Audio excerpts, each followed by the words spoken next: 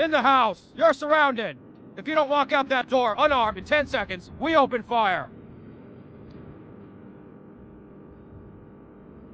10, 9, 8, 7, 6, 5, 4, 3, 2, 1. Last chance! Okay! Perforate it, boys!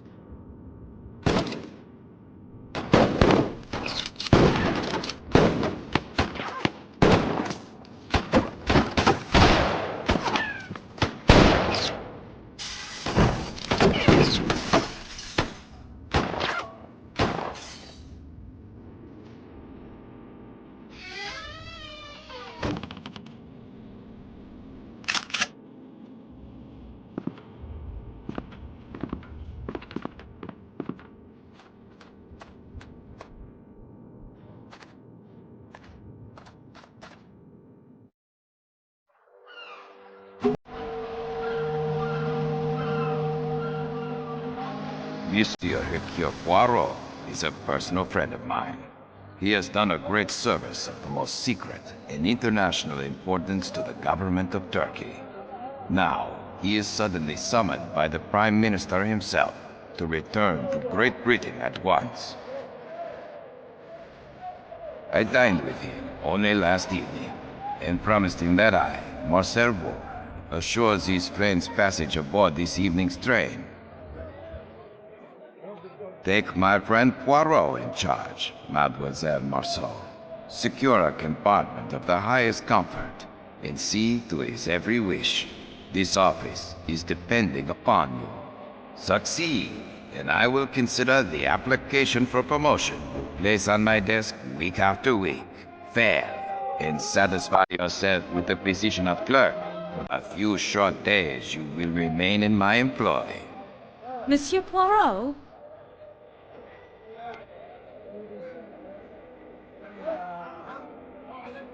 All right, Antoinette. Here at last is the chance you've been waiting for.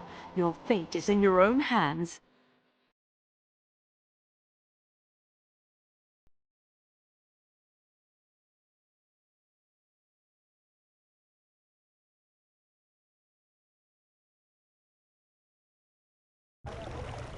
Monsieur Poirot?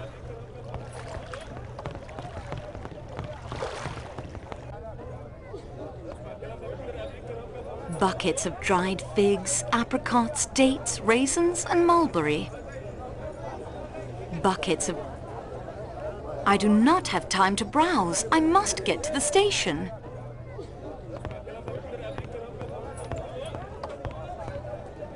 This fool tries to sell me a cleaver with no style or grace. Tell him which is the better cleaver for the hacking of meat.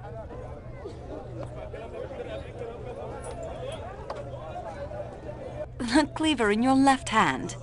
Ah! Here at least is one who knows fine forged German steel when she sees it.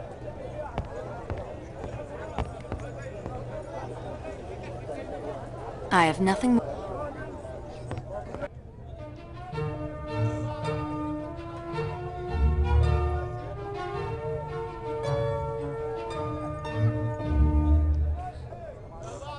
Barrels of olive oil, molasses, and fruit preserves. I do not have time to browse. I must get to the station. Monsieur Poirot?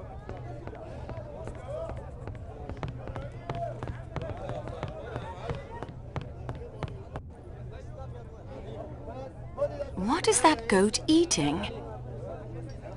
What is that? Boxes of tea from Turkey and Ceylon. Herbal teas and thick, dark Turkish coffee. Monsieur Poirot?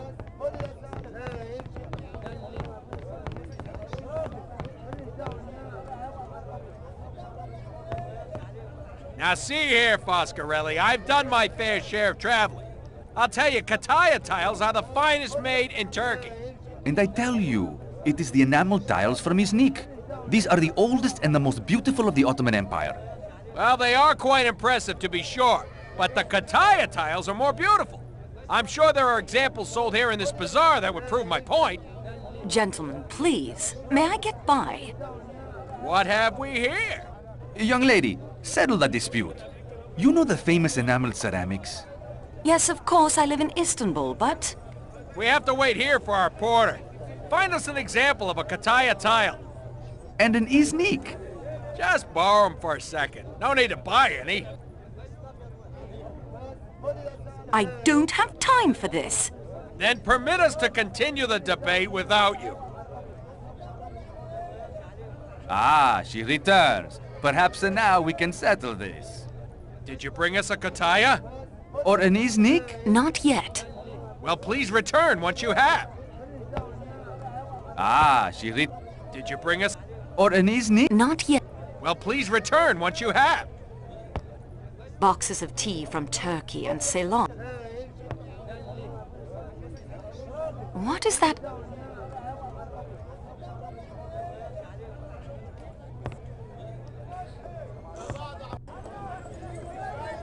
I need to remember to return this. Something belongs here. I, of course, know what. Furniture and household goods, all handmade with outstanding Turkish craftsmanship. This stall displays intricately hand-painted Kataya bowls. The merchant seems to be watching the man next to me closely. The merchant is watching that man. Barrels of...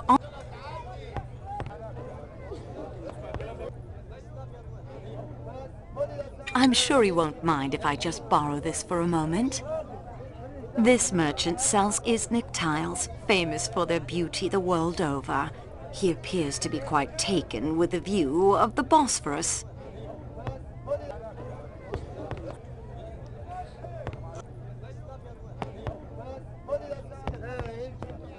Ah, she returns. Perhaps now we can settle this. Did you bring us a Kataya? Or an Iznik? Here is an Iznik tile. It is the most beautiful beyond any doubt. Did I not say this? Thank you, young woman. Now we can turn our attention to more important things, like those fountains we were discussing earlier.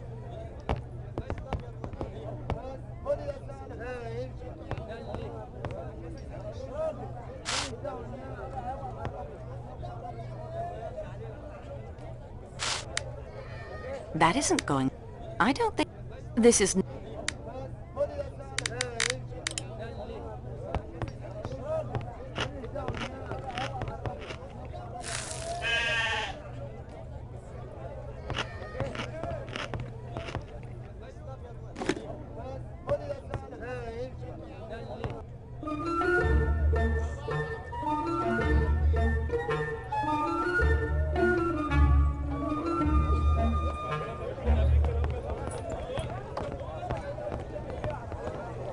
Let me pass.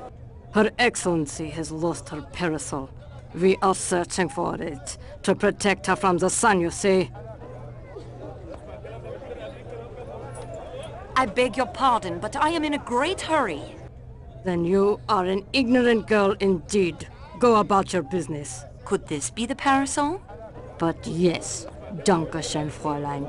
If your Excellency pleases, we should board the train. I still must buy a bracelet for my arthritis, Schmidt. There is ample time yet for the train. Let this helpful young woman pass.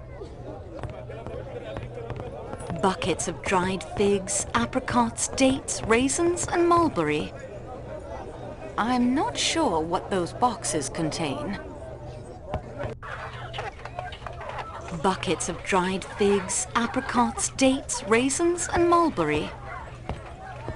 Buckets of dry...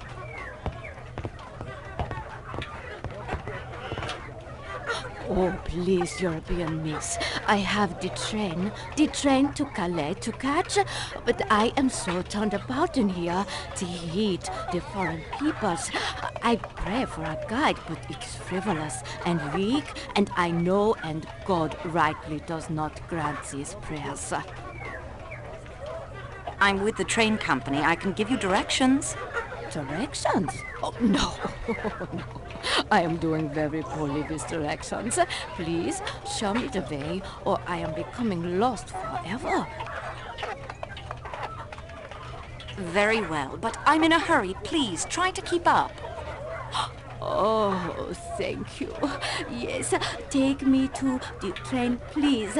I must not be missing the train that leaves Istanbul on this day. I am Greta Olsen, matron to a small missionary school near the port of Gemlik. I nurse and instruct the children who have lost their way.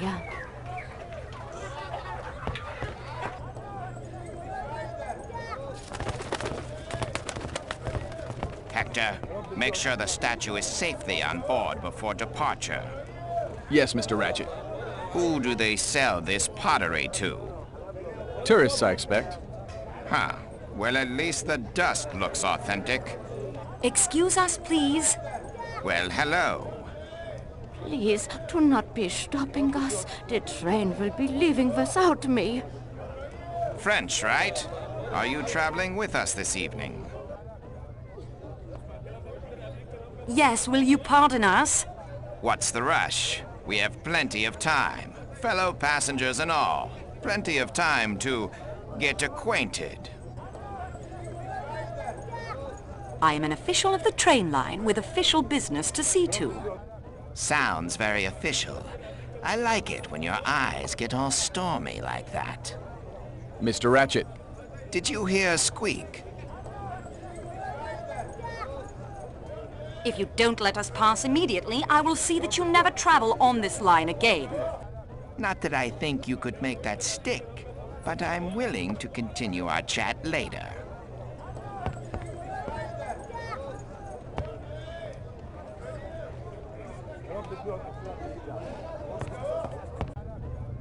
A fine way to start out an adventure, stealing from innocent people.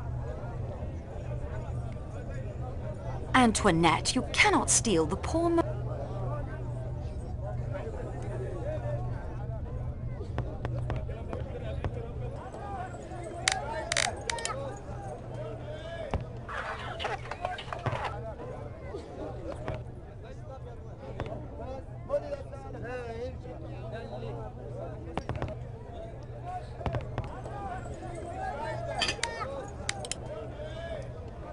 There, no harm done.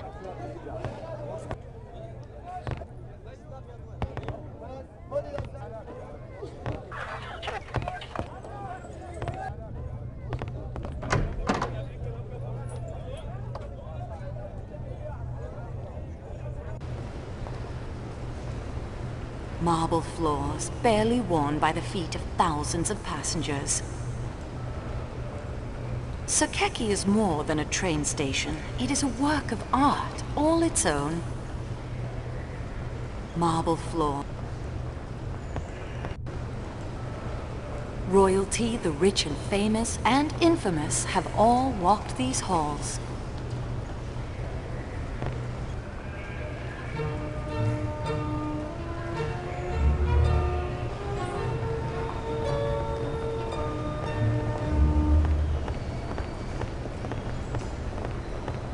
Mary. Not now. Not now. When it's all over, when it's behind us, then...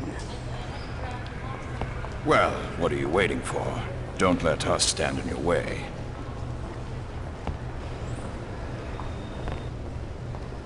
A beautifully crafted mosaic of a ram in full gallop suggests the power of the locomotive's engines. Sakeki is more than a train station. It is a work of art, all its own.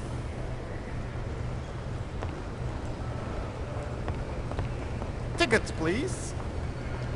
No one may board the train without a ticket. I must be making an inventory of my possessions. Everything. It gets lost.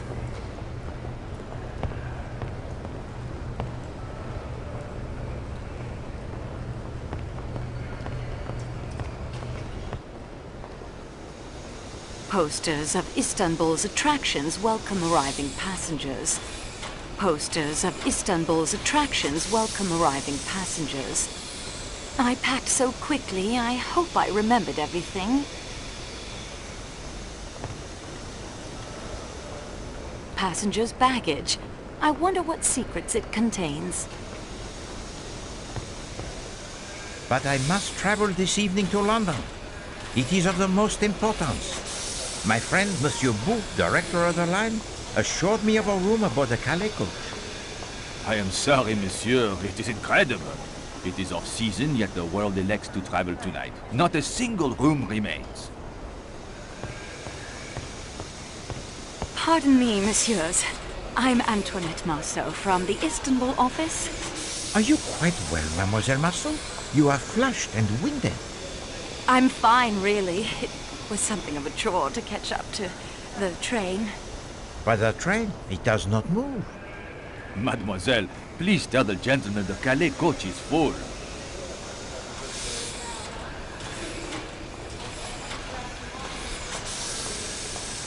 I work for your friend, Monsieur Bosque.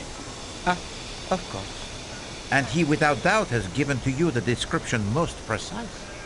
I would have known you anyway. I have a passion for crime.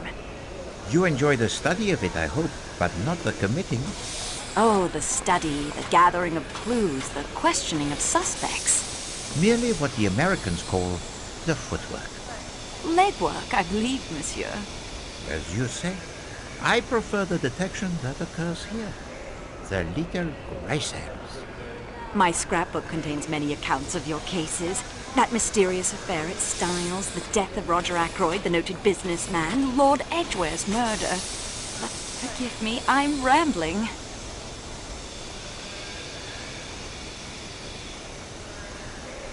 It is of the greatest importance that I reach England. What is your name? Pierre Michel, mademoiselle. I've seen your name on reports. Your record with the company is excellent.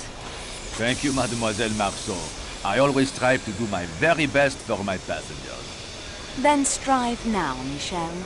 Perhaps monsieur could sit up in the salon car for the beginning of this journey? Please give Monsieur Poirot room 16. It is taken, mademoiselle. But number 16 is always kept in reserve for such emergencies. Nevertheless, tonight it is occupied by an American gentleman, a Monsieur Hardman. He does not sound like someone to be trifled with. We must find a room for Monsieur Poirot. Mademoiselle, if I could construct an additional compartment, I would. Let me see your passenger manifest, please. I have an extra plan of the Calais coach with all the passengers listed. Take it by all means.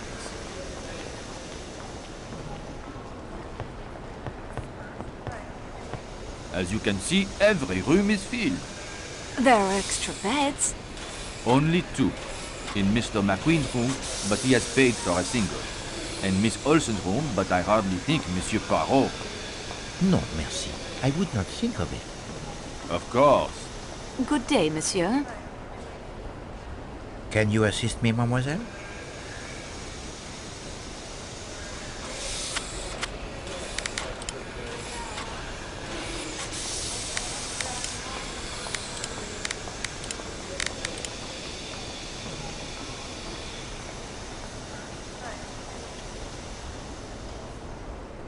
I'm sure Miss Olsen won't mind Monsieur Poirot for one night.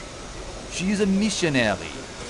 No, this would not be a suitable arrangement for Poirot. Gentlemen, please, only a joke. Give Monsieur Poirot my room. I will be quite comfortable in the salon car. Mademoiselle, Poirot, he will not hear of such a thing. I insist. I will not compromise the hospitality of the train. Oh, if I must turn you out, why then you will stay in the room of Miss Olsen. I am sure she will not mind when she learns of your sacrifice. No, really, it isn't necessary. No. Poirot has spoken. The matter, it is settled. I will speak to the lady at once.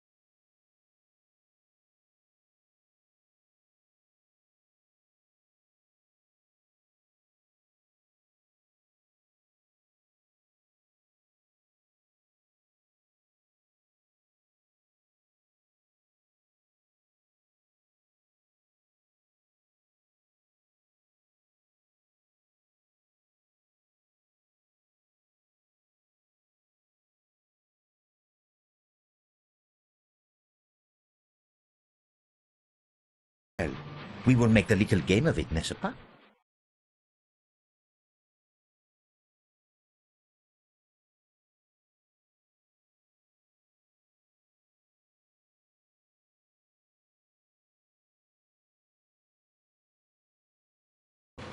One must look, one must listen at all times. If you were to listen at the door of any compartment, who knows what you may learn? That would not be very proper, Monsieur Poirot. Proper? The student of crime must also be the student of human nature.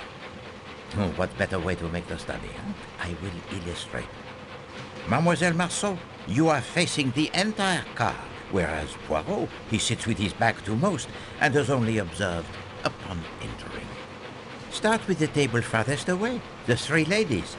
Tell me about them. One is a Swedish missionary from a school near Gemlik on the Bosporus. She is also very uncomfortable in unfamiliar surroundings and gets lost easily. That is truly wonderful. How did you arrive at this? I helped her find the train inside the train station. Well, it is an important lesson, that. When you know the facts, why bother with the clues?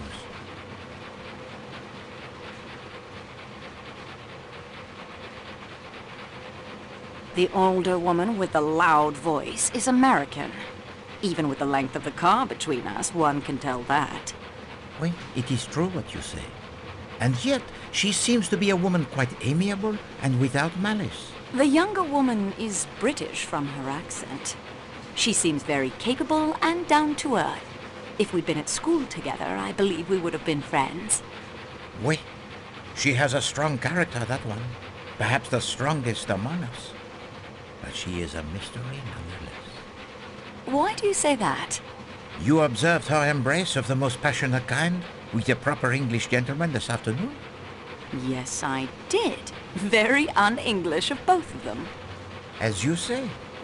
And yet now she sits at another table, indifferent to him and his glances. Lovers quarrel? What can have happened in so short a time for the lovebirds to fly from the light into the darkness?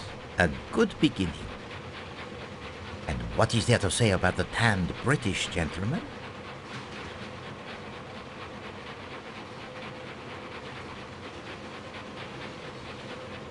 Military, I would say, from the way he carries himself. Very good.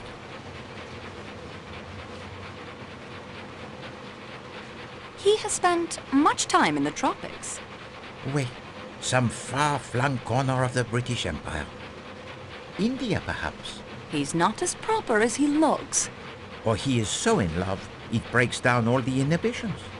They are married, but not to one another. What did she say to him? Huh? Not now. Not now. When it is behind us, then. They are waiting for the divorce to be final. Perhaps. Tanned, military, or posting in Egypt, perhaps, or India. And now the grand lady who sits alone. I'd say royalty, a princess. Russian, probably. Oh, no. You will not play the same trick on Poirot twice. Alors, she too you have met?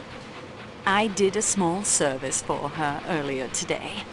She has the very grim exterior, that one, but there is something about her, huh? A twinkle in the eye, perhaps? No, I think she is not quite so much the dragon as she appears. Alors, and across from her sits? Hildegard Schmidt. Yes, I met her too. Quite unpleasant for a lady's maid. They're usually such mild creatures. Vraiment. She also has sent her plate back to the chef twice for adjustments. Very particular about the cuisine. It would be nice if the menu was more varied. We march. This large table nearest the kitchen now, with the three gentlemen. What can you see? The Italian sells motor cars. He's very enthusiastic about cars in general. Oui, a salesman to his very soul, I would say. The American appears to be a commercial traveler of some sort. Oui, he carried the sample case when he boarded the train. Yet, I wonder. The case, it was quite small. Yet he seems very fit, does he not? The suit of such questionable taste, he can barely contain the muscles. Can't a commercial traveler be athletic? C'est possible. The Englishman is very quiet. He certainly does not share the enthusiasm for conversation of his companions. A superior sort, with a disapproving expression. That suggests nothing to you? I'm afraid not. A gentleman's gentleman, as the British would say. A valet. Yes, I can see him pressing trousers and shining shoes. And now, as discreetly as possible, observe the young couple directly behind me. Her dress is exquisite, very expensive. And the jewels. Ah, she's lovely. The kind of woman a man would marry and lavish gifts upon. It is very romantic, is it not? And yet I detect the melancholy in your voice, mademoiselle. I'm sorry. I expect it's jealousy. I grew up in Jucar, a small town near Avignon. My parents wanted me to stay in Jucar and marry well, but I rebelled. Ah. Have you never rebelled, Monsieur Poirot? These days, not so much, I fear. Rebellion, it is for the young. I went to England too, to university, then out here to Istanbul. I wanted to get as far away from Jucar as I could. I wanted mystery, adventure, romance. I became a clerk. No mystery, no adventure, and certainly no time for romance. Poirot is not so much the expert on romance. Yet mystery and adventure may be closer than you think. The man is very handsome, aristocratic. He dresses as an Englishman, but his accent is Hungarian, I think. Oui, a diplomat, I believe, fiercely in love. Fiercely? The man who makes the unwanted advances to his young wife would suffer for it. And now, to the last table, where the older gentleman has been glancing this way throughout dinner. The older man's name is Ratchet, an American. Very coarse and brutish, despite the fine clothes and table manners. He forced his attentions on me in the bazaar today. I think he's been trying to renew the attempt all through dinner. He keeps looking this way.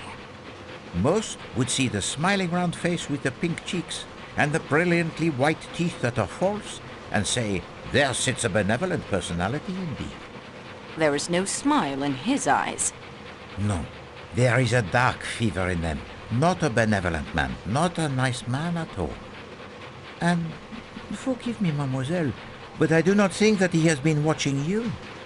Poirot is the unfortunate victim of his interest this evening. The younger American man is named Hector something. I like him. He seems very open and pleasant. He's Mr. Ratchet's secretary, I believe, but I don't think he's very happy in the position. Perhaps an acquaintance worth cultivating for an attractive young lady traveling alone? Monsieur Poirot, I would never be so forward. Oh, but it is 1934, mademoiselle. Young ladies are forward, even those from Jucar.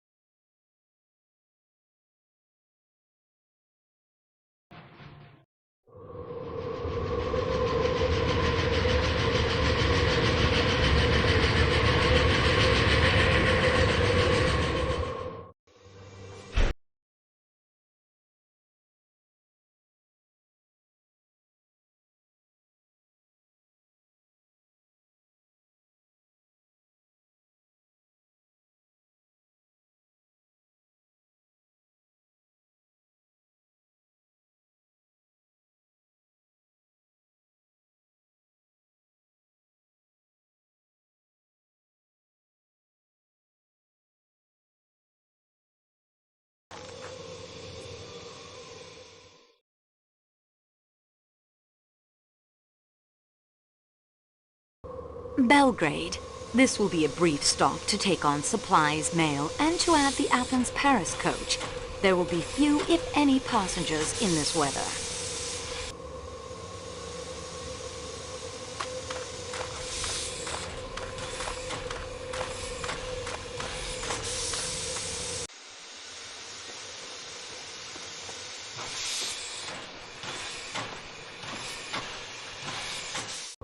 Quite interesting.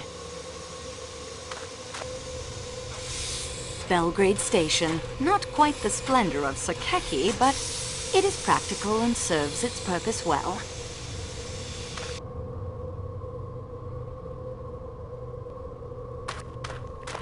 The fountain looks rather forlorn in this weather.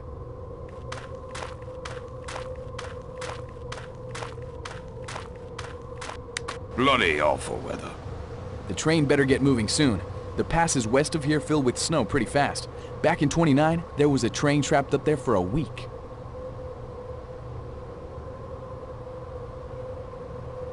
Good evening, gentlemen. I'm Antoinette Marceau. Say, you're the company representative, aren't you? I heard there was one on the train.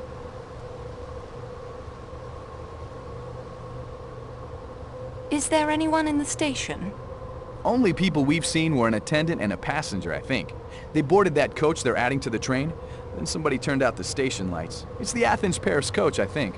Mr. Ratchet and I travel this route quite a bit. Yes, well, I've all the fresh air I need, if you'll excuse me. I'll be getting along then, too. Don't want to hold us up.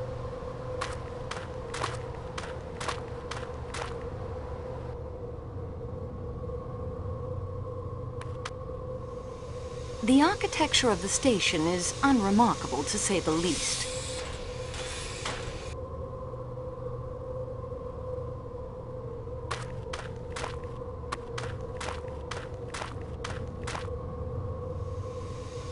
The attendant I saw boarding the restaurant car came through this gate. I suppose that woman was seeing him off. The attendant I...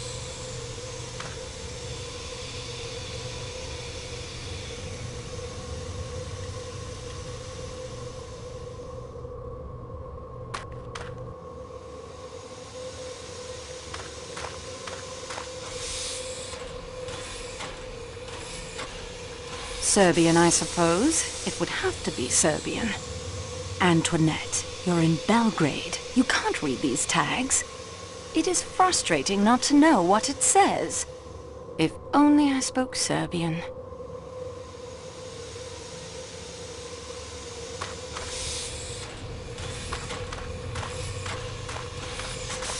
This is our company representative from Istanbul? A woman?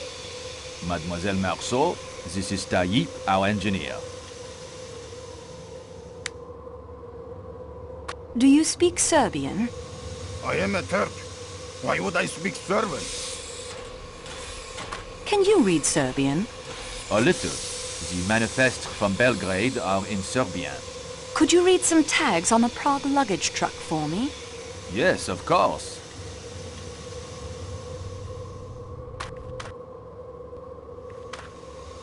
That appears to be a box of golf balls. That is, I believe, toilet paper, mademoiselle. From the looks of it, that crate contains more carrot juice than Prague will ever need. Slanina, we have found Klaus's blanket, Mademoiselle Marceau. Will you take it to him so we can get underway? At once.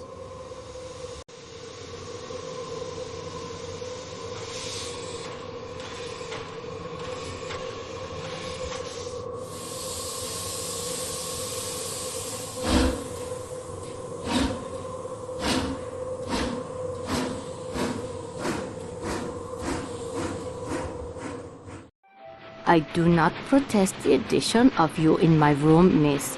You have helped me, and I am glad of the company, and I am a Christian lady whose heart is filled with charity.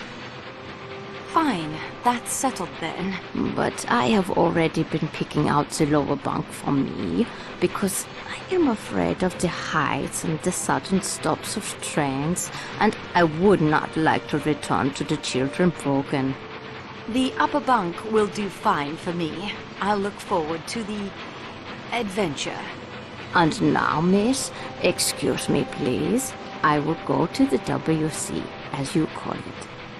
I was educated in England, but I'm French. Oh? I was educated in Sweden, and I'm Swedish. You call it the toilet? Am I going to the toilet?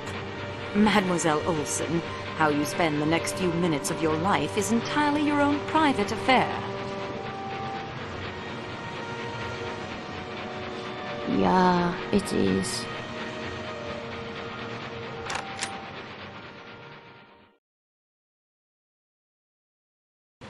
One must look, one must listen at all times. If you were to listen at the door of any compartment, who knows what you may learn? I'm still not sure I agree in principle, but perhaps I'd best give it a go.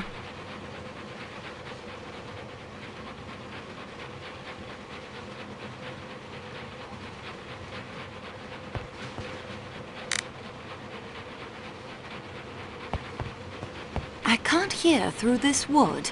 I'll need something to help me.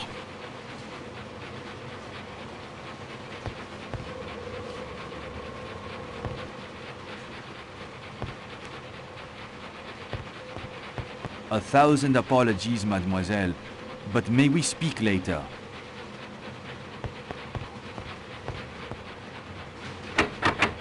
The door to the Athens-Paris coach is locked.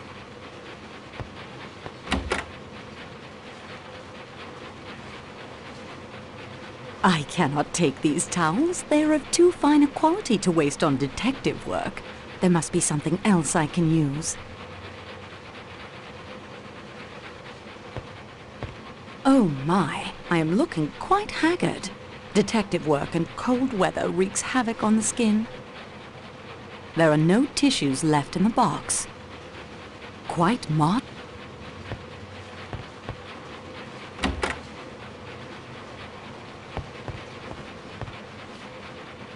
I can't hear through this wood. I'll need something to help me.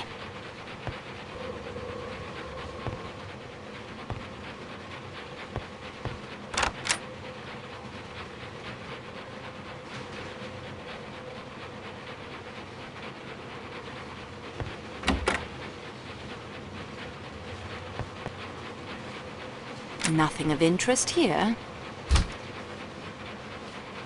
This wash basin is shared by the two connecting rooms.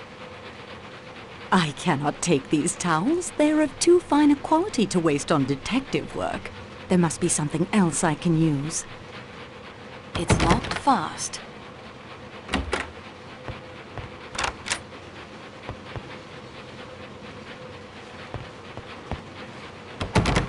This door is tightly locked.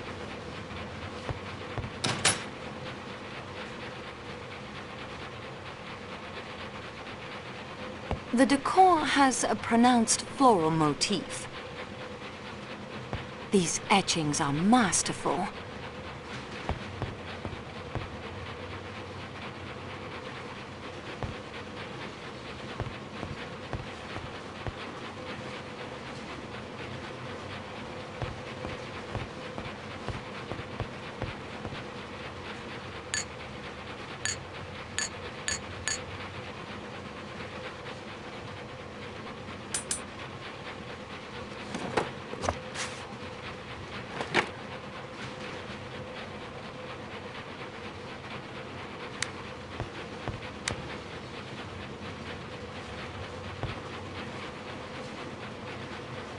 This bouquet is beautiful. I would expect nothing less than this exquisite work on the most luxurious train in the world. I would expect nothing less than this exquisite work on the most luxurious train in the world. It's locked fast.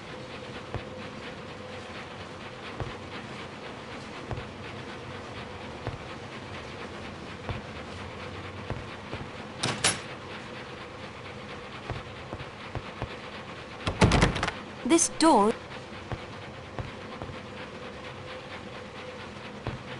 I can't hear through this wood.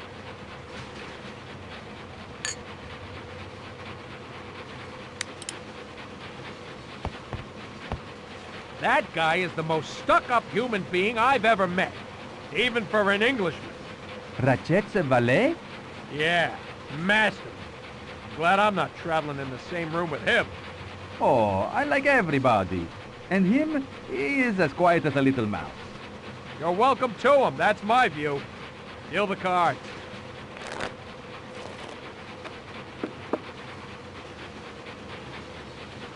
I think I've heard all I...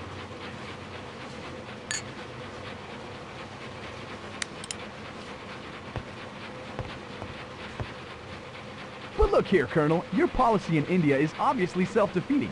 You can't keep it as a colony forever, you know. I don't see why not. You probably wouldn't have seen why not back in 1776, but America is free as a bird now. And suffering through one of the worst economic depressions in history, I believe. You're not seriously suggesting that if the United States had remained a colony of England, we could have avoided a depression? I don't see why not.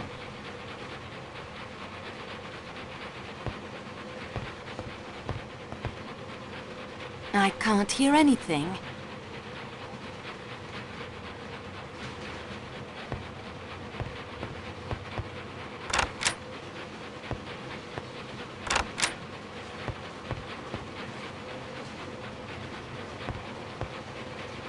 It's completely quiet in there.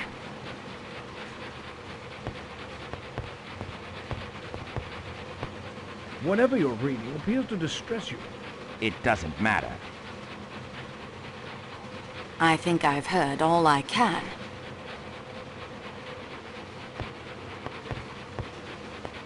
I can't hear anything.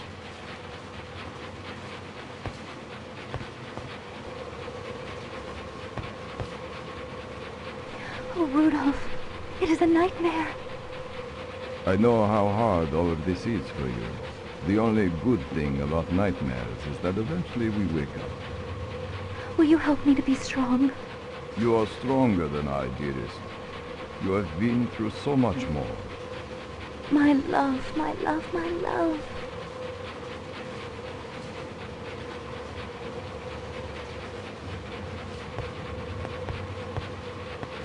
It's completely quiet in there.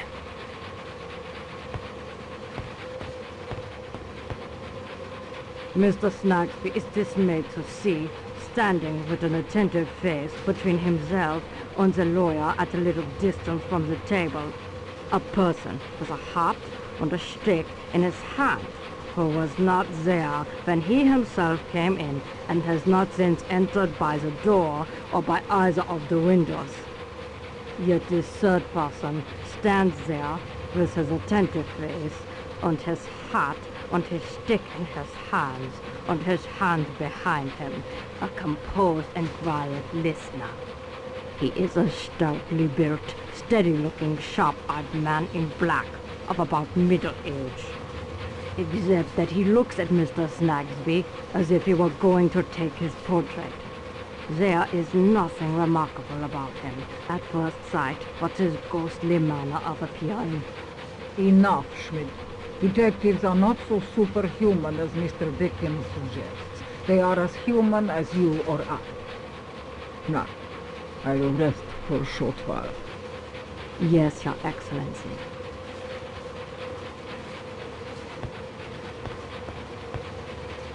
I can't hear anything.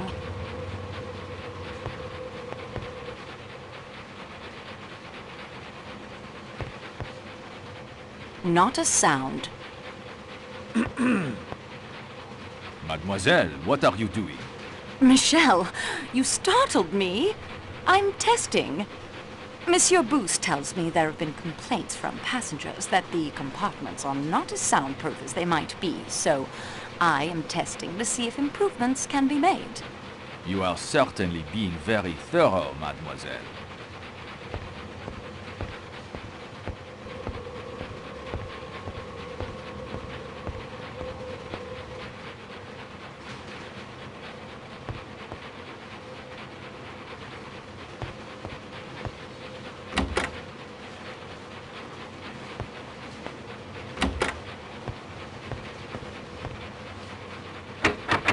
The door to the Athens-Paris coach is locked.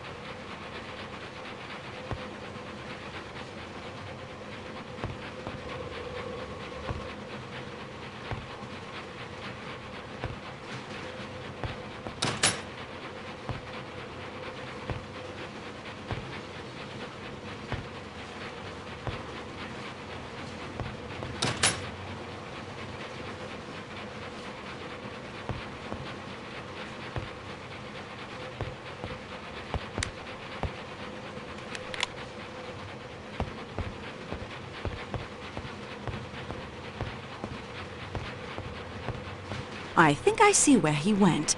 I'll follow him at a distance.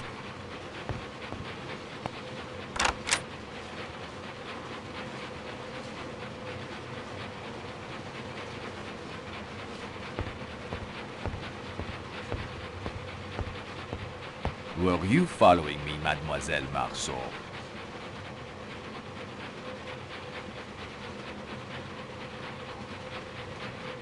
In all the time I've worked for the train line, I've never seen the inside of a baggage car. It is not the most comfortable of cars aboard the train. Nevertheless, I feel the more I learn about the trains, the more it helps me in my job. Please, mademoiselle, you are keeping me from my duties. Please return to the Calais coach.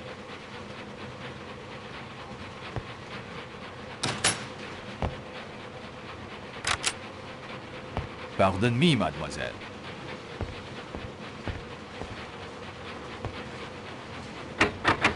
The door is locked.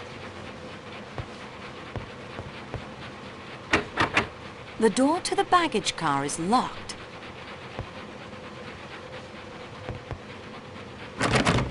It's locked fast.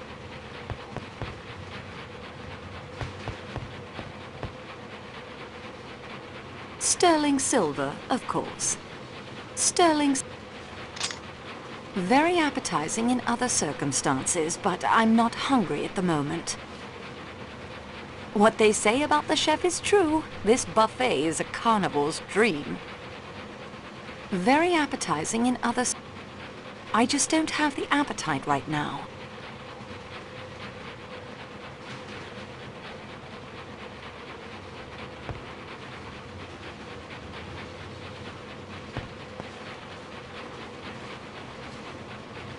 I would expect nothing less than this exquisite work on the most luxurious train in the world.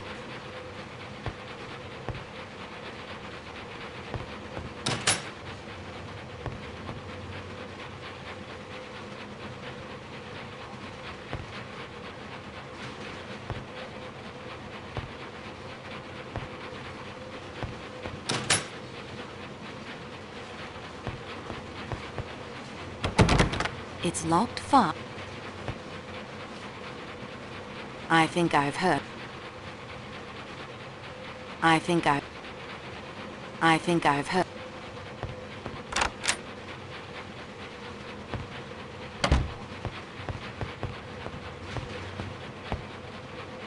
Hello, Greta. Where have you been? I am giving the headache powder to the American lady, Mrs. Hubbard. I do not think travel is suiting her the way it does you, and I miss.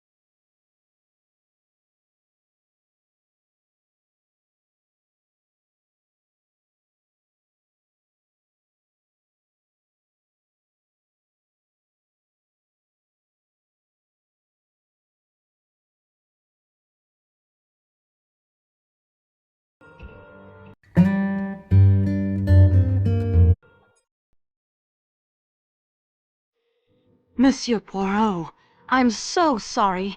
I apologize for the train company, for Monsieur Booth, and for me personally. Calm yourself, Mademoiselle Marceau.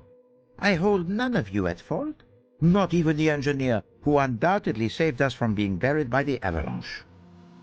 You have sprained your ankle. It is not Poirot who has sprained his ankle, mademoiselle. It is the train who has sprained it. Yeah, the reason I do not sleep in the upper berths is to avoid pain. Perhaps I should have slept on the floor. Thank you both for your attentions. If you would now please to allow me to suffer alone. If you like.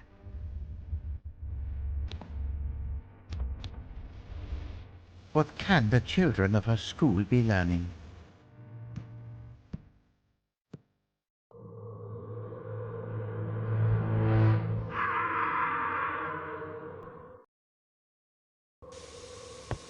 Was that a cry?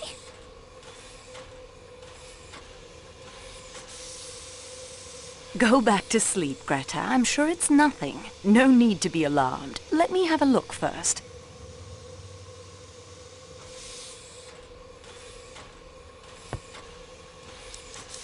The clock says 12:37.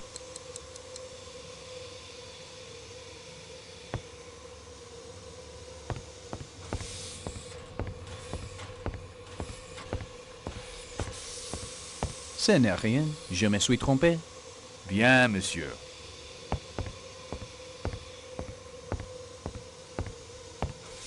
Is there drama or calamity? It was Monsieur Ratchet, but he is well. Then let us hurry back to sleep.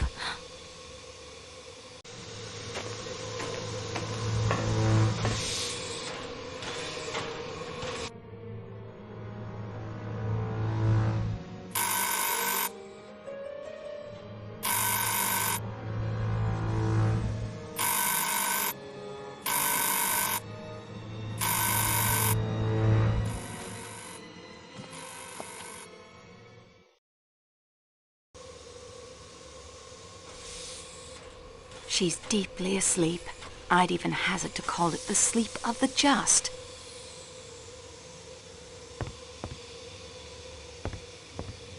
There you are. I've been ringing and ringing. I beg your pardon, madame. Voulez-vous quelque chose? You require? There is a man in my compartment. But madame, as you can see, there is nowhere a man could hide himself. I woke up and a man was there. I felt it. You say yourself, madame, that your dog was bolted. How did he enter? How did he depart? Avalanches, intruders. What's next?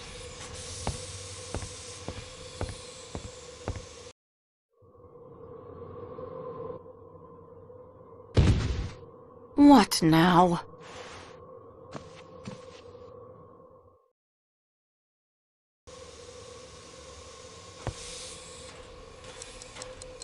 The clock says 1:22.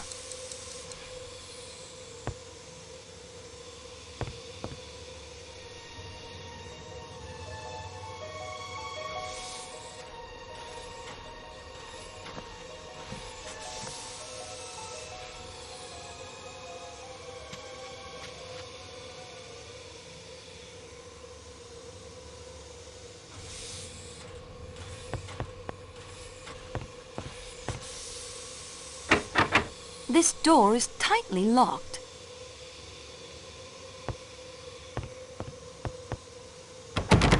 The door is locked. Mademoiselle, please, do not disturb the other passengers. Mademoiselle.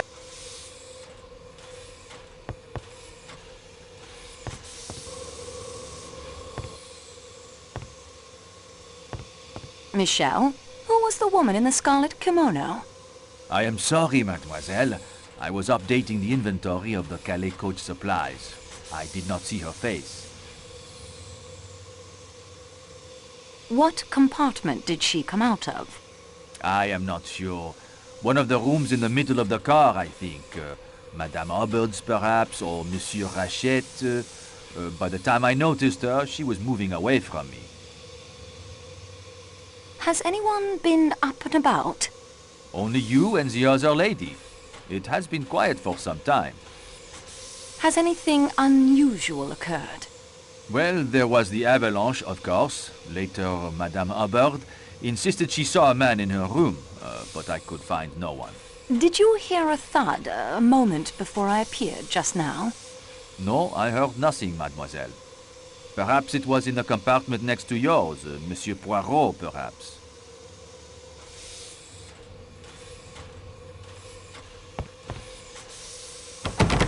It's locked fast. I am sorry, mademoiselle. As I'm certain you know, regulations require that the doors to other wagonlets be kept locked, so that passengers without through tickets may not change cars. Mademoiselle, please.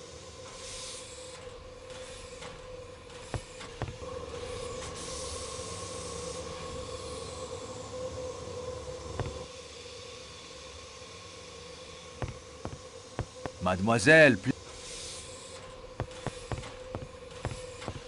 Mademoiselle.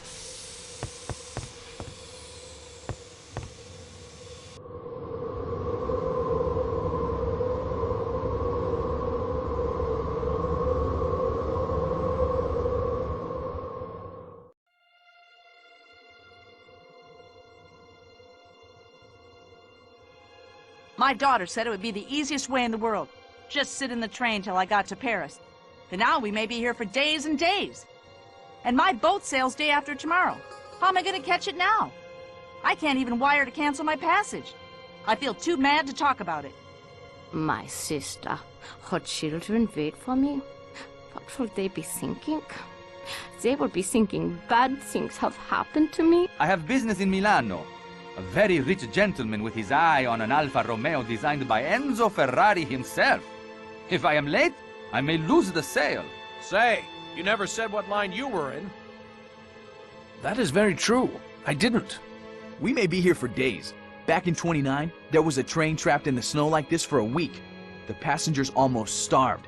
I'm told they hunted wolves for food. There's always cannibalism, of course. I remember one time up near Kashmir, I say. Old man, are you going to eat those rashers of bacon? They're quite nice. What country is this anyway? Yugoslavia, I believe.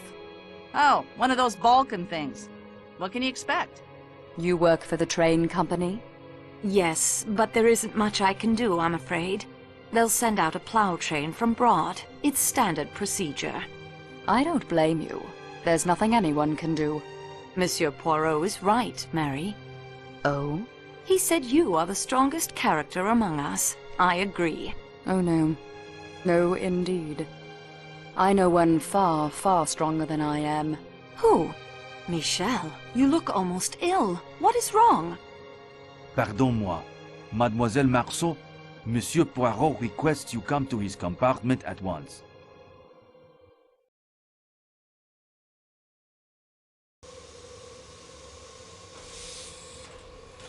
Who are you, monsieur? My name is Constantine. There has been a savage murder done in the Calais coach, miss. I have ordered all of the train doors to the outside to be sealed with the exception of the rear door of the Athens-Paris coach, so that the engineer and the fireman of the train may keep the engine's boiler provided with the coal. Oh no! Who has been killed? The American in the room next to this one. Ratchet.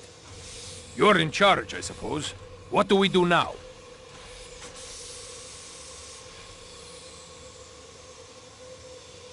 We must contact the Yugoslavian police in Vinkovio Broad. Yugoslavian police? Are you mad? They will detain us all for weeks while they trample evidence and bluster about with no idea how to solve a murder. If only we were in Greece. Dr. Constantine, you must learn all you can about the murder. Your faith in my powers is gratifying, miss. But already I have learned all that my expertise can tell me. I am no detective. Monsieur Poirot, I appeal to you. We cannot wait for the Yugoslavian police. They will detain us all for weeks while they trample evidence and bluster about with no idea how to solve a murder. Ah, if only we were in Greece. Take command of the investigation. Oh, must I?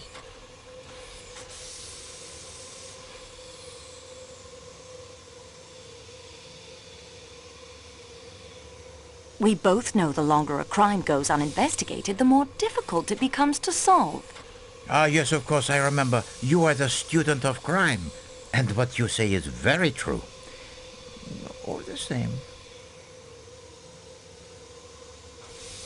You can be on your way to your important case in England. We can avoid delays, annoyances, and 1,000,001 inconveniences for all the passengers. I am addressing an important medical conference in London in 2 days. Oui, c'est vrai. Any additional delay would be difficult. Monsieur Poirot, my job isn't much, but it's all I have. The avalanche, your injury, now a murder. If it isn't solved, I will lose my job. No, you cannot be blamed. I will have a word with Marcel. You have my guarantee that he will not fire you. Solve the mystery. All we need say when the police arrive is, here is the murderer. Mademoiselle, use your own powers of observation. Alors, Poirot, he is confined to bed in the most serious of pain. How can he take command of anything? In my scrapbook, I have a quote from you. How does it go? To solve a case, a man has only to sit back in a chair and think. Use the little grey cells of your mind. I have often used the murderer's own words to spring my trap. And now I am caught by my own. Well done. Eh bien, mademoiselle, I will do what I can. I ask only that you do my legwork. This would appeal to you, I think. You know it would. I will issue to you the challenge I once made to my friend Captain Hastings. Accept, and we will play a little game between ourselves. You will need to use your own little grey cells as much as Poirot. And in the end, we will see if the student of crime is ready to graduate. Refuse? I will guide your investigations much more. Either way, the crime, it will be solved. It is an important decision you must make now, before we proceed. I will not ask again. Do you accept?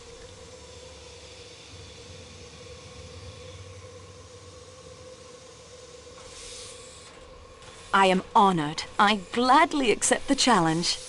Excellent. Now, if you reach an impasse, think only, what would Poirot do? Imagine that I am there beside you, offering counsel. It may help. So, we begin. Dr. Constantine, take her next door.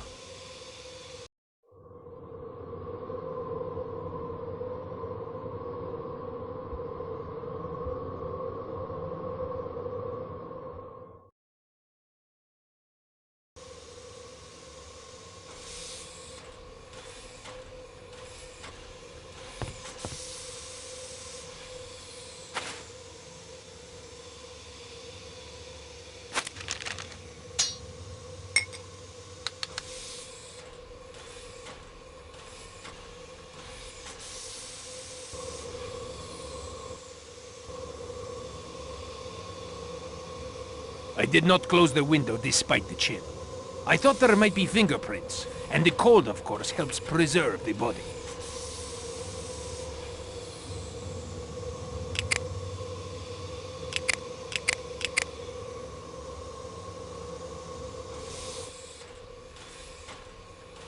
Oh dear!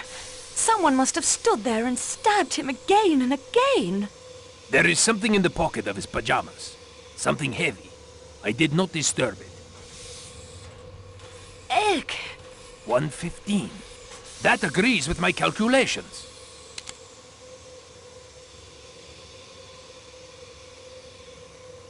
The man was armed? It is bizarre. Why did he not defend himself?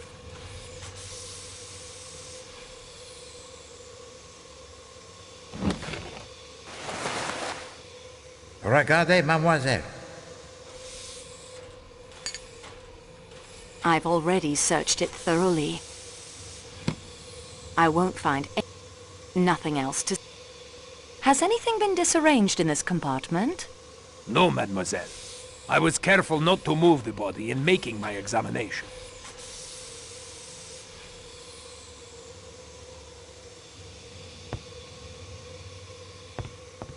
There is something in the pocket.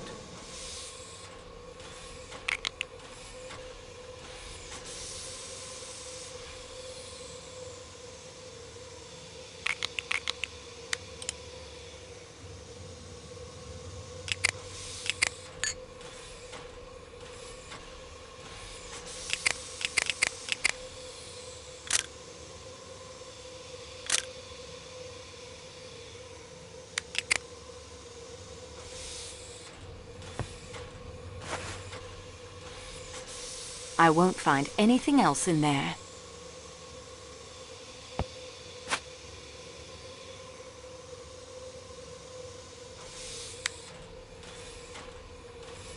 I should keep my immediate goal in mind. It lies elsewhere.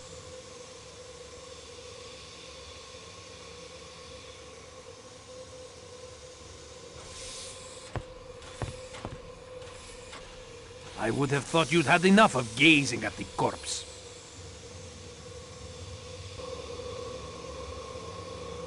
Take care. There may be...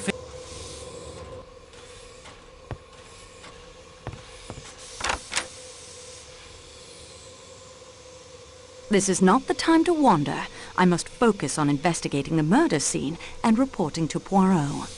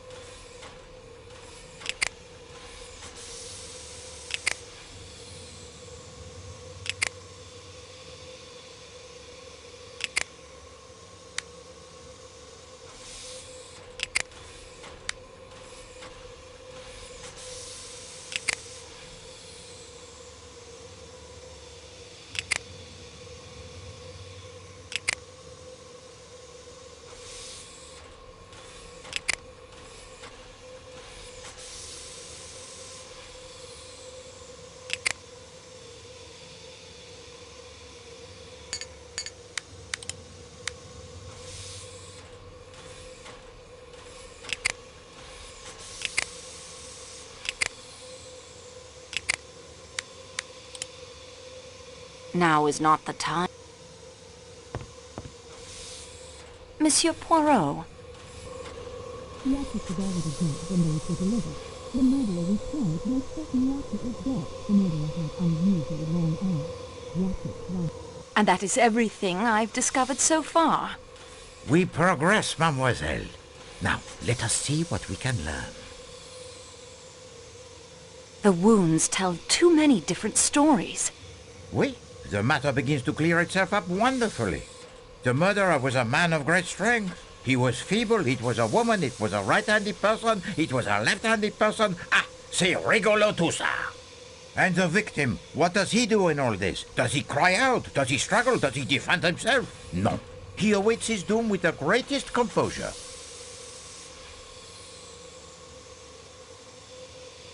The gun was unfired.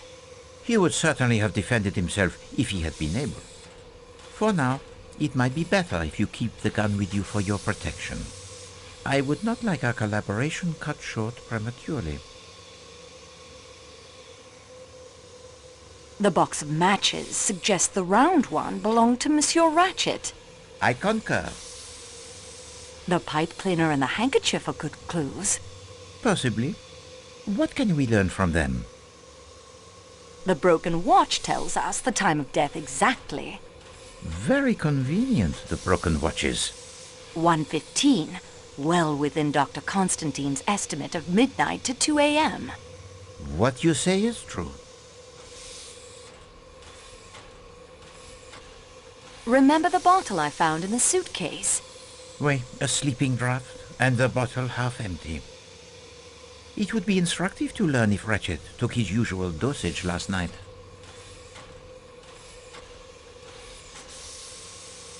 I found only the cigar in the ashtray. No pipe. Certainly, this is a clue masculine. Monsieur Ratchet smokes the cigar, lighting it with a round match, and someone else, still to be determined, smokes the pipe, lighting it with a flat match. The letter H can help us find the owner of the handkerchief. A clue feminine, so dainty, and to have the letter embroidered upon it is so convenient. One cannot complain of having no clues in this case. If a man killed Ratchet, After the sociable smoke, then the woman came in later, not noticing he was dead, and attacked him as well. also not noticing that she had dropped her handkerchief. Very fortunate for us that she was so unobservant. The footprints outside the window are important. What did they say to you?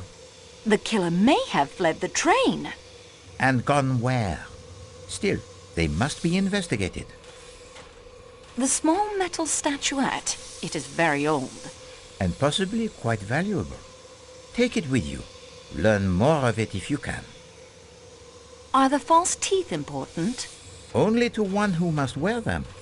And why you took for yourself the false teeth of the dead man is not for Poirot to ask. But I hope they prove themselves as useful to you as they undoubtedly did to him. Merci, mademoiselle. Unfortunately, the report, it is not yet complete. There are still clues to be found, mademoiselle. Search carefully.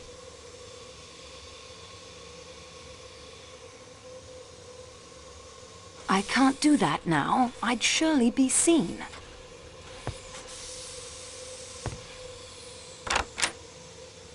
This is not the time to wander. I must focus on investigating the murder.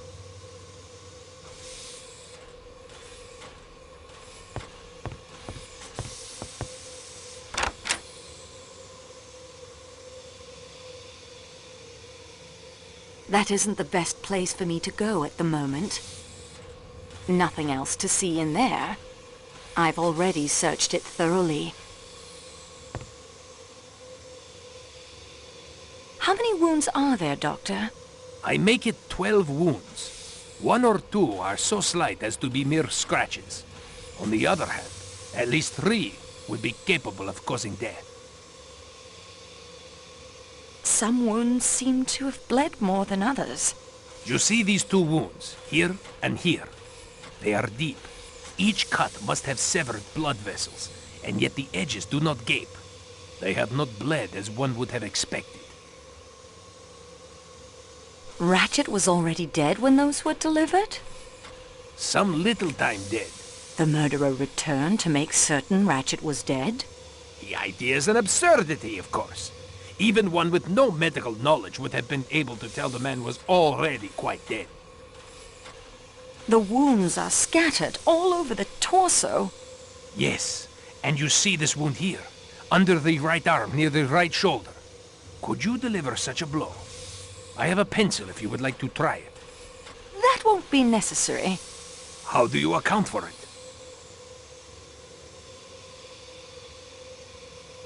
A left-handed murderer could strike there easily. But of course, that blow was almost certainly struck with the left hand.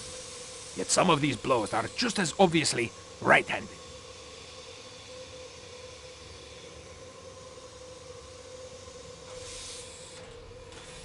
Ratchet thrashed about as he was dying?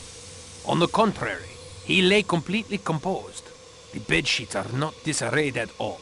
The murderer had unusually long arms? Please let us not stray into the land of Poe with his murderous apes stuffing young girls up chimneys. I know something of apes. They kill by pummeling or crushing, not whittling away at their victim.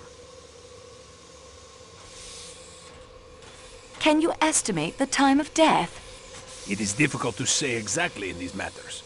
The open window, the cold, you understand, complicates an estimate. But I think I can say definitely that death occurred between midnight and 2 in the morning. Tell me something about the force of the blows. Some were struck with a terrible ferocity as to drive the knife through hard belts of bone and muscle. Yet others seemed to be haphazard and at random, glancing off, doing hardly any damage.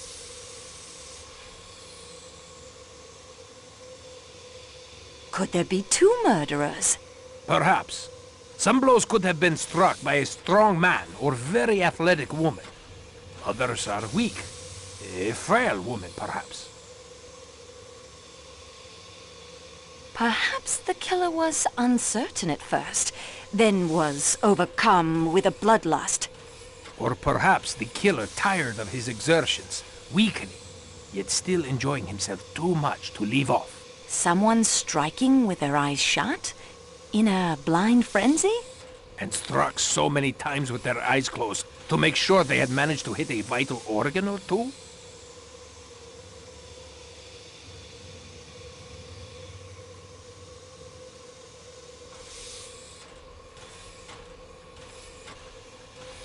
A morbid fascination with the dead is not healthy, Miss Marceau. There is nothing more the body can tell us. Quite interesting.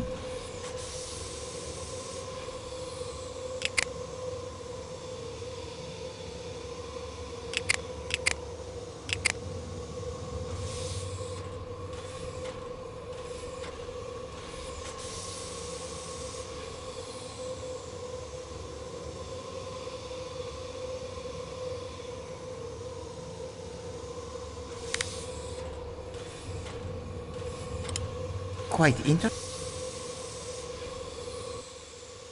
Nothing else. I've already... Doctor? Yes, Mademoiselle Marceau? I'm going to update Monsieur Poirot on my progress. Will you make sure the scene of the crime remains undisturbed? Certainly. I will remain vigilant. Thank you.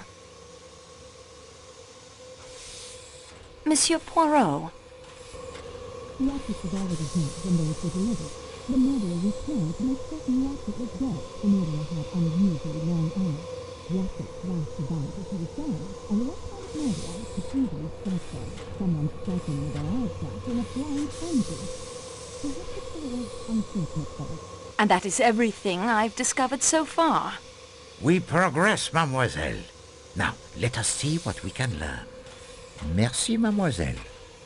Unfortunately, the report, it is not yet complete. There are still clues to be found, mademoiselle. Search carefully.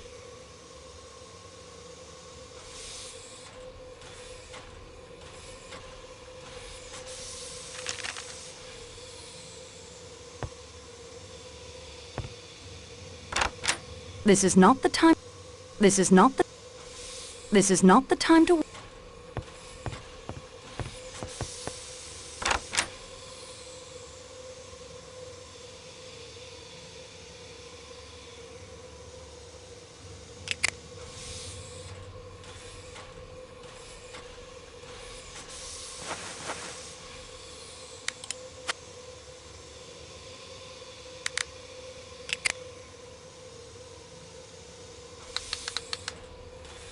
Nothing else to... At the moment, nothing else.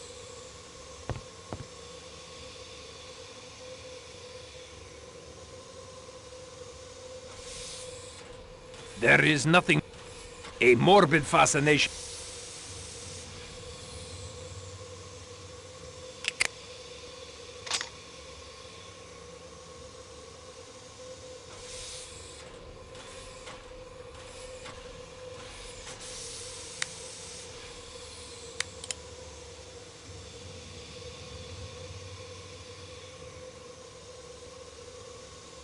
Doctor?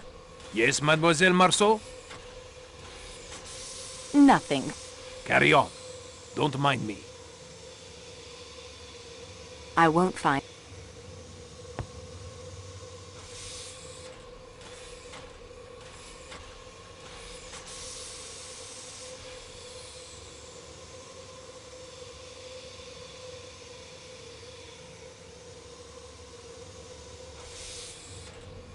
I should keep my immediate goal in mind. It lies elsewhere. I won't find any... I've already...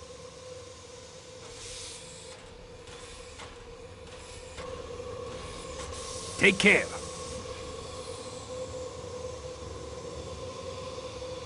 Quite interesting.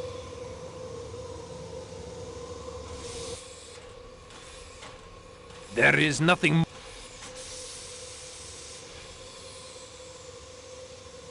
Doctor? Yes, mademoiselle? Nothing, thank... Carry on.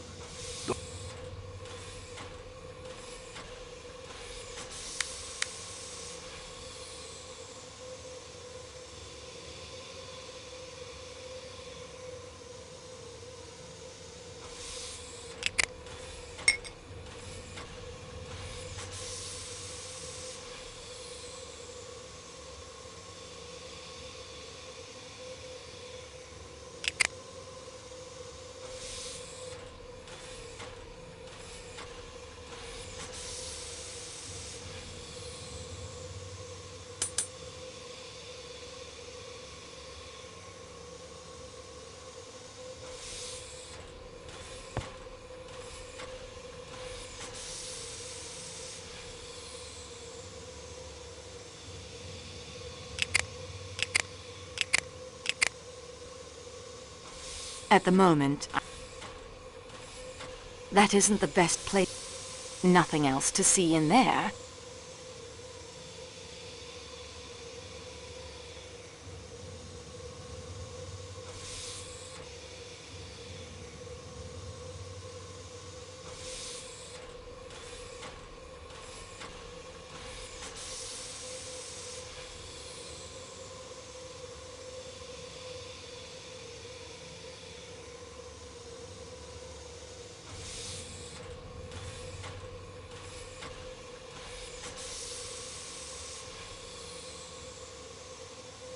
I won't find...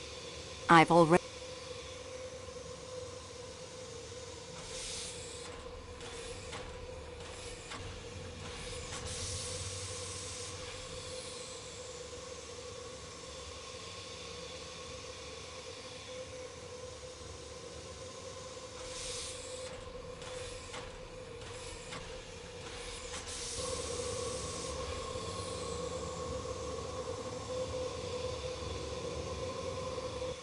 Doctor? Yes, mademoiselle? I'm going to update... Certainly. Thank you. Monsieur Poirot. The office is already here when those were delivered. The murderer returned to make certain Ratchet was dead. The murderer had unusually long arms. Ratchet thrashed about as he was gone, and the outside murderer could easily start there. Someone striking with their eyes shut in a blind frenzy. Perhaps the killer was unfortunate though, then overcome with a bloodlust. Could there be two murderers? And that is everything I've discovered so far. We progress, mademoiselle. Merci, mademoiselle. There are still clues.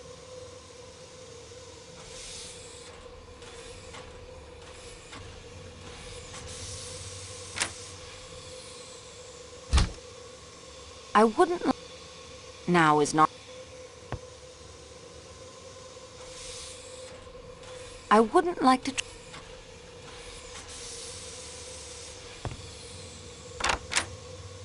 This is not the... This is not... This is not... This is not the time... This is not...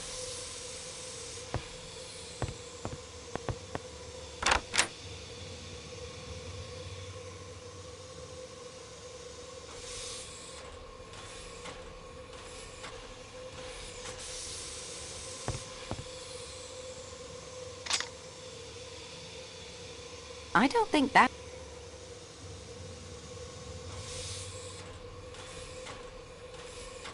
A morbid I would have thought you'd have... A morbid I would have thought... Take care. Quite interesting.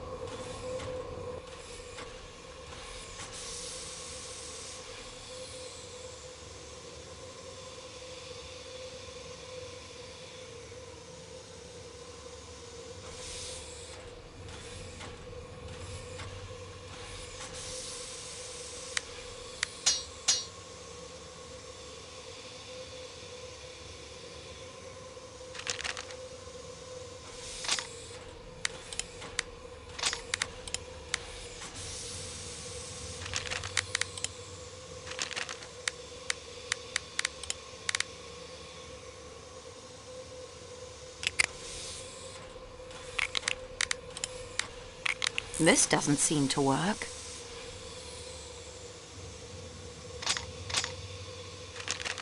The lamp is now lit.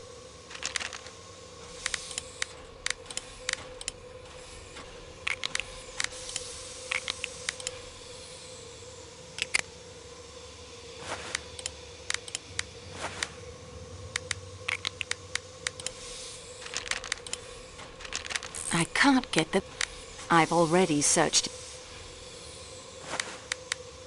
That isn't going to help. I confess.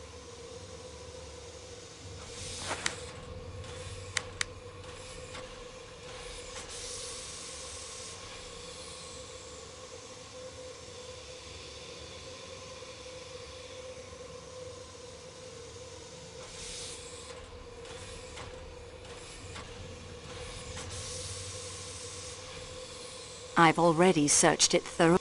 Doctor? Yes, Mademoiselle Marceau? Nothing, Carry on.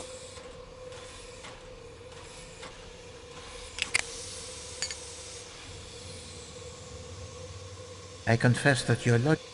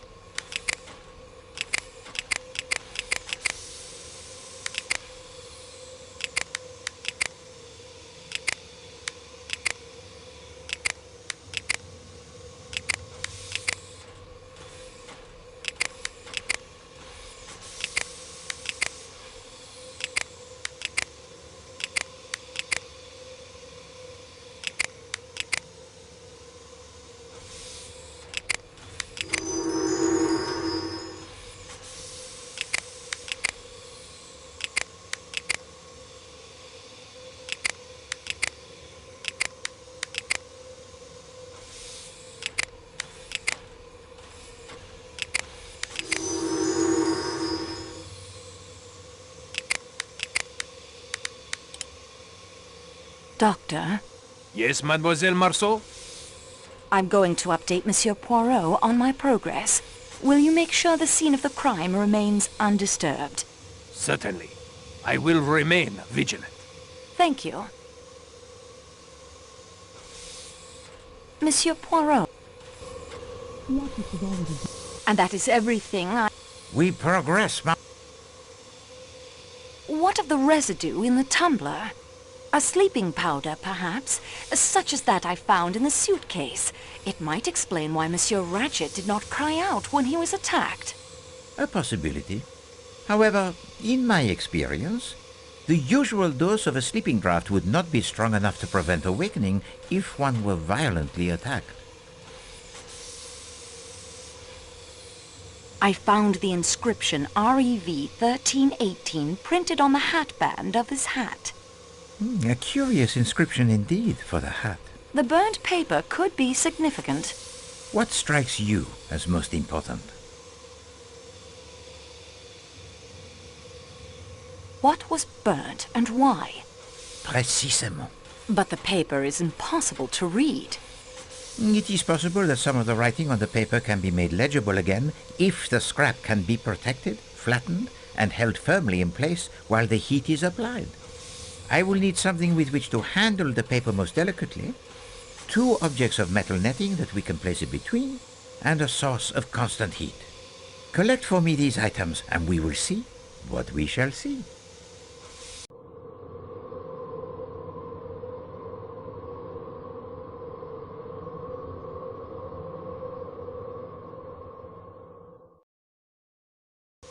I should look for the items Monsieur Poirot needs to read the burnt scrap of paper.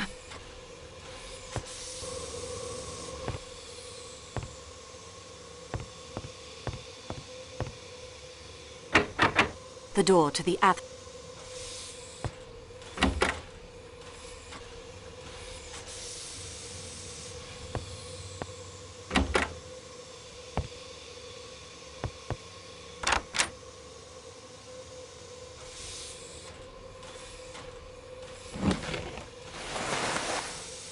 Regardez, mademoiselle.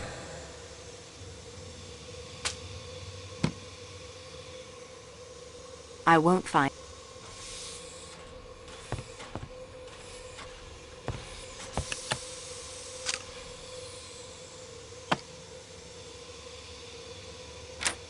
I see nothing remarkable. Nothing else.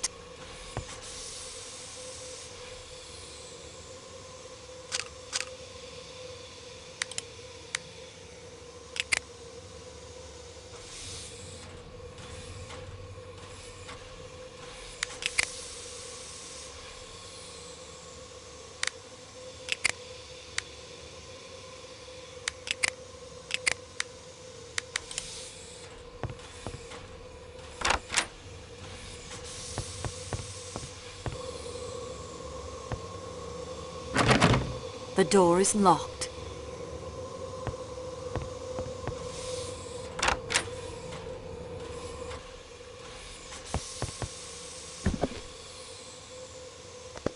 Splendid.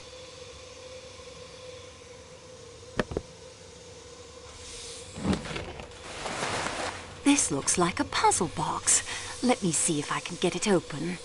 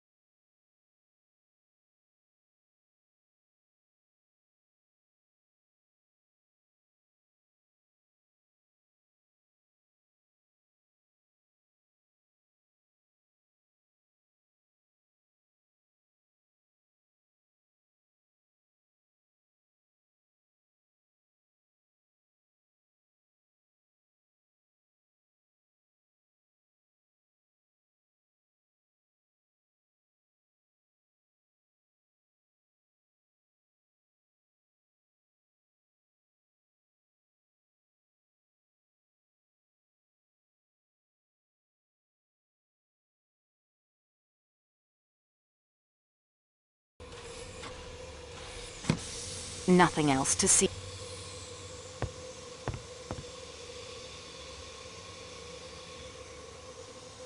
I won't find... Nothing to...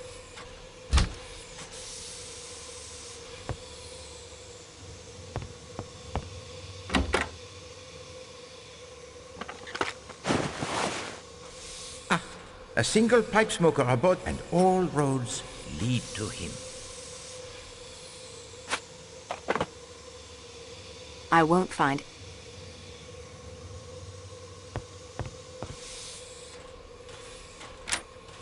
I see nothing.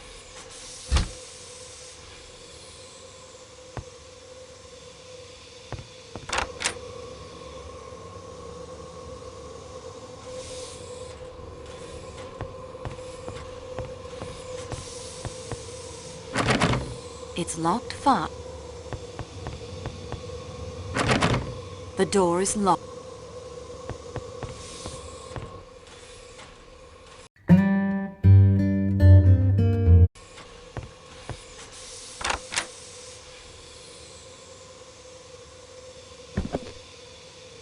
No, this hat frame will not work. It is not of the proper type.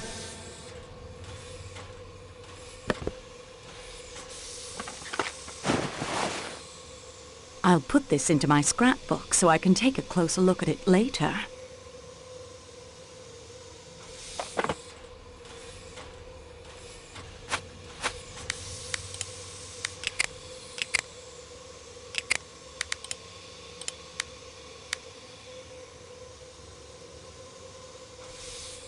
Nothing else to...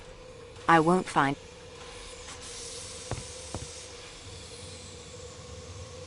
I see nothing.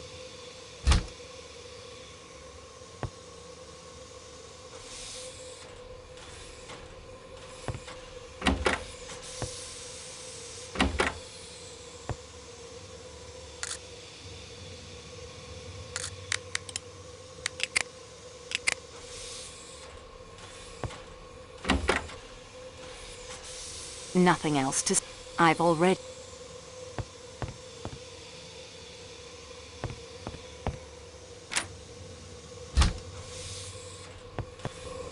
That isn't the best place for me to go at the moment.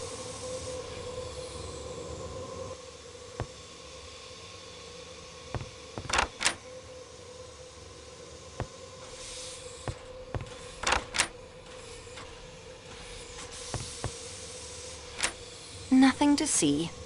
I see nothing.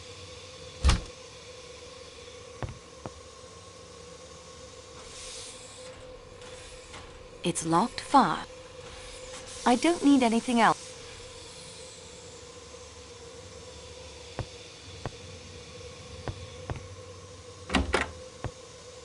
Nothing of interest.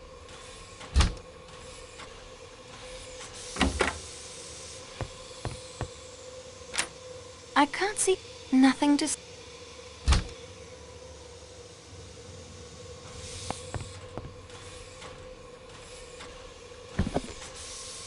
The hat frame must be of wire mesh, a type now out of fashion. No, this one will not suffice.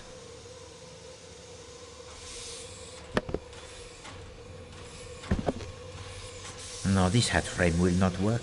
It is not of the proper type.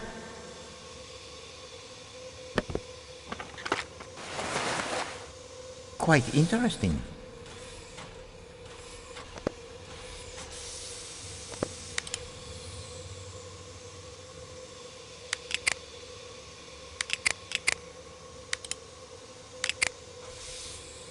Nothing else.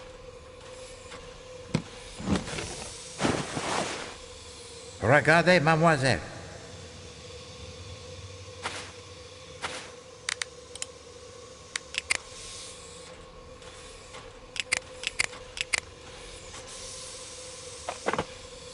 I won't find anything else in...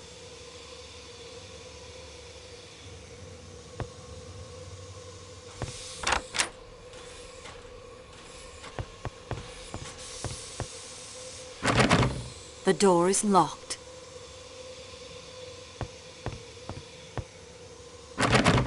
This door is tightly locked.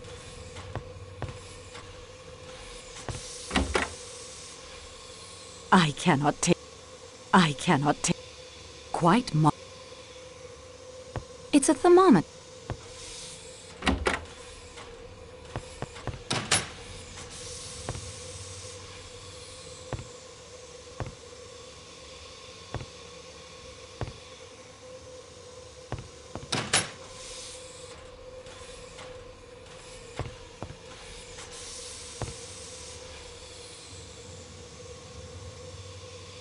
I have more important things to do than chat.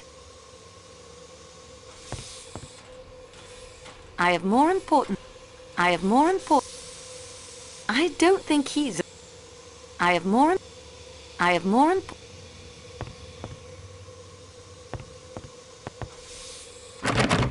The door is locked.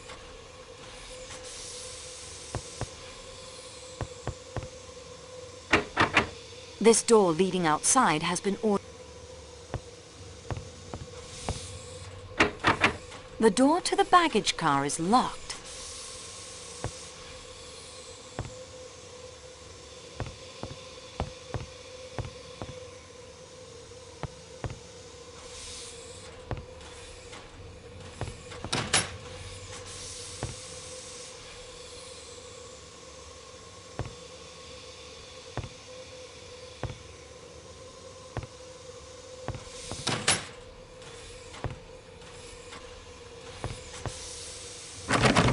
It's locked fast. This door is tightly locked.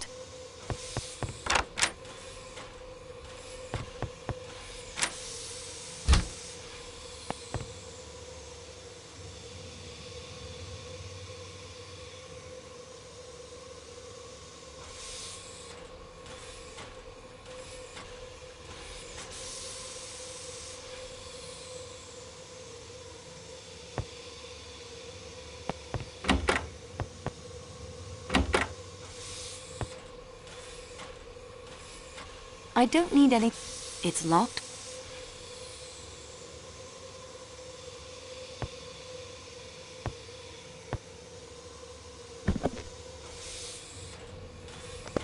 Splendid.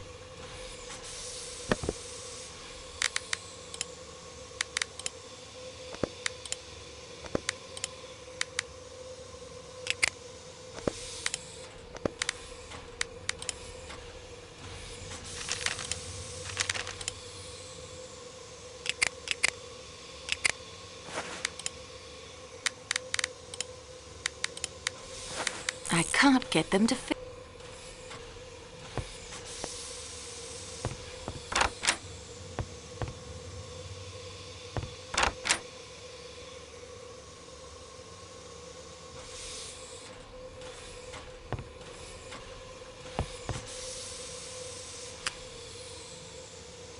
I have everything I need to read the paper. That is most pleasing. I have all the pieces. All that remains is for me to assemble them properly.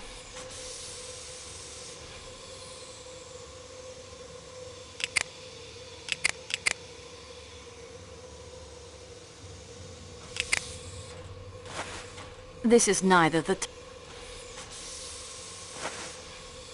My heat source is now in place. Now on...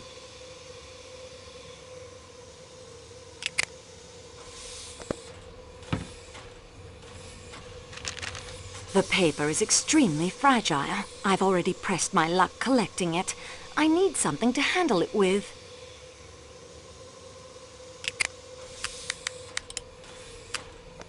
No, that isn't right. I must put the paper between them first.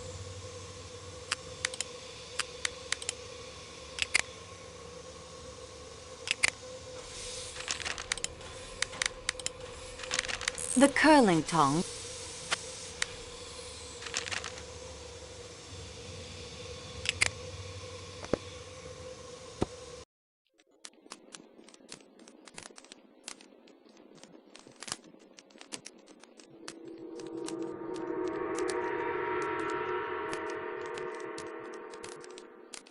Daisy Armstrong, c'est ça.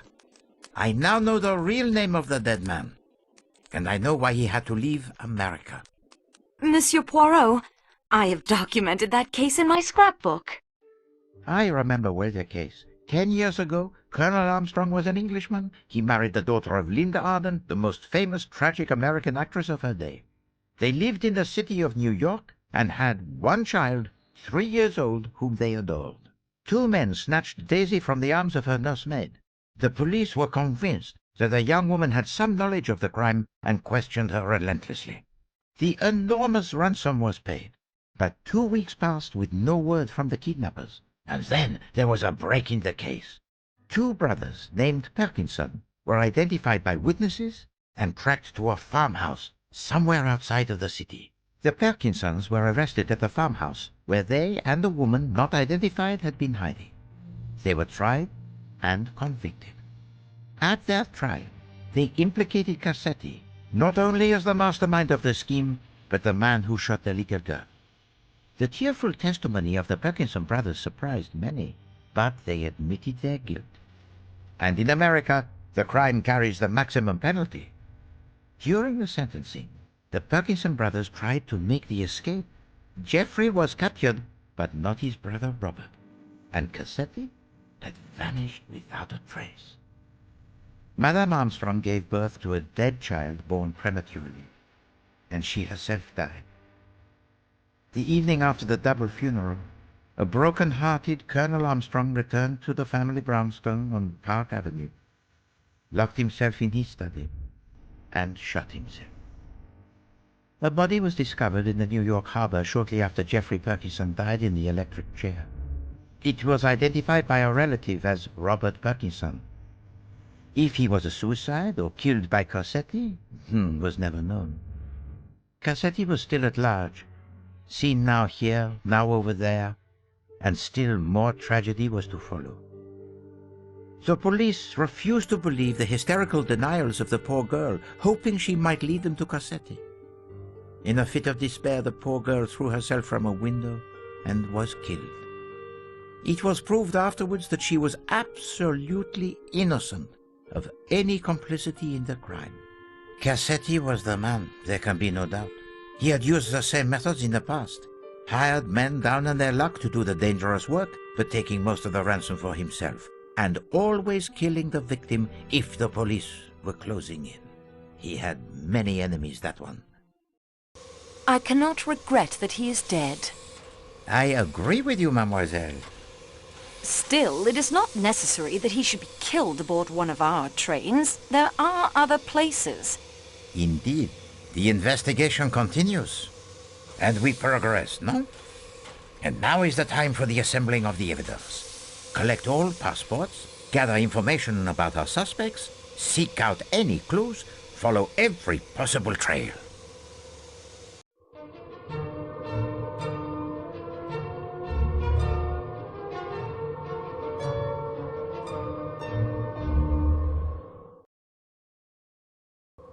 Goodness, it seems to have gotten extremely cold in here. Mademoiselle, the engineer has just informed me. A rock from the avalanche, it struck the undercarriage of the coal tender. The pipe that carries the steam that heats the train is damaged. It must be repaired, or we will all freeze to death. Could this be coincidence? Either way, I'd better look into it immediately.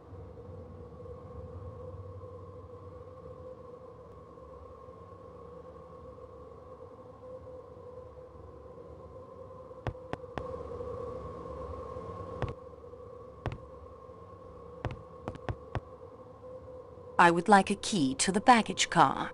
Please, take one of mine. Why do you have more than one key to the baggage car? I often assist with the loading and unloading at the smaller stations. Sometimes I must loan a key to the handlers. Good day, monsieur.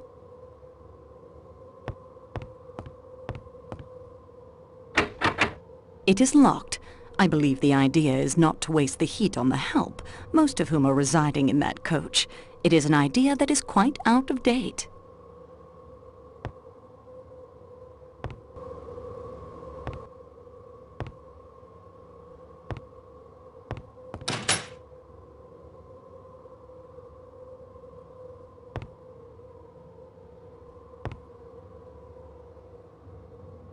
How can I talk to you when my teeth, they chatter so?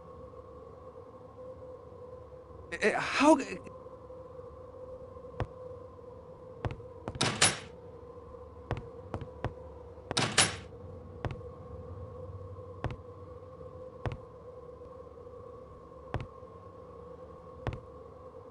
I'm sorry, I'm much too concerned for my wife's health. Surely there is something someone can...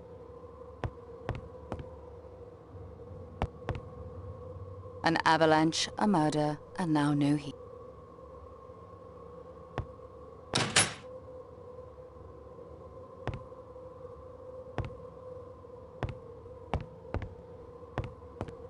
Excuse me, please, mademoiselle.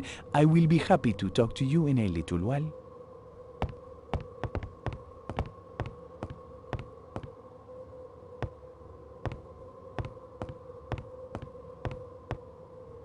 I must attend to my duties, mademoiselle.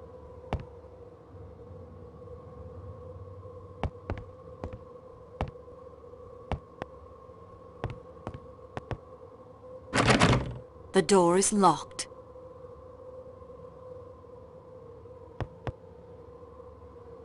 Very nice work. Now that the train has stopped, it's in no danger of falling. This door leading outside. The door to the back.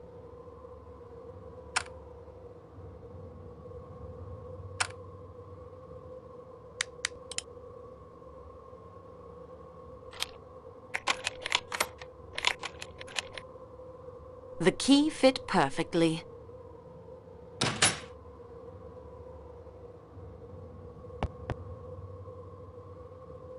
This contains nothing that would be of use to me.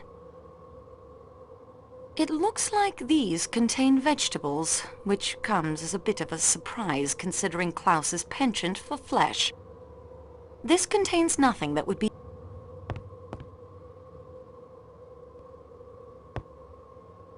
Mademoiselle, observe. The lid, it is secured with 4 nails.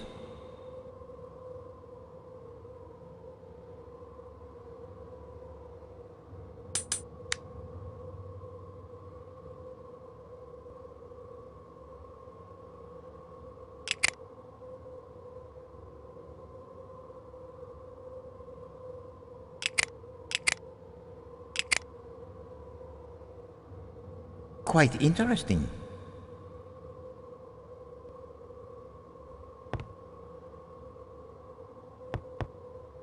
It's the cargo manifest.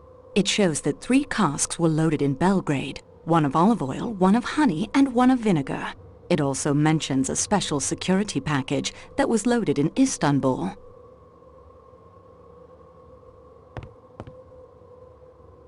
I've heard of this honey. It's reported to be quite good.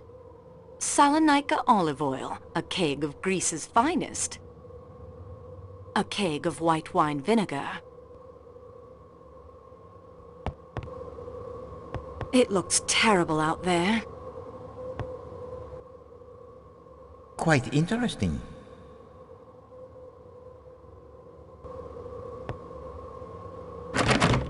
This seems to be a security door. It certainly lives up to its name. It's locked.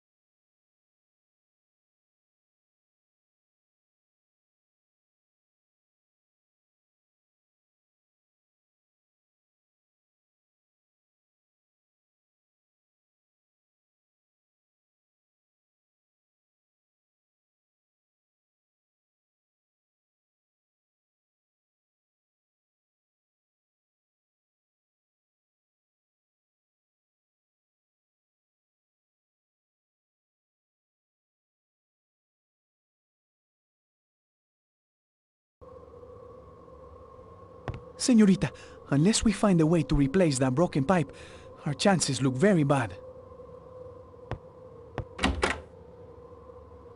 Every need...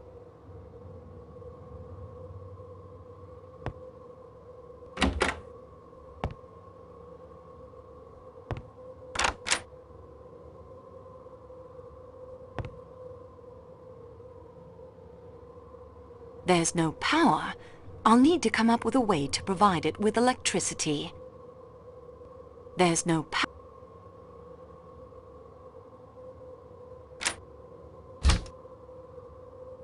I wouldn't want to get caught.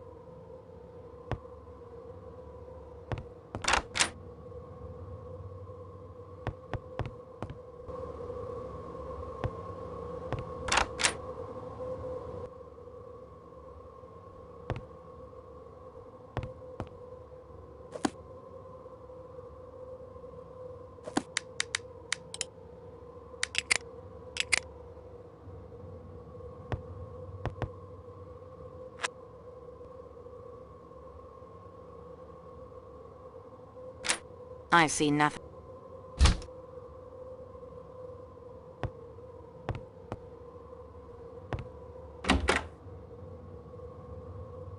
I wouldn't want...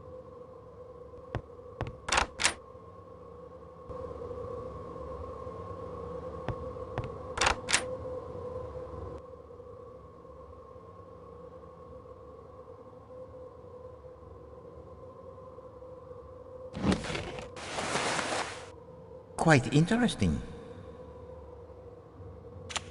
I've already...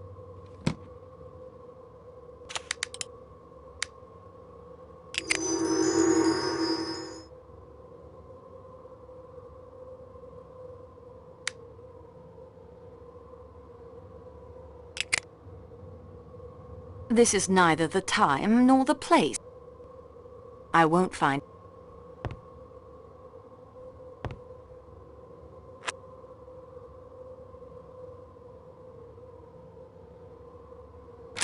Nothing to see.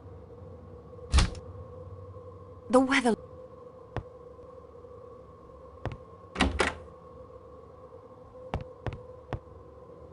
I'm sure I can piece these back together.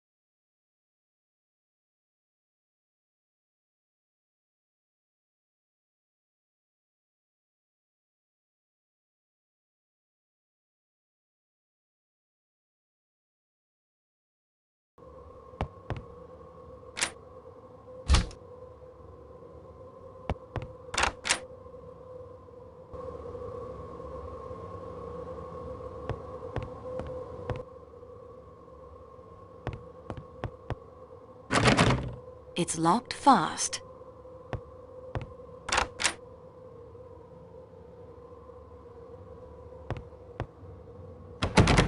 The door is locked.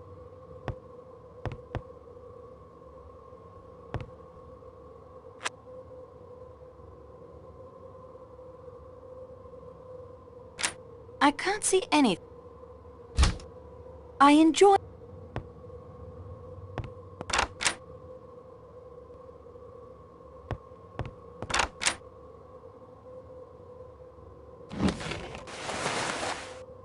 Klaus's passport. I'll put it with the others.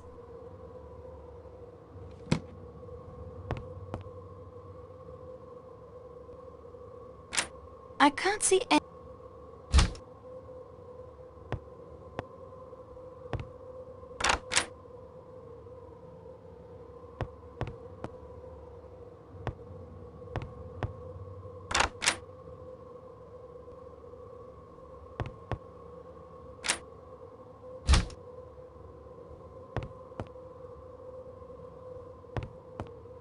Quite interesting. The weather looks quite...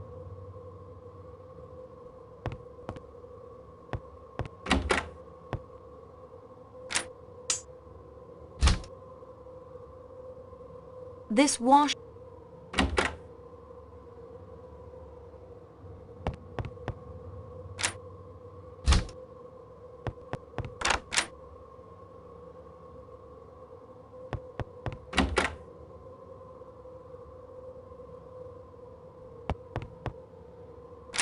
I can't see...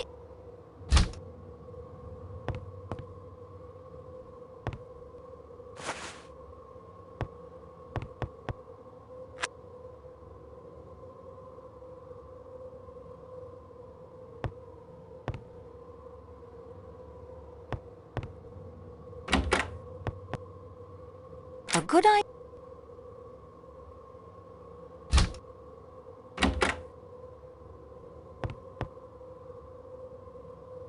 I wouldn't...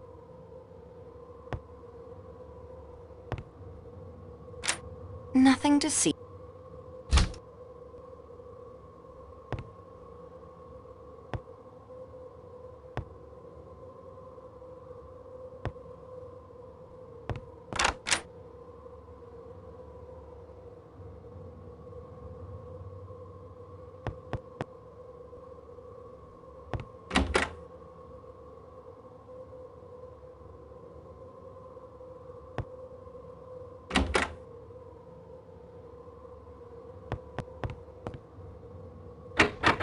It's locked fast.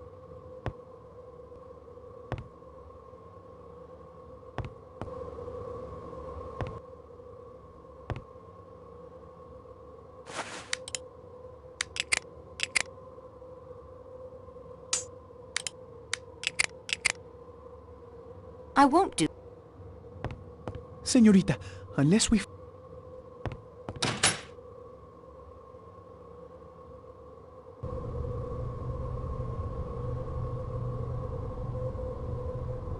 The Athens-Paris code.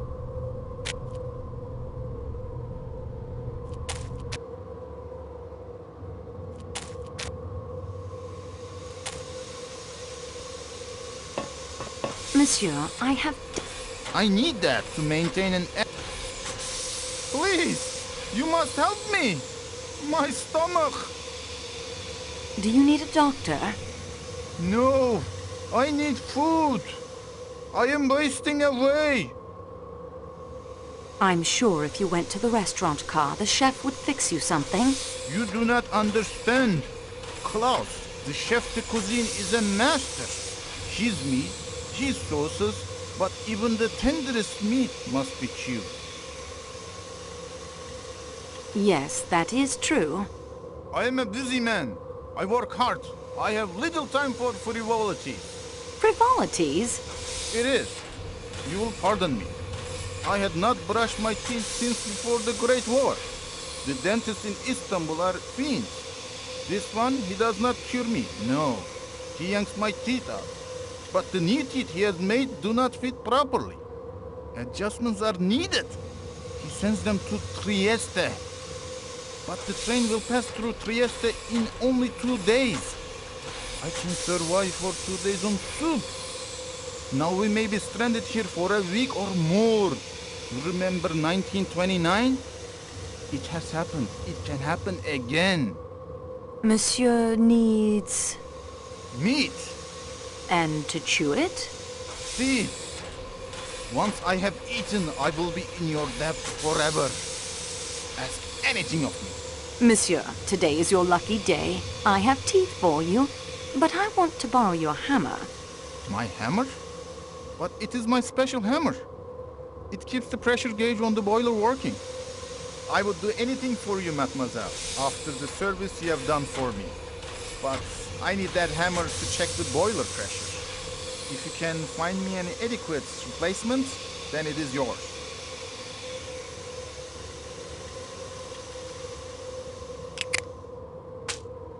I have something I think will be adequate to replace your magnificent hammer. What a wonderful object. This will do nicely. Please take the hammer with my compliments.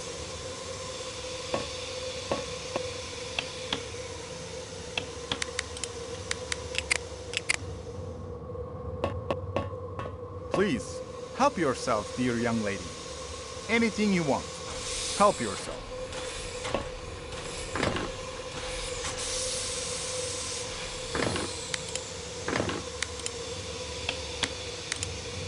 I smashed the lump of coal into a fine powder. Even after a rescue train arrives, that avalanche will take some time to dig through. This must be where the steam is escaping. It's quite hot, even from a distance.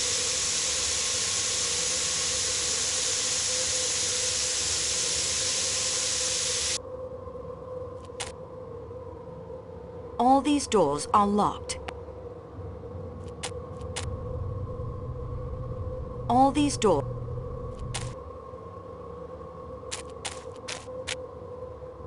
Fascinating.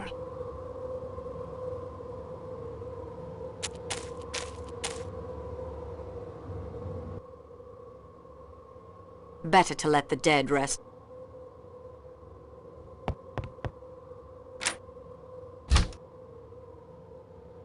I've already...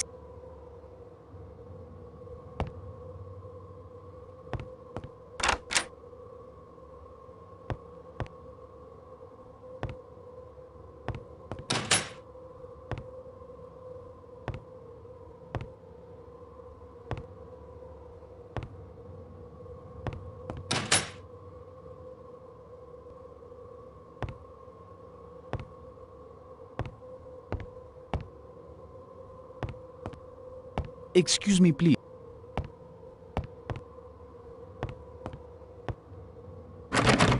This door...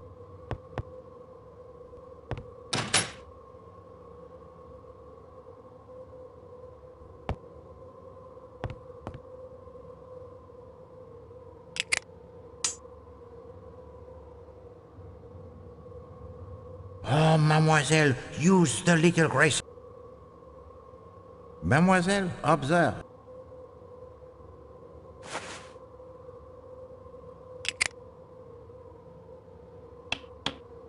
The nails were loose. Peculiar.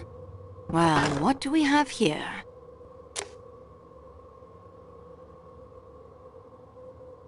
I'd better put the lid back on for...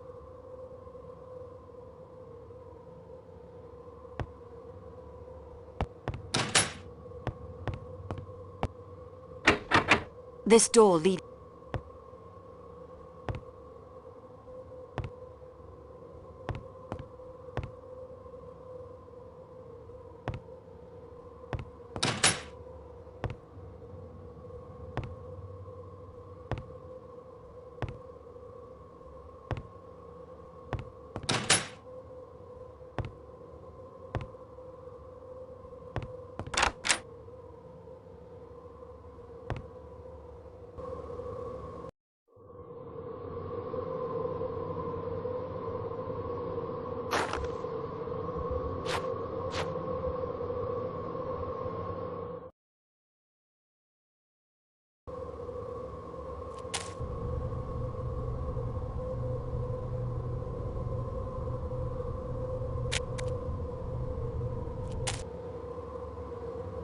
The woods look menacing and dangerous.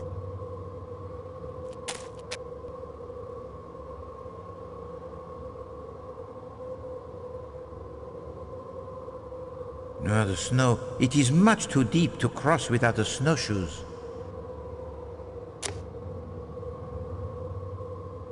Mille pardon, mademoiselle, but that choice...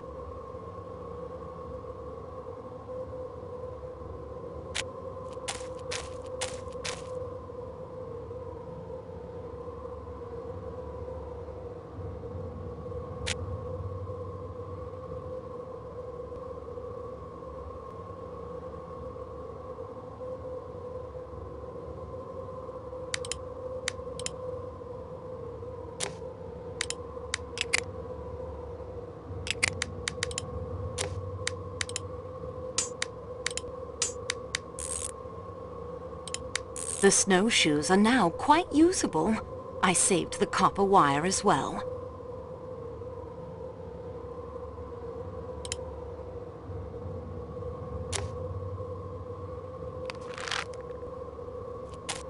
I'm not sure what I expect to find wandering around out here.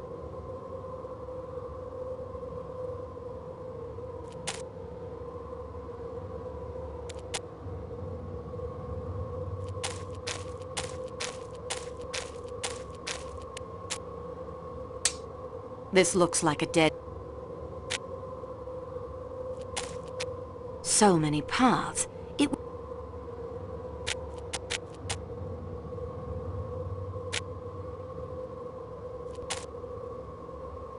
A deer. I should leave her alone. She...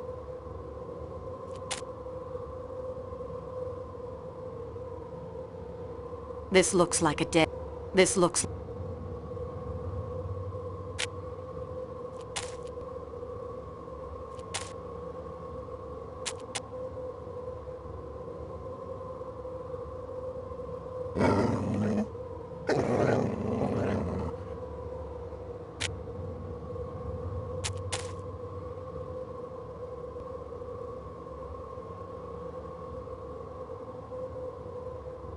The woods look...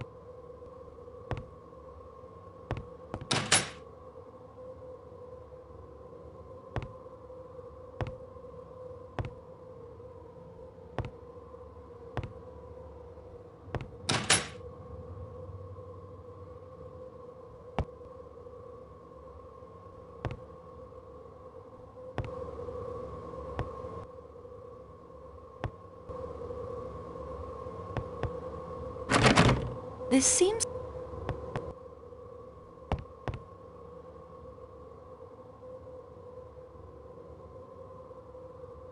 I've heard of this honey. It's...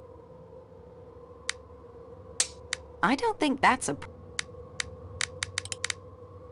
That isn't going to... The spout fits perfectly. The...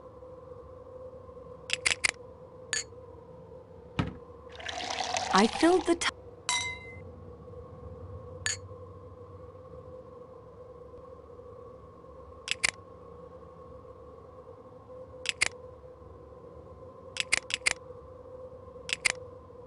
I can't take that now.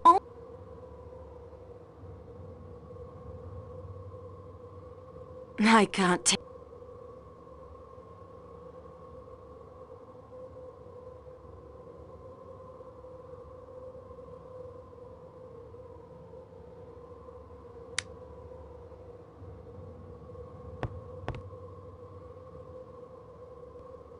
This contains...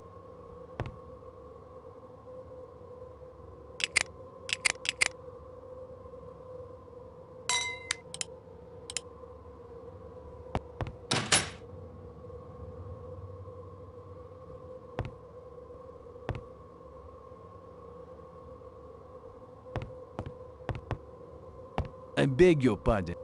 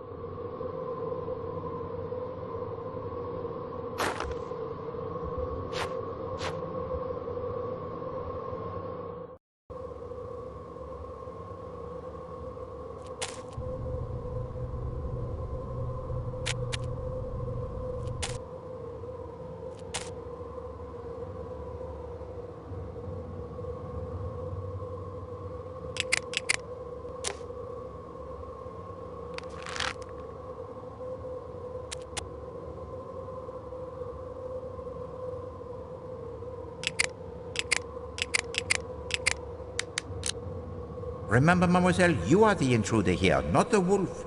It is senseless to harm the creature.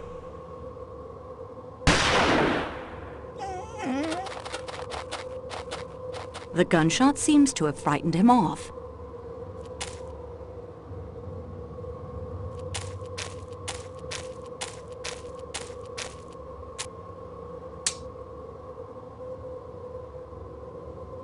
This looks like it. This looks like...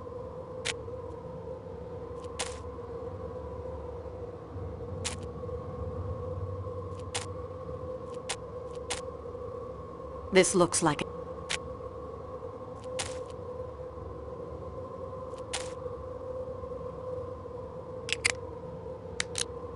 Remember, mademoiselle, you...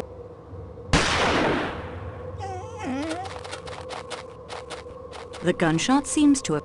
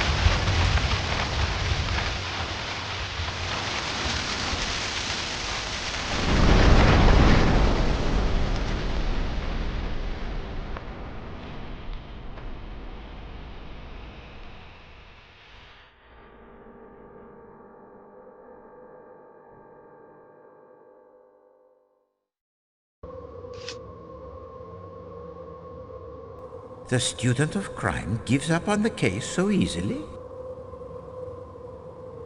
Mademoiselle, observe, if you will, the 400-foot precipice you are about to... Take care, mademoiselle! The view from here... A hut out here in the middle of nowhere. A deer. I should leave her... A shepherd's hut. Probably only used when the snow it is gone and he brings his sheep up to the high pasture.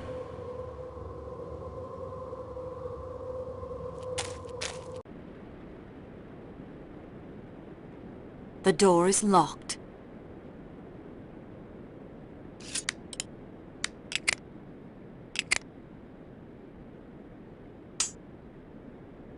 This door...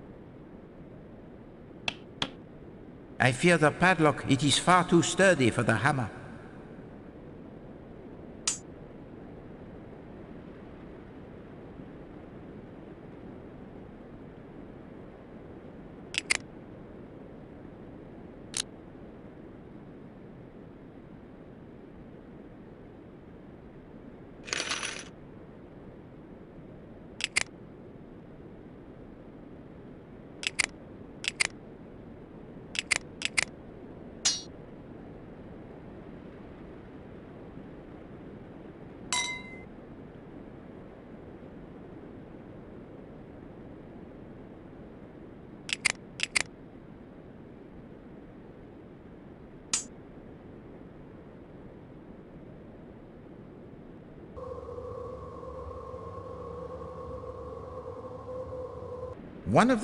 One of the bars appears to be quite loose. Would you not say so, mademoiselle? One of the bars...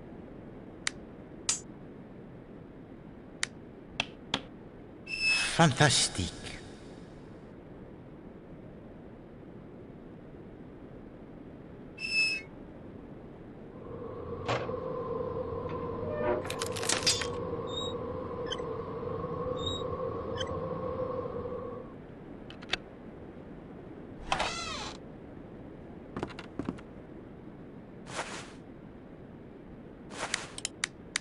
What is this? A second pass key? So, the mystery of how a murderer may pass through the locked doors, it is now explained.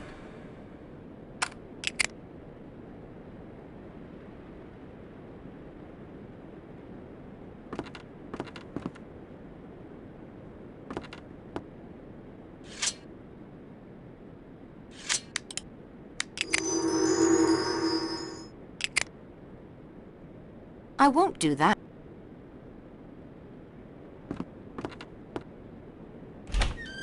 Now the gap in the bars is too small to...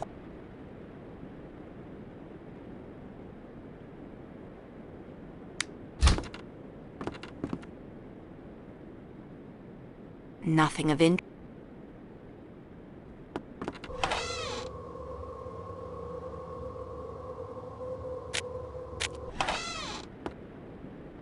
I can't loosen the pipe.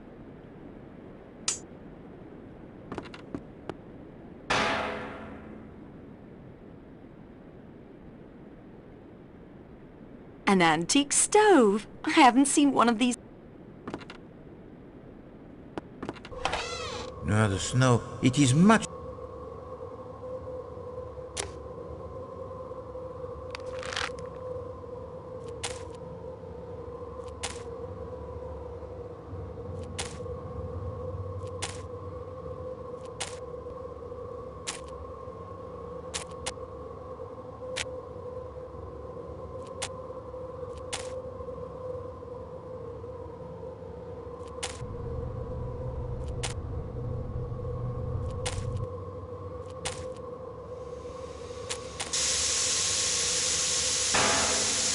Wonderful. That should hold, at least until we are rescued.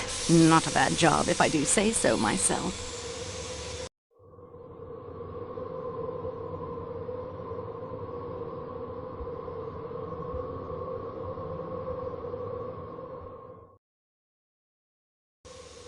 The heat is now restored. Now on to the matter of murder.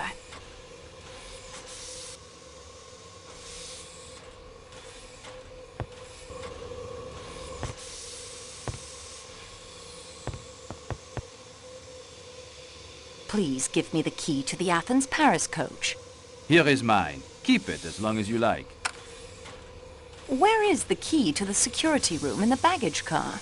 Mademoiselle, that key is kept only by the station masters. Good day, monsieur.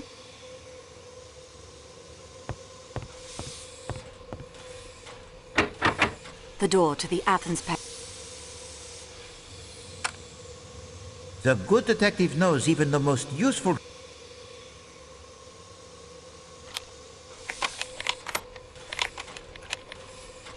The key worked.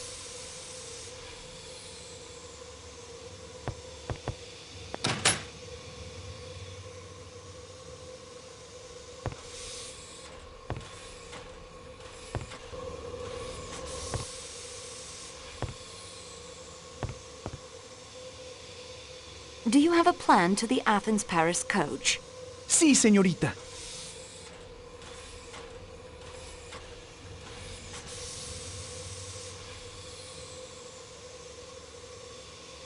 Which rooms are occupied in this car? The Greek doctor is the only passenger. He is in room 13. I have taken room 15 there to sleep in, and room 16 for my equipment. I hope it is all right. Pierre Michel is using room 11, the chef de cuisine is in 9, Lucien the waiter is in 1-2, the engineer is resting in 10 when not attending to the boiler, the fireman rests in 3-4. What equipment? I am a ham radio operator. Usually I carry the equipment in the baggage car. There is no time to use it when I'm on duty, and anyway, no power. But when we were stopped so suddenly, I thought to check it and found my telegraph key destroyed. I don't understand it. It was packed carefully. I brought the rest here to my room to keep it safe. Did anyone pass between this car and the Calais coach last night? Only Pierre. He came through and we talked for a few minutes about the snow and what it will do to the schedule. When was this? Sometime after 1 a.m. A few minutes only. We talked for 10 minutes or so. Then Michel fancied he heard a bell. He opened the doors between the two coaches and we both heard it plainly. A bell, ringing repeatedly. Michel ran to answer it. You boarded the train in Belgrade? Si, señorita. Why were you so late? Your passenger must have boarded by himself, and you yourself almost missed the train. But this is not so. I was preparing my car as it was being attached. I myself welcomed the Greek doctor and showed him to compartment 13. Au revoir, monsieur.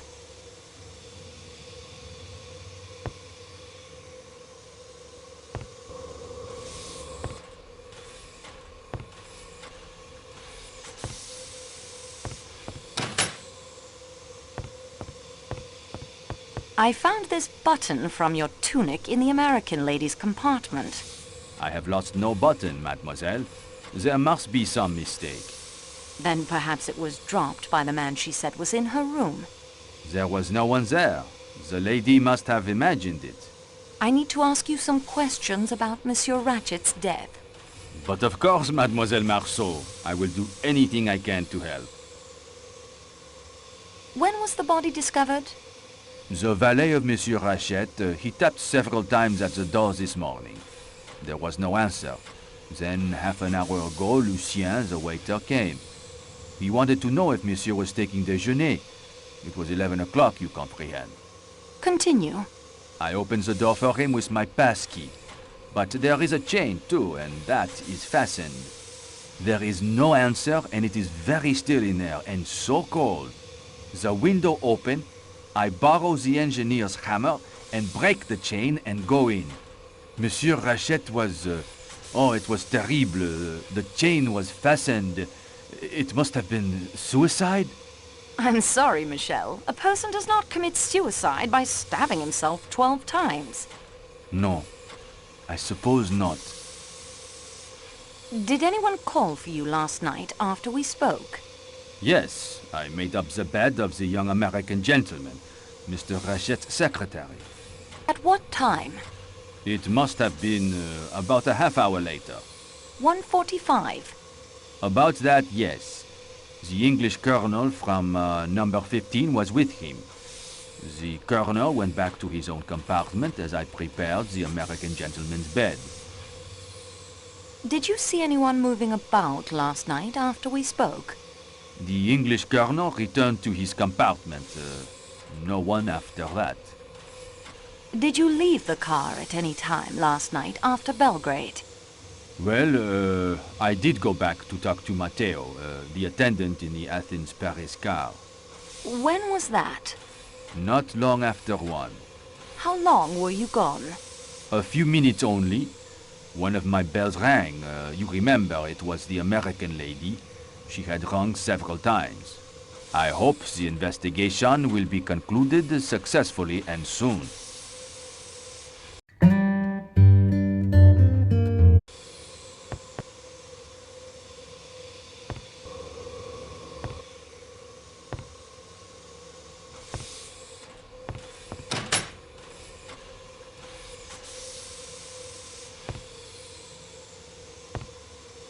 Monsieur Foscarelli.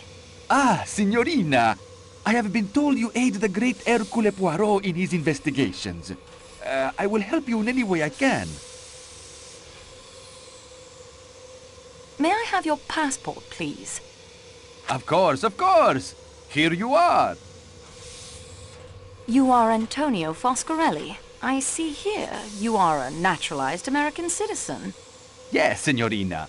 It is better for my business. I am, as you can see, a salesman of motor cars. I do big business. I am up to date. I understand salesmanship. What do you smoke? A pipe, cigarettes, cigars? Cigarettes only. You travel frequently to and from the United States? Yes, for the past 10 years or so. Did you ever come across Monsieur Ratchet? Never, but I know the type. Oh, yes. It is very respectable, very well dressed, but underneath it is all wrong. I should say he was a big crook. I give you my opinion for what it is worth. Your opinion is quite right. Monsieur Ratchet was Cassetti, the kidnapper. What did I tell you? I have learned to read the face. It is necessary. Only in America do they teach you the proper way to sell. Please tell me your movements last night after dinner. With pleasure. I stay here in the salon car for a while. It is more amusing. I play cards with the American gentleman who sells the typewriter ribbons. We talk shop, afterwards we retire to my compartment and play the cards some more. And talk more shop. That one, though, he is not the salesman Foscarelli is, I can tell you. Do you remember the Armstrong case? I do not quite remember, but yes. The name, it was a little girl, was it not? A baby, una bambina. Yes. Ah, well, these things, they happen, even in a great country like America.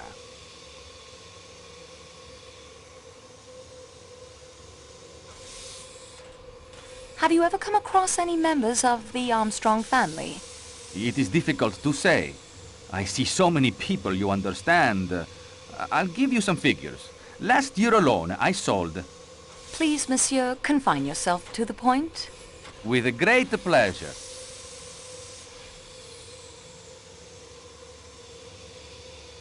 What time did you go to your compartment?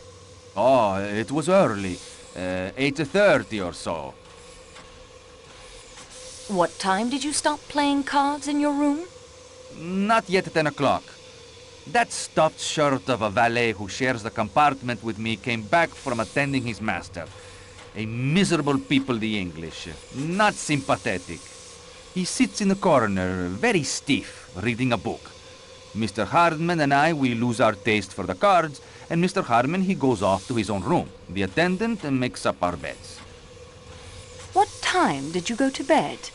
I lay on my bunk for a while. The Englishman has, I think, the toothache. He gets out a little bottle of stuff that smells very strong. Moans and groans. I drop off around 10:30. Whenever I wake, I hear him groaning. Do you know if Monsieur Masterman left the room at all during the night? I do not think so. If the door opens, the light from the corridor, one wakes up automatically thinking it is the customs examination at some frontier. Did Monsieur Masterman ever speak of his master? I tell you, he did not speak, even to introduce himself. He was not as sympathetic, a fish. Thank you, Monsieur Foscarelli.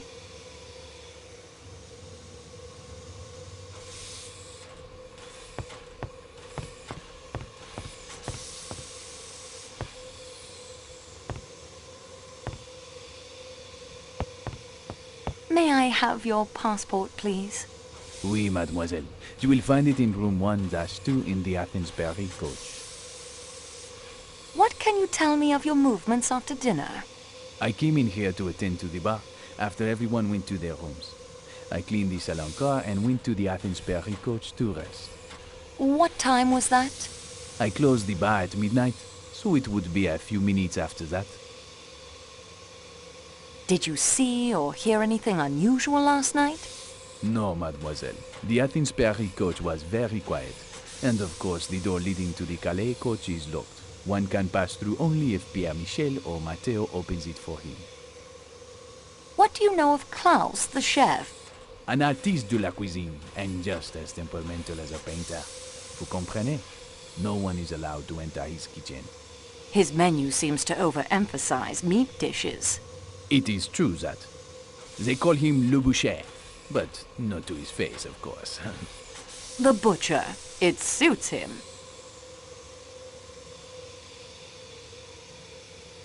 Klaus seems even more temperamental than usual today. I fear an approaching catastrophe, mademoiselle. Worse than avalanches and murder?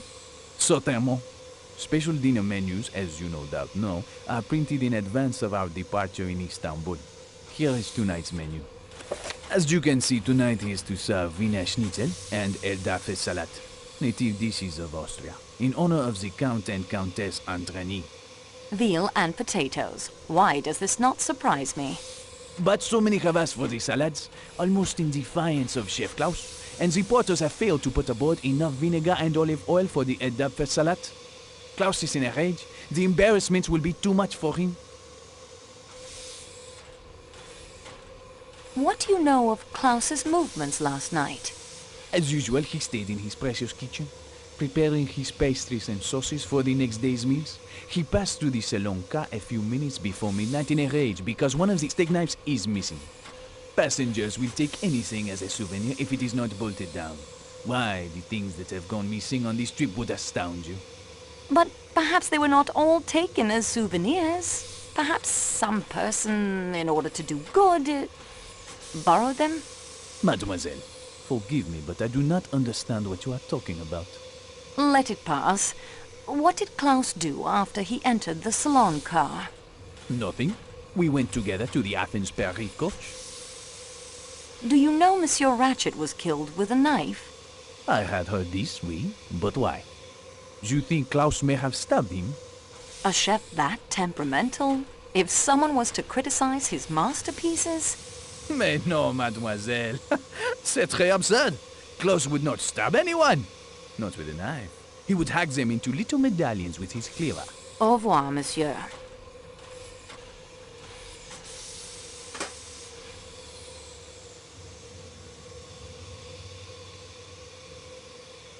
Excuse me, please, mademoiselle.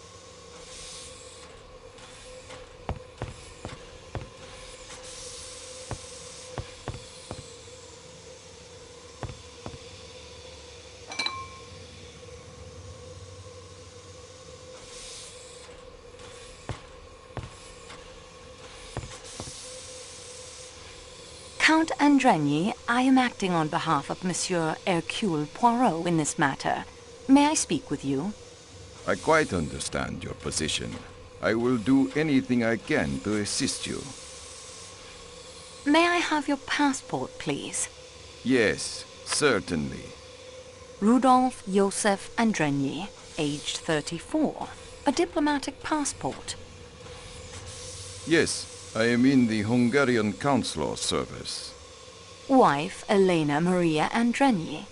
Age 20? Yes, we have only been married a year. Aged 20, thank you.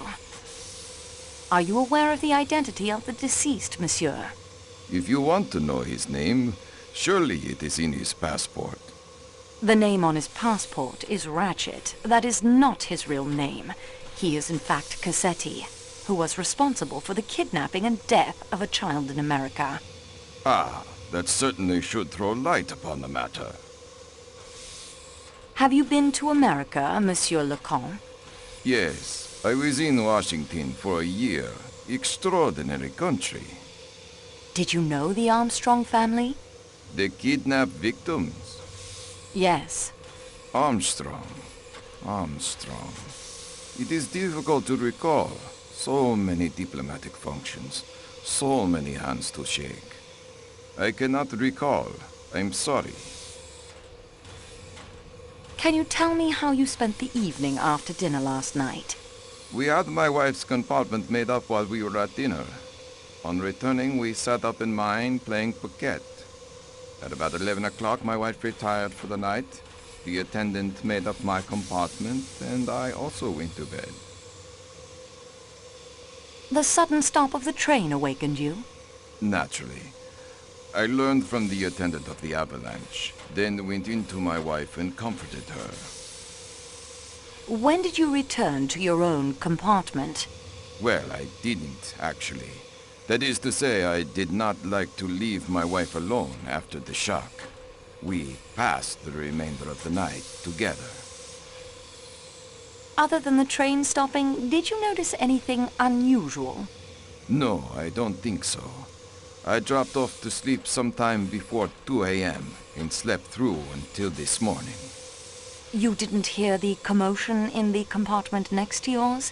The American lady who occupies it had quite an attack of hysterics and rang repeatedly for the attendant. When was this? At approximately 1:15. No, I'm afraid I didn't notice.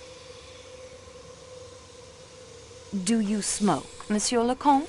The occasional cigar only. They are always offered to me, you understand, but I do not much like them. Merci, Monsieur Lecomte. Countess, may I ask you some questions regarding the death of Monsieur Ratchet? I'm not sure what I can do to help, but I'll try. Have you been to America? No, mademoiselle. My husband was posted there. Diplomatic duties. But we were not married then. What is the color of your dressing gown? Why do you ask me that? Detectives have to ask all sorts of questions. Forgive me. It is yellow. Corn-colored chiffon. Are you really a detective, mademoiselle? I was told you worked for the railway. Well, I'm assisting a detective. That's what I meant. Is he a Yugoslavian detective? I think he would tell you he belongs to the world, madame. When did you fall asleep last night? Soon after 1 o'clock, I believe. Did you hear or see anything unusual last evening? After the train stopped? Yes. No, I don't think so. You didn't hear Mrs. Hubbard ringing her bell and calling out at around 1:15? No, it would be very unlikely if I did. I'm sorry. That will do for now, Countess.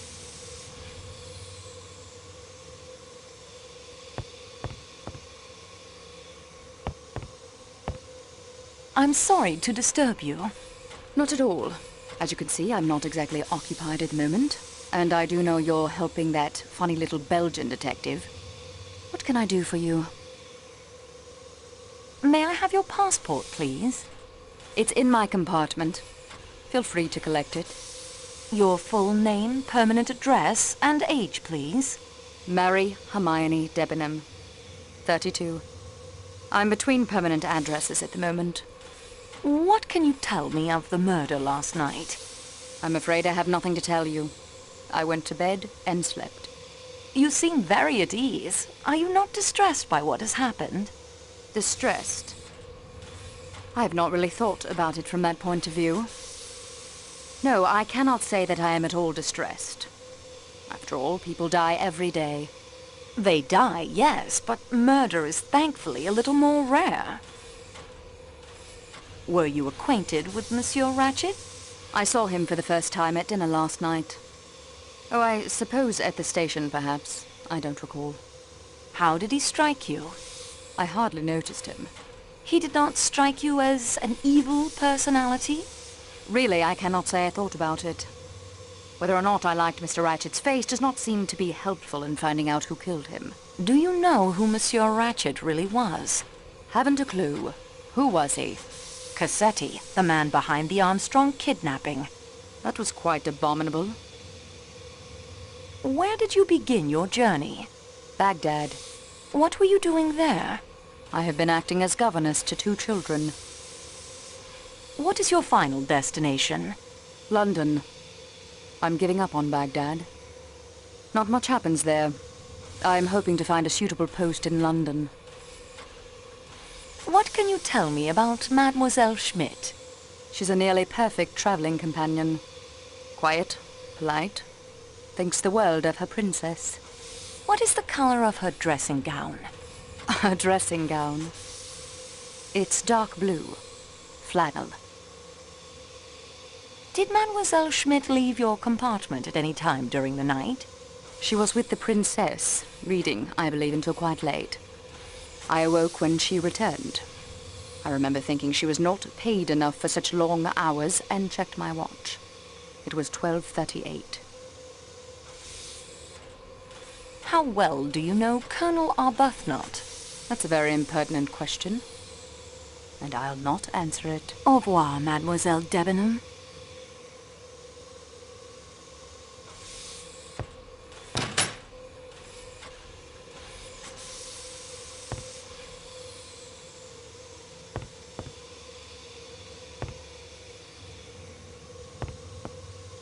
Very appetizing in other circumstances, but I'm not hungry at the moment.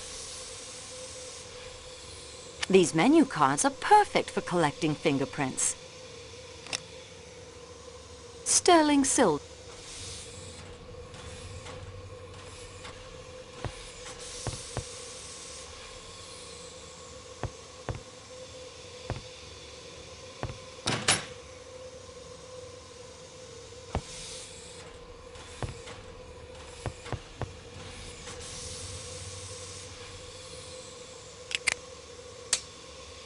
This spout fits just as well as the first.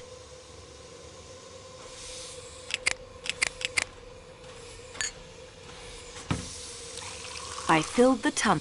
I can't take that now. Vinegar.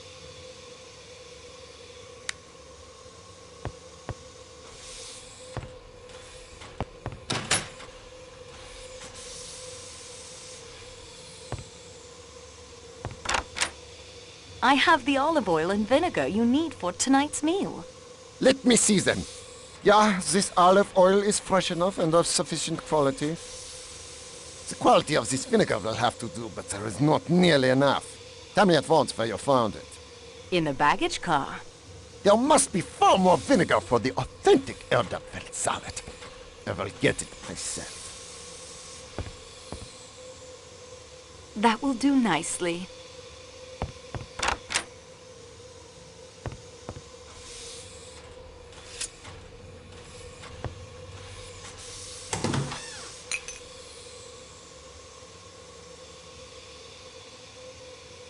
I'd better... Loaves of bread. They smell lovely.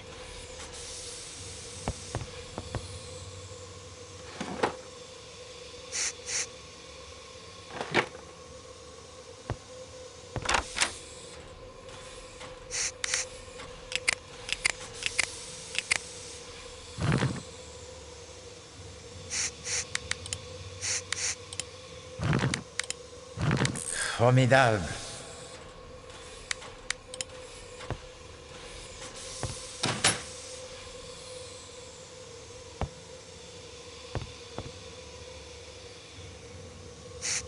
I confess that your logic, it is... I won't do that. Your current course of action?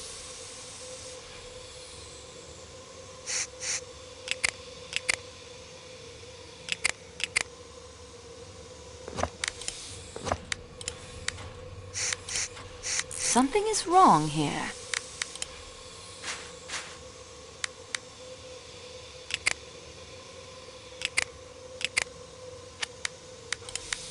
This doesn't seem... I can't get them. Something is...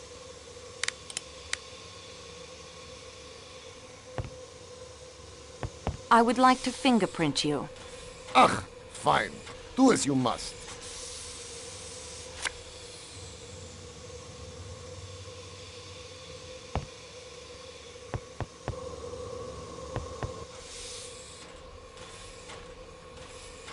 Quite interesting.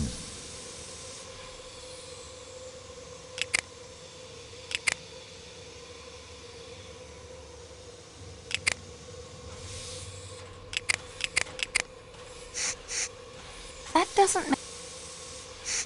It has a fingerprint on it.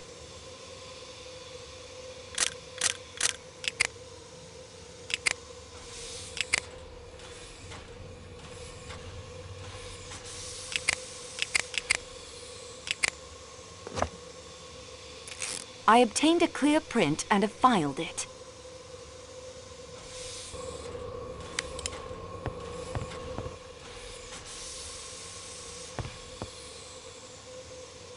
Food for the journey. I will not disturb. These goods are being shipped. They do not belong to anyone currently on the train.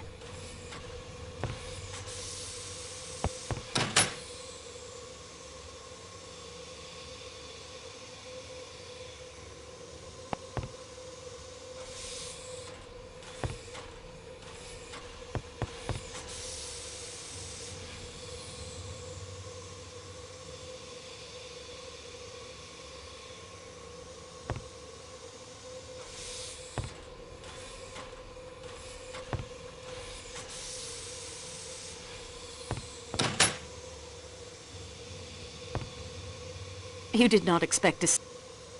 I'd like to take your fingerprints. How very enterprising of you. How do we proceed? I have some typewriter ribbon. Splendid. This is all rather exciting.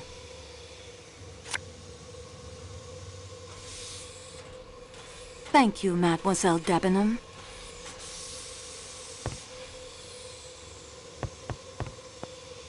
Hello. I'm afraid I'm back again. I'd like to take your fingerprints. Whatever you need to do, I will be happy to cooperate.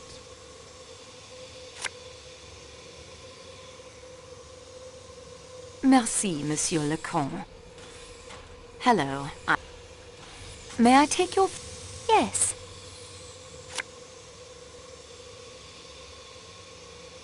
Thank you.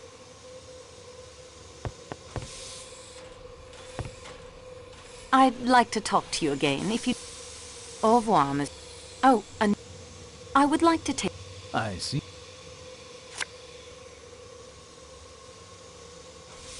Good day, Miss...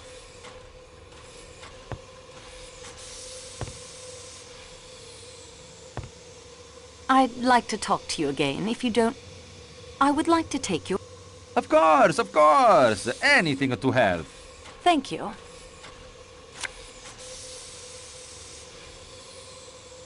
Good day, monsieur.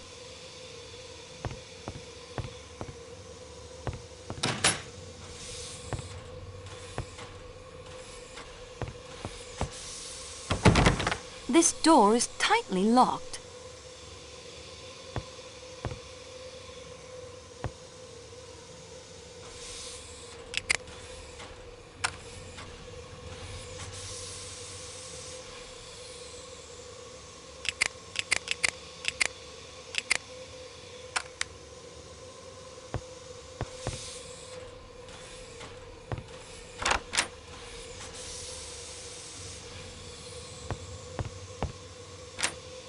I see nothing.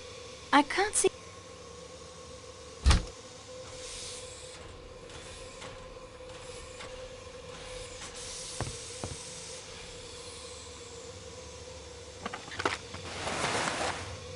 Regardez, mademoiselle.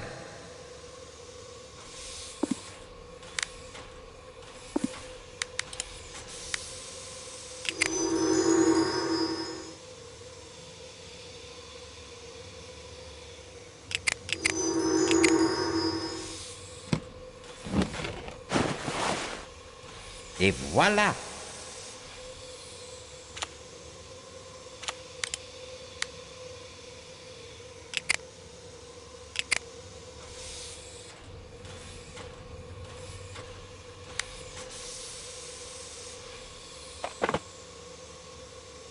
Yes, miss? Monsieur Masterman. Yes? My name is Antoinette Marceau. I'm assisting Monsieur Poirot in his inquiries. Yes, the attendant has explained that to me. The service is quite good, I must say. I prize good service highly, of course. My compliments. Thank you. I would like to ask you some questions. Yes, I expect you would. I shall help in any way I can. You are the valet of Monsieur Ratchet? Yes. May I have your passport, please? Of course. Here you are. Your full name, age, and address. Edward Henry Masterman, 51. 21 Friar Street, Clerkenwell. When did you last see Monsieur Ratchet? It must have been about 9:35 or 9:40 last night, miss. I'd like to take your fingerprints. That's a rather messy procedure, isn't it? Do you have something I might wipe my hands on afterwards? Yes, I do. Napkins? A wet cloth was beyond your capabilities? Well, I suppose they will have to do. Thank you.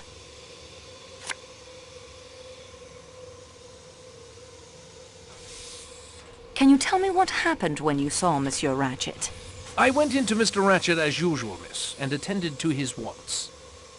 What were your duties exactly? To fold or hang up his clothes, miss.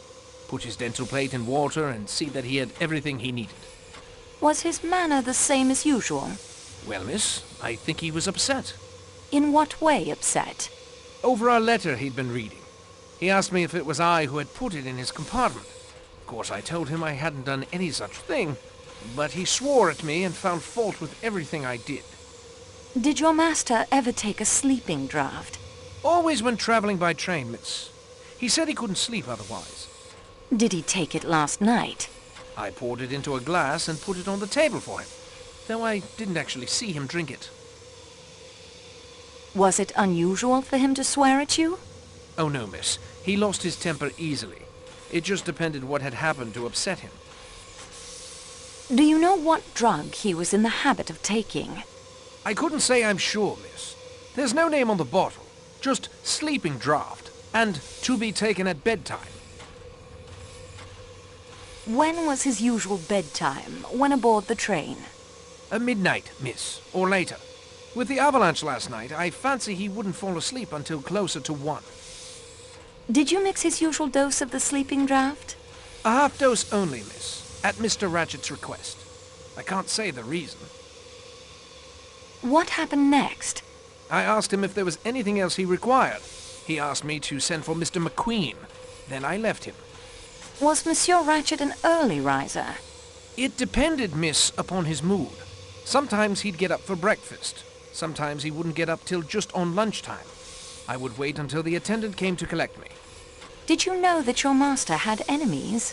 Yes, miss. I had heard him discussing some disquieting letters with Mr. McQueen. Did you like your employer, Masterman? I should hardly like to say that, miss. He was a generous employer. But you didn't like him. Shall we put it that I don't care very much for Americans, miss? Do you know of any bad blood between your master and Monsieur McQueen? No, no, miss. Mr. McQueen was a very pleasant gentleman. For an American. How long have you been with Monsieur Ratchet? Just over 9 months, miss. Before that, I was with Sir Henry Tomlinson in Grosvenor Square. I was with him for several years before he left for East Africa. Have you ever been in America? No, miss. Do you remember the Armstrong kidnapping case? Well, yes, I remember reading something about it. A little baby girl, wasn't it? Very shocking affair. But what has that... Your employer, Monsieur Ratchet, was the man behind the kidnapping. I'm at a loss for words, miss. I can hardly believe it. Are you a pipe smoker? No, miss. I only smoke cigarettes. Gaspers, miss. What did you do after leaving your master? I told Mr. McQueen, miss, that the master wanted him. Then I came along here to my compartment and read. I was in bed by 10:30. Who do you share this room with? A big Italian fellow. Does he speak English? A kind of English, miss. He's been in America. Chicago, I understand. He was in here playing cards with another American, a Mr. Hardman. The game broke up soon after I entered, and Mr. Hardman left. Do you and the Italian gentleman talk together much? No, miss. I prefer to read.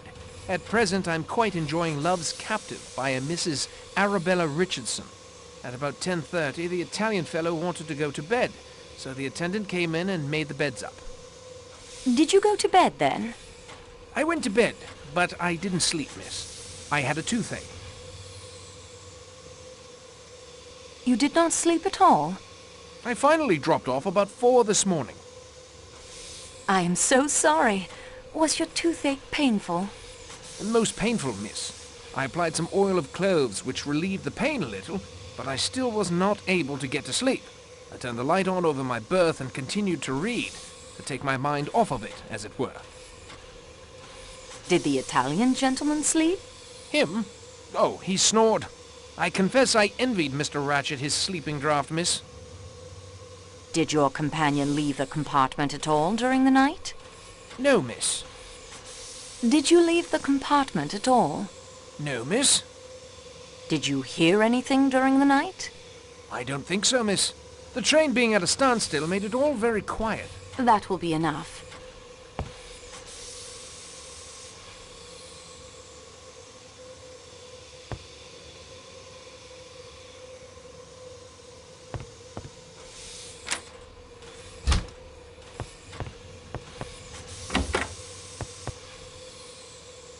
Nothing.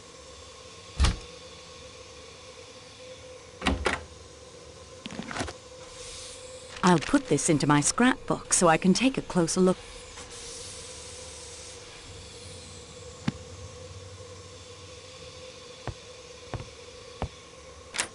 I can't see...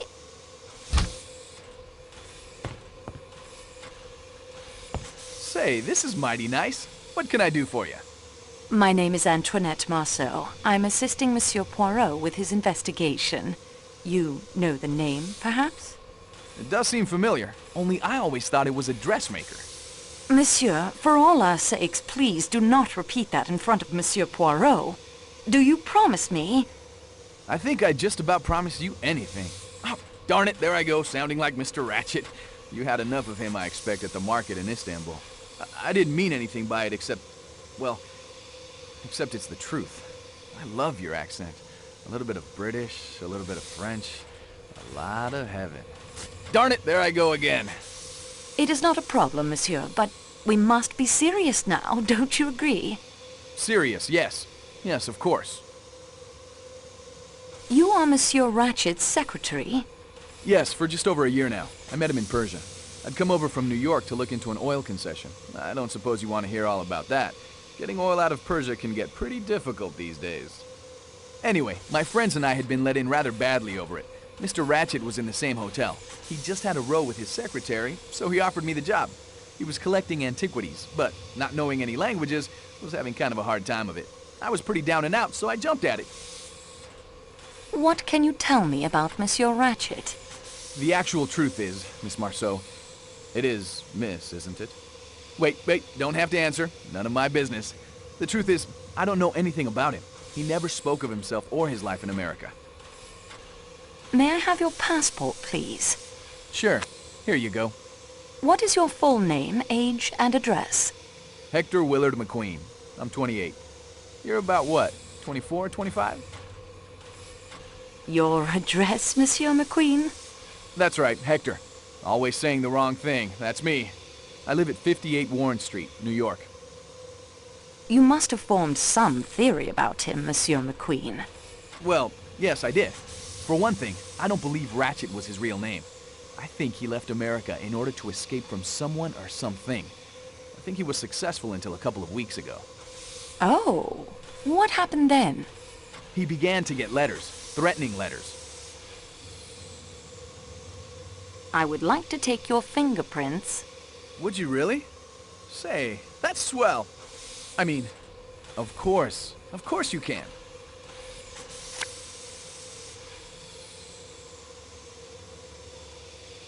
Did you see these threatening letters? Yes, it was part of my job to attend to his correspondence. Do you still have the letters? I've still got a couple in my files. How did Monsieur Ratchet act when he received the first letter? It's difficult to say. He passed it off with a laugh in that quiet way of his. But somehow, I felt that there was a good deal going on underneath the quietness. Did you know that Monsieur Ratchet had asked Monsieur Poirot to help him? No, I had no idea. Did you like your employer? No, I did not. Why not? I can't exactly say. He was usually quite pleasant in his manner. I'll tell you the truth. Antoinette, sorry, Miss Marceau, I disliked and distrusted him. He was, I am sure, a cruel and dangerous man. Were you on good terms with your employer? This is where I'm supposed to go all goose-fleshy and shifty-eyed, right? Like some thriller? You got nothing on me! And so on? Yeah, sorry, but Ratchet and I were on perfectly good terms. When did you last see Monsieur Ratchet alive? Last evening about 10 o'clock, I guess. Masterman fetched me. Mr. Ratchet wanted me to take down some memoranda for him. On what subject? Some pottery he'd bought, and a statue we were bringing back to Paris with us. It's in the baggage car. Monsieur McQueen, you are correct. Ratchet was an alias. I knew it! Who was he? He was Cassetti, the man behind several notorious kidnapping cases, including the famous affair of little Daisy Armstrong. That damn skunk! If I'd known that, I'd have cut off my right hand before I'd write another letter for him. May he burn in hell! I didn't mean to upset you. I have reason to be upset. My father was the district attorney who handled the case. I saw Mrs. Armstrong more than once. She was a lovely woman, so gentle and heartbroken. If ever a man deserved what he got, Cassetti's the guy. I'm rejoicing. A man like that wasn't fit to live. You almost feel you could have murdered him yourself? I do. Seems I'm kind of incriminating myself here.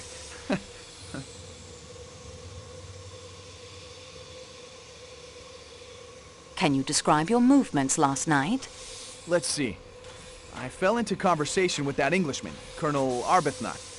Then I went to take down some memoranda for letters Mr. Ratchet wanted written, like I told you. When I came out, the Colonel was down the hall waiting while the attendant made up his bed. He came along back to my room here and we discussed world politics. The government of India, the Wall Street crisis. I don't as a rule cotton much to Britishers. They're a stiff-necked lot. But Arbuthnot is all right. Did you hear or see anyone in the corridor while you were talking? Let's see. Yes. The attendant passed along once from the direction of the restaurant car. I caught a glimpse of his uniform. Then I do remember some woman in a silk, scarlet something or other. Again, just a glimpse. She was headed the other way, towards the restaurant car. Did you see her return? No. Now that you mention it, I don't think I did. But I suppose she must have.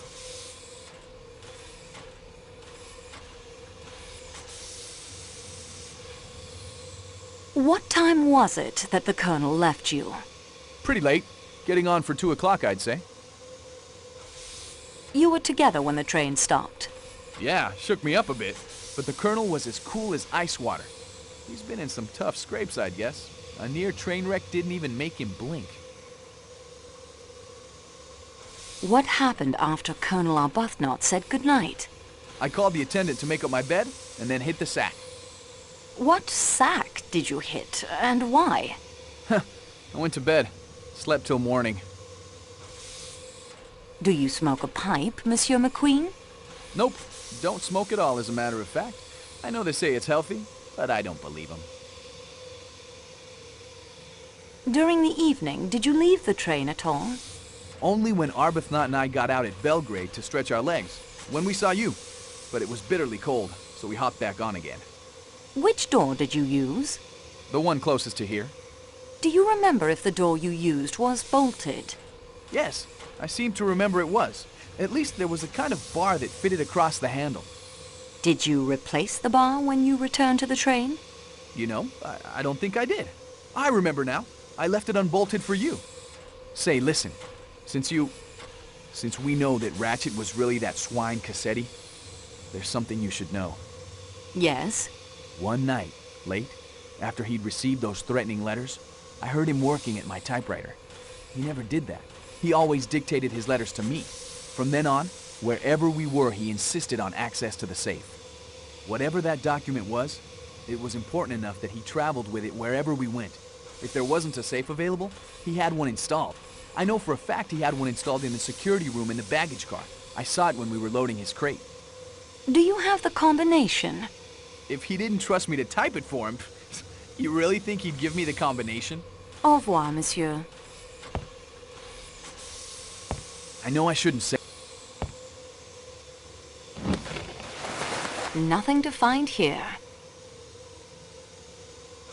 Nothing else.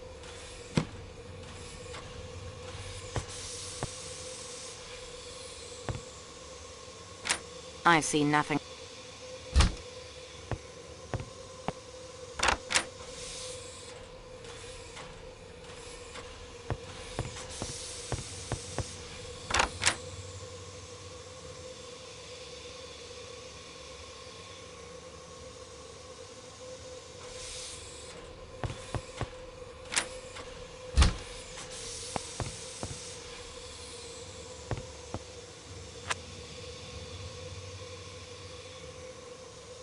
Yes, Fräulein. Frau Schmidt, I am helping Monsieur Poirot in the investigation of Monsieur Ratchet's death.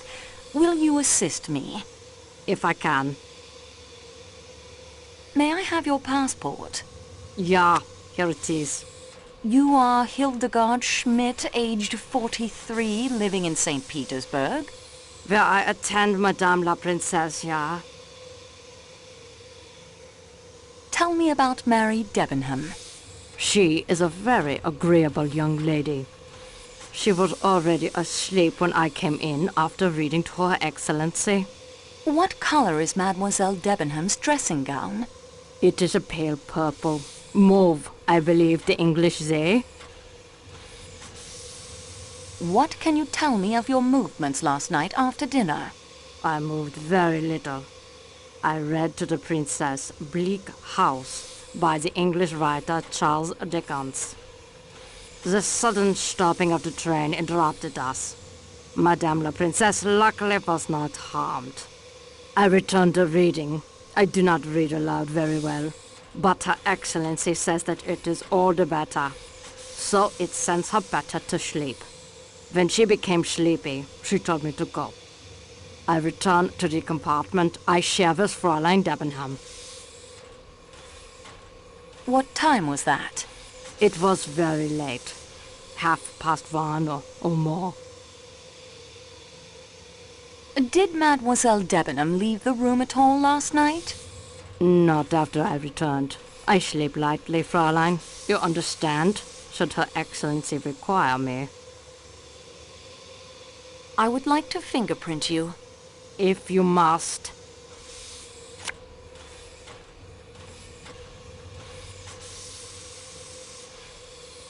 Have you ever been to America? No, never. I should like to go someday. Do you know who this man Ratchet really was? He was not Ratchet? His name was Cassetti. He was responsible for the death of a small child named Daisy Armstrong. My God! I have heard of that. The kidnapping. It was wicked. Wicked! We are not so wicked as that in Germany. Is this your handkerchief, Frau Schmidt? No, it is not mine. It has the letter H, you see. Ah, but it is a lady's handkerchief, that. A very expensive cambric handkerchief, embroidered by hand. It comes from Paris, I should say. Did you see anyone as you returned to your compartment? Only an attendant. He was sitting at the end of the corridor? No, Fräulein. He came out of one of the compartments in the middle. 2 or 3 doors from Madame la Princesse.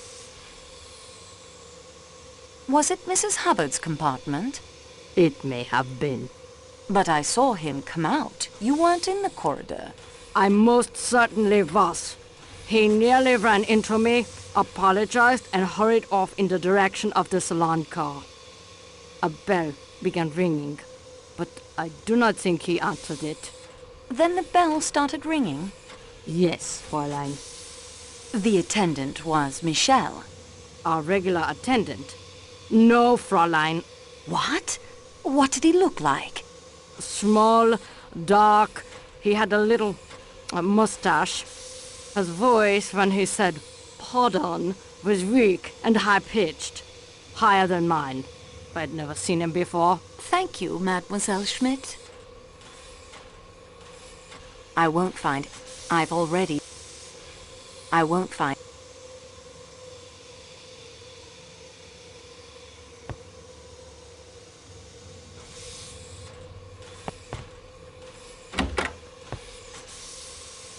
This wash basin...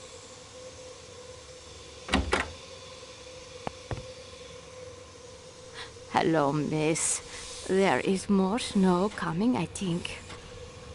Greta, you know Monsieur Poirot has asked me to help him investigate the murder. Yeah, I have heard this. It is satisfactory with you? Very. Will you help me? I will try. May I have your passport, please? It is here. Greta Sigrid Olsen, 49, of Stockholm.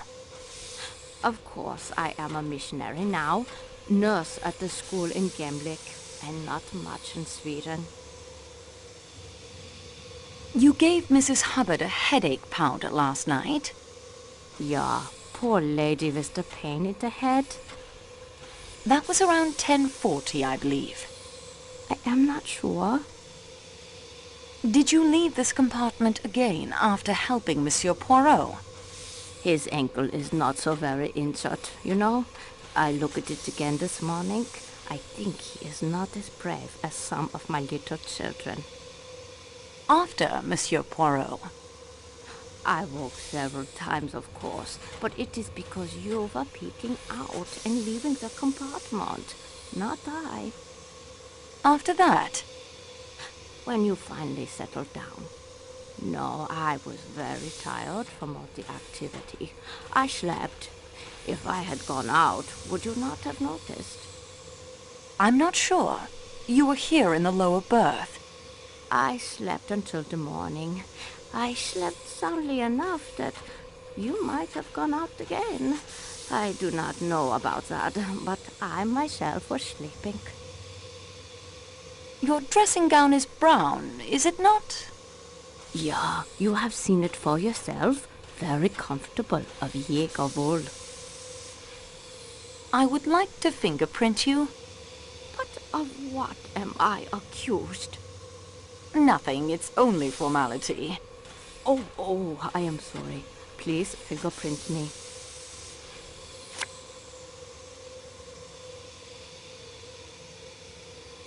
Did you see anyone in the corridor when you took Mrs. Hubbard the medicine? Not in the corridor, no. Somewhere else? I opened the door to the dead man's compartment by mistake. Mr. Ratchet, I was much ashamed.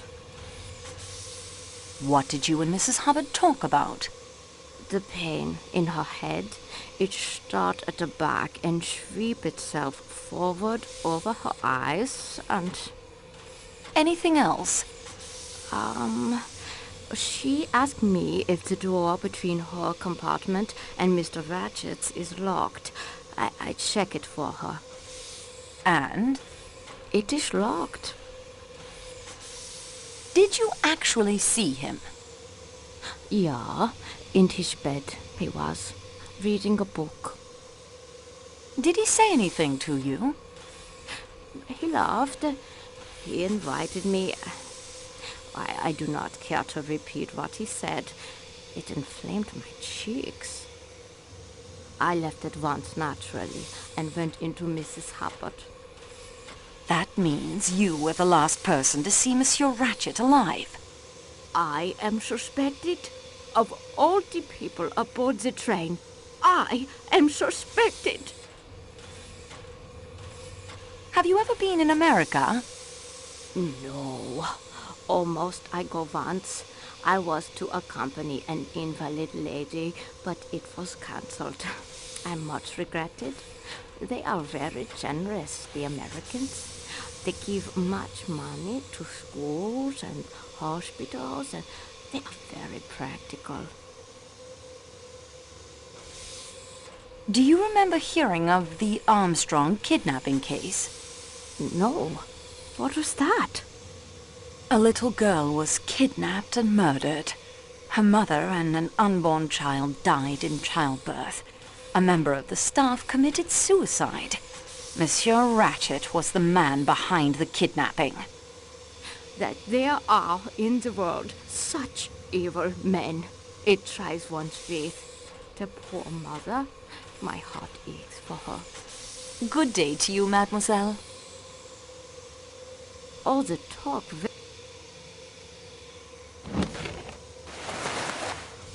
Regardez, mademoiselle. I don't need anything else.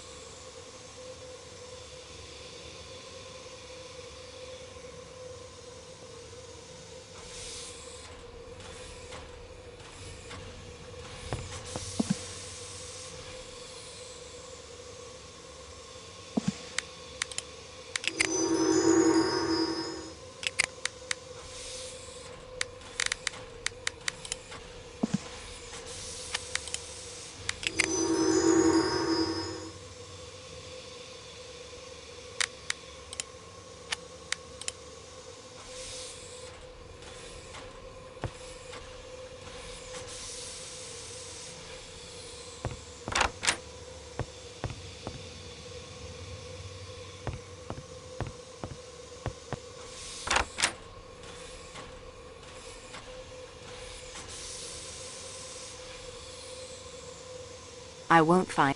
I've already... Better to let the dead... There's nothing I...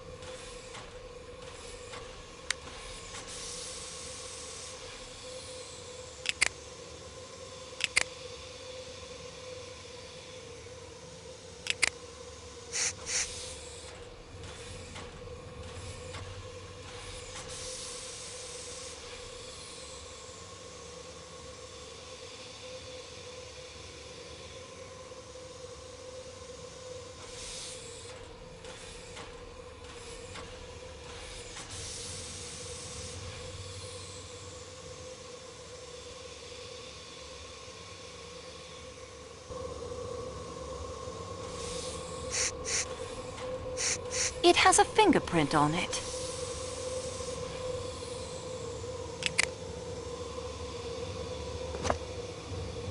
I obtained a clear print and have filed it.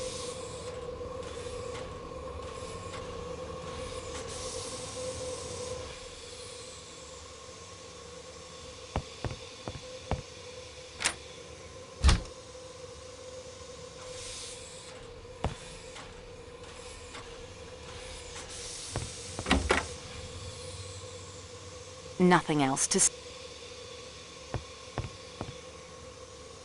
Well, it's about time, I must say. Here I am with information that will solve your mystery for you, and it's hours before you show up. You are helping that famous detective, or whatever he is, aren't you? Yes, madam, I have that honor. I would think you'd be more on your toes. In America, the police would have arrested the culprit by now on my evidence. Then let us proceed without delay. May I have your passport, please? My passport? What do you want my passport for? I'm the witness, not the murderer. What is wrong with you people in this country? This is Yugoslavia, madam. I am French. That's what I said. Your passport? Thank you. You are Caroline Martha Hubbard of Great Neck, is it? Long Island? That's what it says, doesn't it? You are traveling to Paris to meet your daughter? Yes, that I'm supposed to sail for home the day after tomorrow. Though, how can I do that stuck here? I'll never know. Did you hear any sounds coming from Monsieur Ratchet's room? Well, earlier I'd asked that Swedish lady, Mrs. Olson, if she had anything for a headache. She's a nurse, you know. Yes, I know. Poor soul. Looking for my room, she'd opened the door to Mr. Ratchet's compartment by mistake. He laughed and said something not very nice, I think. But I couldn't make it out. She said, "Oh, I make a mistake. I ashamed to make a mistake," in that bizarre accent of hers. And he laughed again and said something about her being too old. The idea. My late husband, Mr. Hubbard, and I enjoyed conjugal relations right up to the very end. Anything else? After that, I heard snoring. Quite loud, like an airplane engine revving up. What color is your dressing gown? What an odd question. I have 2 dressing gowns, if you must know. A pink flannel that's kind of cozy on board ship, and a purple silk number that my late husband, Mr. Hubbard, gave me. But what in creation do you want to know that for? Someone in a scarlet kimono was seen coming out of either your compartment or Monsieur Ratchet's. It is very difficult to tell sometimes which is which when all the doors are closed. Well, it wasn't mine. Then it must have been Monsieur Ratchet's. That wouldn't surprise me any. I thought I heard a voice in there. I would like to fingerprint you. What do you have there? A typewriter ribbon? You're going to smear ink from that on my fingers? That was my intention. And how do you plan to clean that mess off afterwards? I have something to clean your hands with. Cocktail napkins? Good gracious, sweetie. What kind of fleabag investigation are you conducting here anyway? I appreciate your cooperation.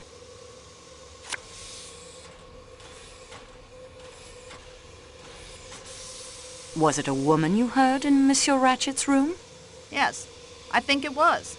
Did you hear what was said? Well, I didn't put a glass up to the connecting door and eavesdrop, for heaven's sakes. What sort of a person do you think I am?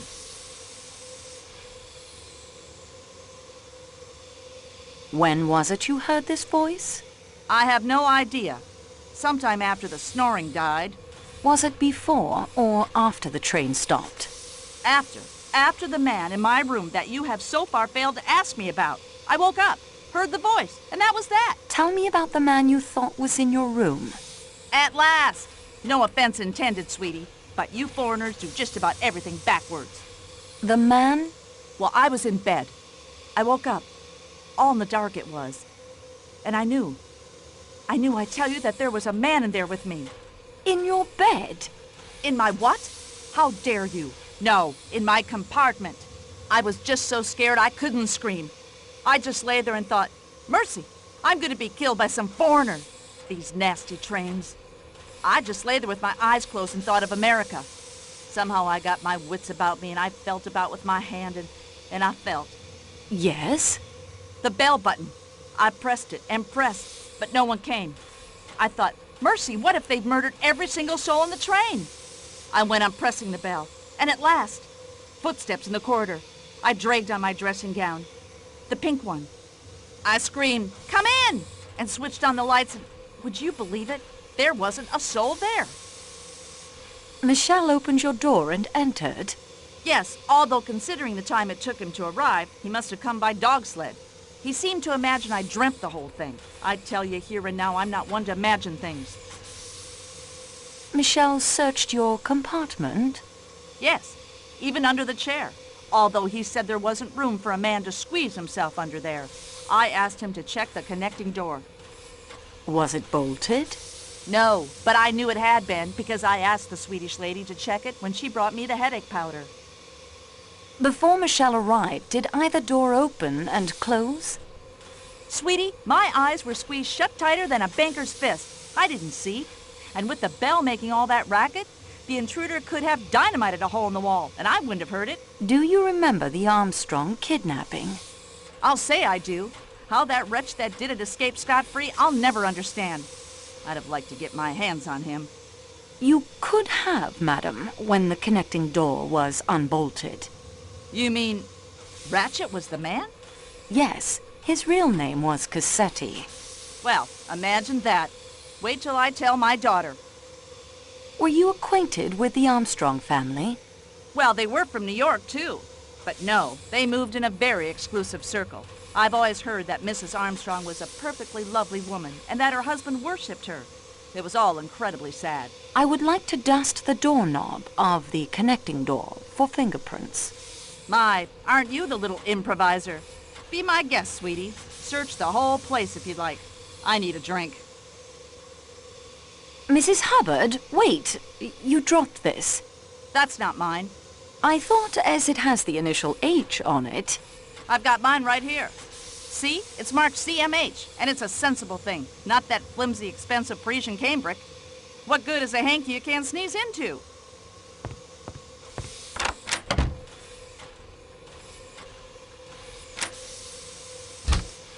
I won't find.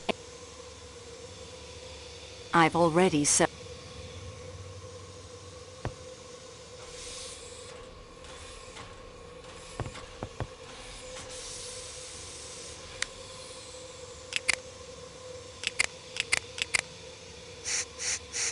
A fingerprint.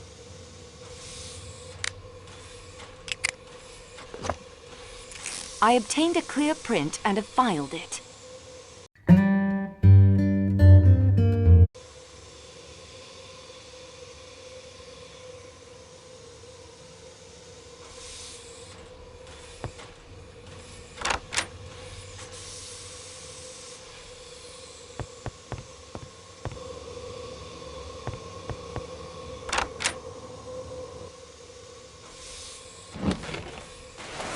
Nothing of interest here. HMK. I won't find any.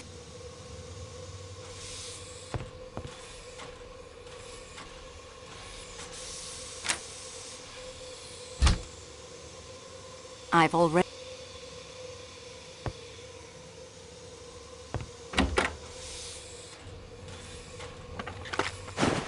A good idea, but...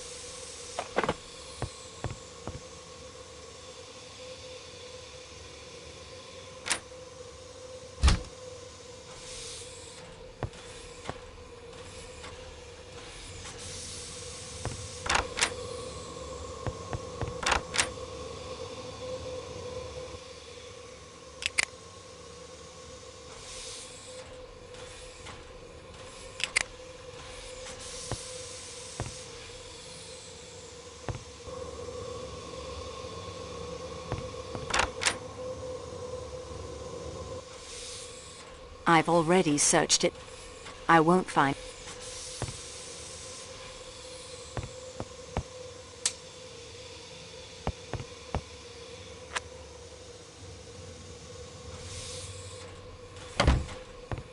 The bracelet is worthless, mademoiselle.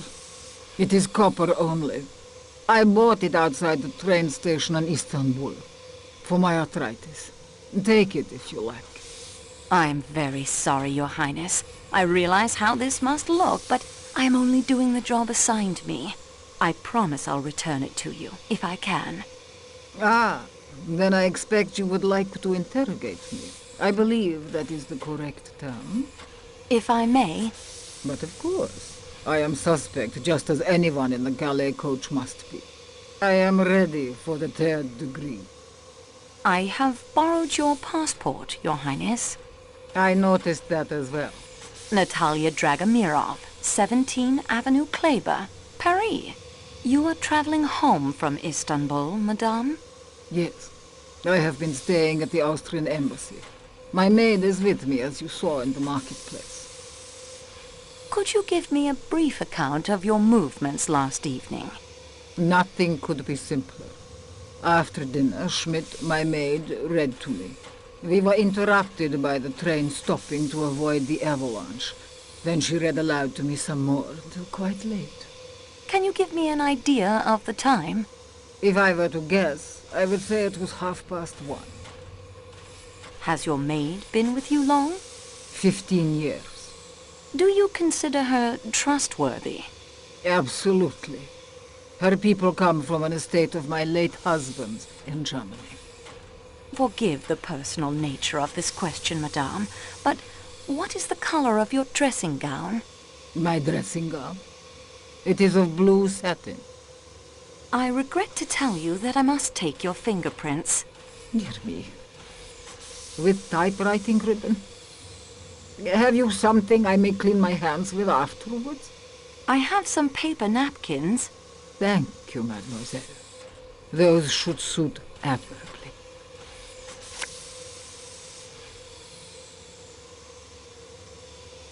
You have been in America, I presume, madame? Many times.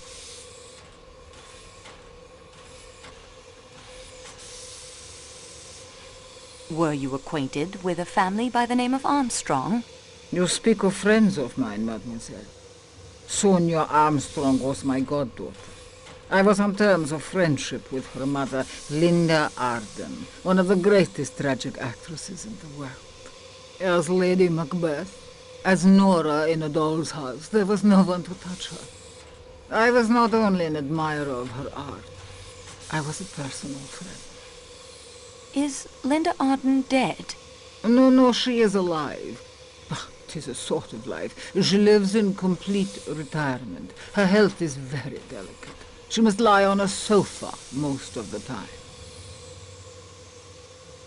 Mrs. Armstrong had a sister, did she not?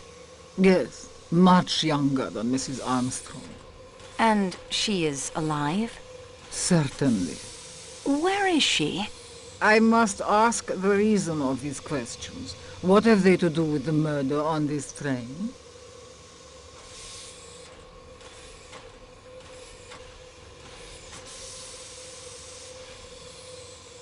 The dead man was responsible for the kidnapping and death of Mrs. Armstrong's child.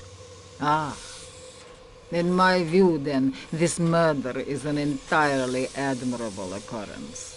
You will pardon my slightly biased point of view. It is most natural, madame. Where is the younger daughter of Linda Arden, the sister of Mrs. Armstrong? I've lost touch with the younger generation.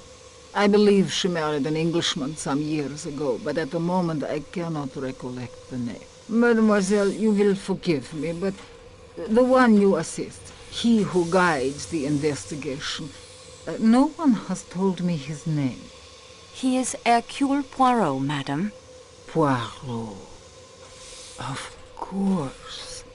I thought his face was somehow familiar to me. Poirot on this train. It is destiny.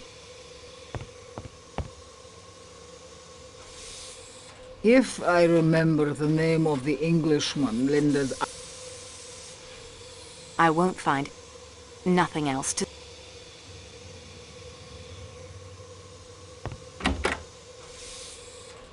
I won't find... Colonel Arbuthnot, I expect the formalities must be winked at in a case like this, mademoiselle. I am the frog, monsieur. Hercule Poirot is Belgian. Apologies. No offense meant. Your accent's a bit of mid-channel. Difficult to pick up. May I have your passport, please? Of course. Colonel Francis Gordon Arbuthnot, the Mews, Cheltenham, Royal Northumberland Fusiliers, currently stationed in India. Yes, on leave. But you're not traveling on the P&O boat? Why not? I stopped in Baghdad with the AOC, who happens to be a good friend of mine. Where did you meet Mademoiselle Debenham? Miss Debenham? What, in Baghdad, if you must know. And your opinion of her? You can take it from me, she's all right. A Puka Sahib. Can you give me an account of your movements last night? Yes, I think I can. After dinner, I had a drink in the salon car with young McQueen, the dead man's secretary. Surprisingly knowledgeable about world affairs for an American, even if he had got hold of some tomfool ideas about India. We adjourned to his compartment, let me see, around 2100. That's 9 p.m. You saw us in the Belgrade station courtyard. We stepped out for a bit of fresh air, but with the weather turning foul, that wasn't on. I will take your fingerprints now. Will you, by Jove? Well, get on with it then.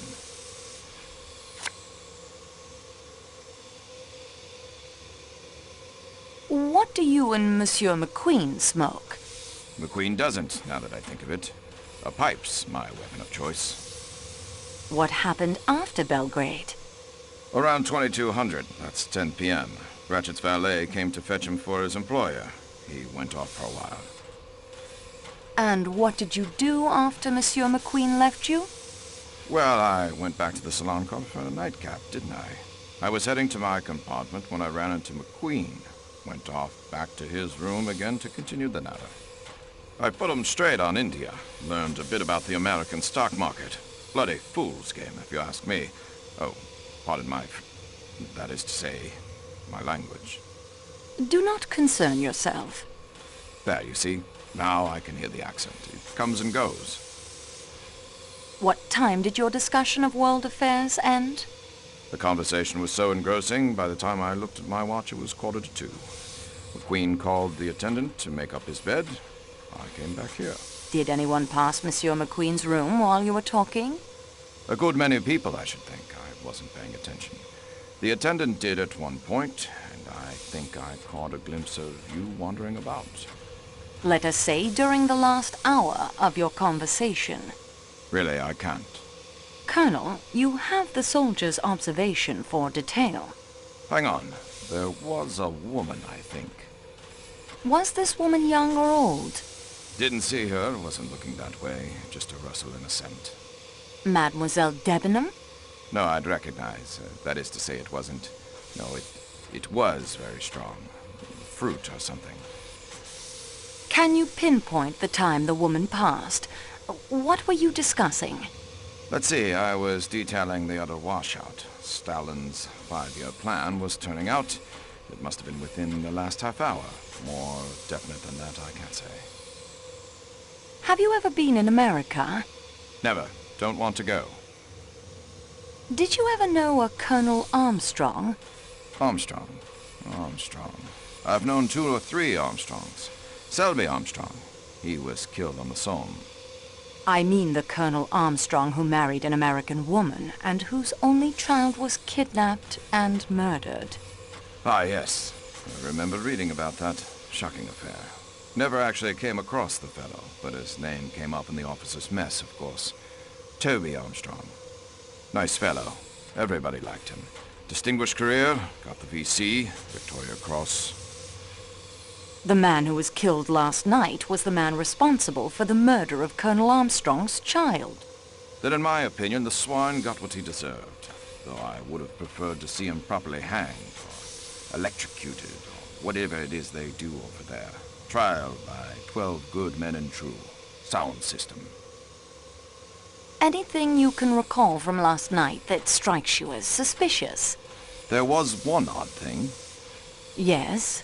As I got back to my compartment, I noticed that the door of the one beyond mine, number 16, well, it wasn't quite closed. The chap inside peered out in a rather furtive sort of way, then quickly pulled the door.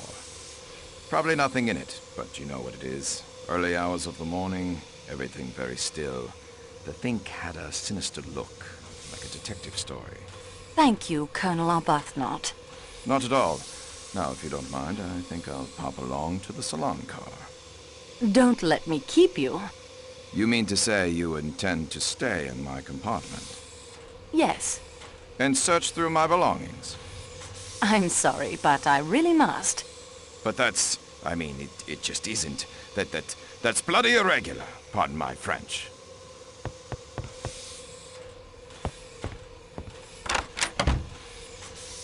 Nothing else. I've already...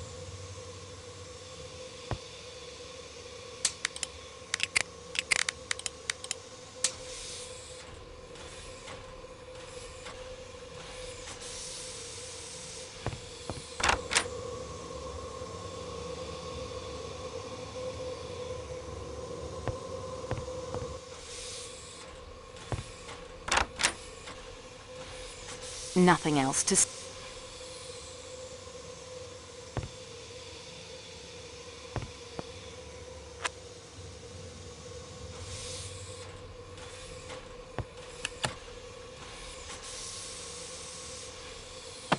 I've already...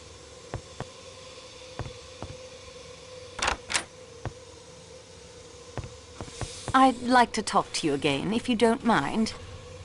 I would like to take your fingerprints. Of course, mademoiselle.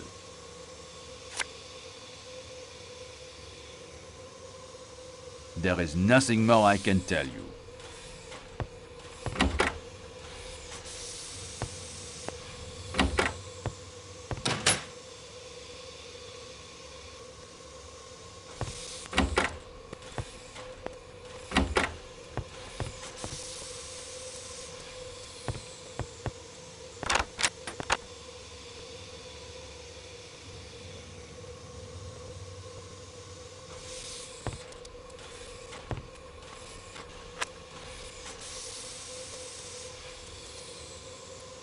I enjoy...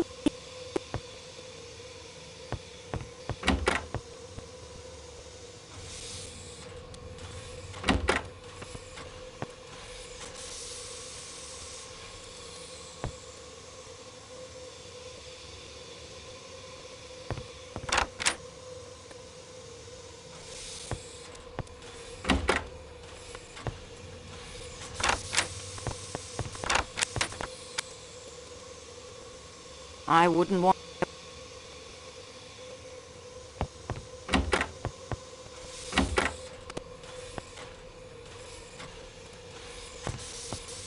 Quite interesting.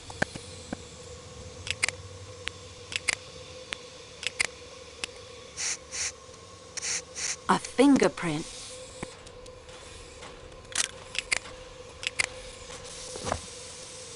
I obtained a clear print and have filed it.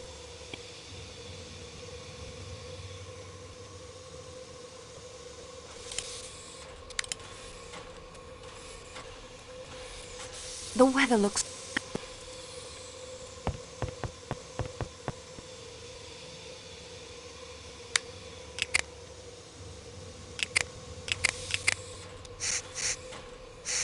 A fingerprint. I obtained a clear print and have filed it.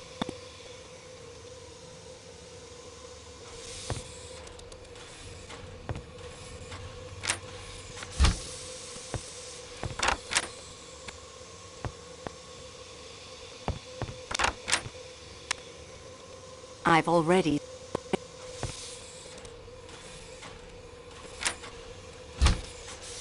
I enjoy...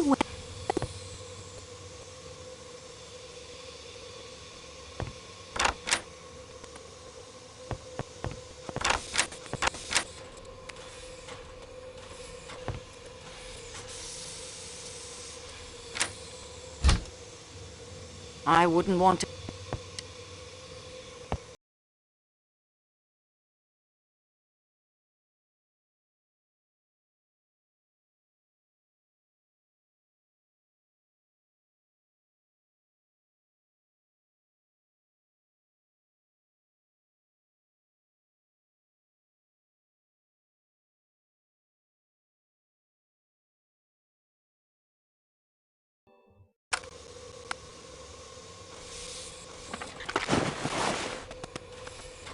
Pierre Michel's passport and an old photograph. I'll just borrow both of them. Nothing else to... I've already... What were you doing going through Michel's belongings? Your job. You know I'm assisting Monsieur Poirot. Sure. Begin the interrogation. What is your profession? I'm a salesman. Typewriting ribbons. Do you always travel first class, Monsieur Hartman? Sure. The firm pays my traveling expenses. Where is your destination? Paris. And from there? New York. What can you tell me about the murder? Nothing at all. At all. That is a pity. What were you doing outside Monsieur Ratchet's window? Okay, there were footprints there. Man's shoe, but not a large one. Size 7, maybe. I followed the tracks, then it looked like whoever made them put on some snowshoes and headed out over that deep snow near the back of the train. I would like to take your fingerprints. I guess it's okay.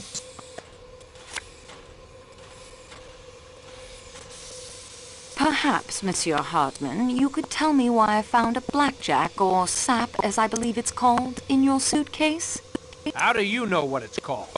Crime is a hobby of mine. Yeah? Well, why don't you try knitting instead? You people are serious about this investigation, aren't you? Of course. You have heard of Monsieur Poirot? Yeah, I have. I think I better come clean, or I could find myself in a lot of hot water here. I would advise you to come clean. Okay, I don't know anything, like I said. But I ought to know something. That's what makes me sore. I ought to. My passport's a bit of a bluff. That's who I really am. Please explain. I showed up at the appointed time.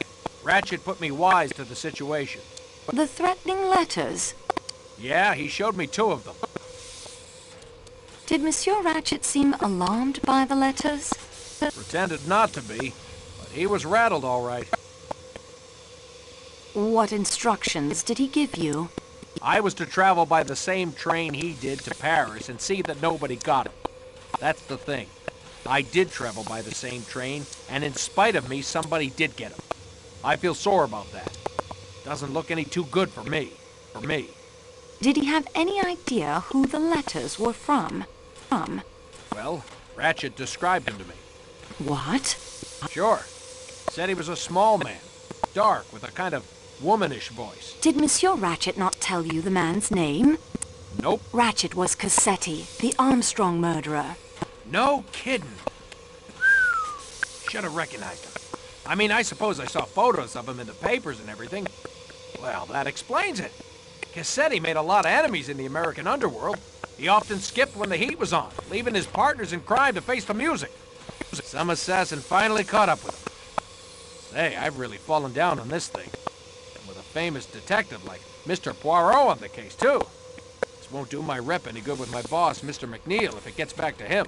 I'm in the same predicament, Monsieur Hartman, believe me. You are? Well, that's good. I mean, bad for you, but... Say, listen, if we could keep the mess I've made out of this thing between ourselves... I must tell Monsieur Poirot everything. Oh, sure. I'll have to swallow my professional pride there, but if we can keep it on this side of the Atlantic, maybe, I'd really appreciate it. I'll see what I can do. Do you know anyone connected with the Armstrong case who matches the description Monsieur Ratchet gave you? Well, that's hard to say. They're mostly dead, aren't they? Yes. Mrs. Armstrong, Colonel Armstrong, the nursemaid who threw herself out a window. I remember now. The nursemaid was suspected. She killed herself even though she was eventually cleared. Are you all right? Right. Yeah, I'm okay. Snow is very bright. So, yeah, that nursemaid was a foreigner, I think. Maybe she had some foreign relations or something. But that wasn't the first time Cassetti had run that kidnapping stunt. I bet there are lots of people had it in for him. Please tell me your movements after dinner last night. I played some cards with that Italian guy at the front on the coach. Then when people started turning in, I went back to my room. Stayed up all night. Had my door a bit ajar so I could keep watch. But nobody could see me. You get it? I understand how it is done, yes. Could you see the attendant from that position? Sure. He sits on that little seat right past my room. Can you describe his movements? Let's see. He answered a couple of bells after the snow stopped us. Went back into the rear coach for 10 minutes or so. Then there was a bell ringing like mad, and he came running back. I got a bit nervous over that, but it was just that talkative American dame raising hell about something or other. Bit later, he headed off to make somebody's bed up. Then he settled in.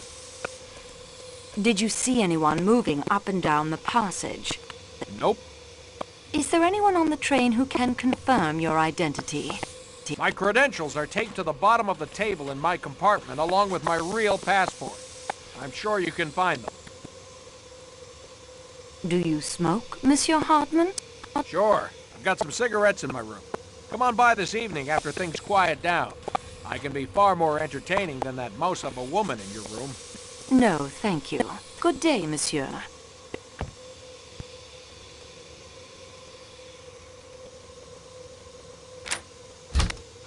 Nothing else.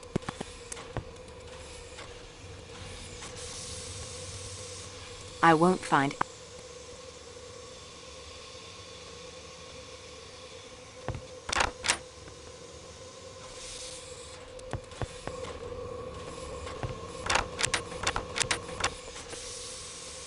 The weather looks...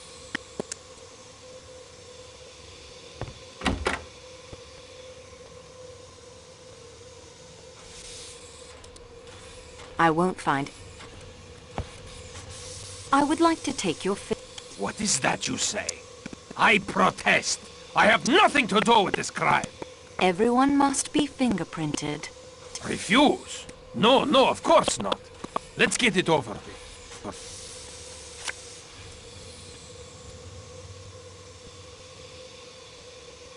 The weather looks... Nothing else.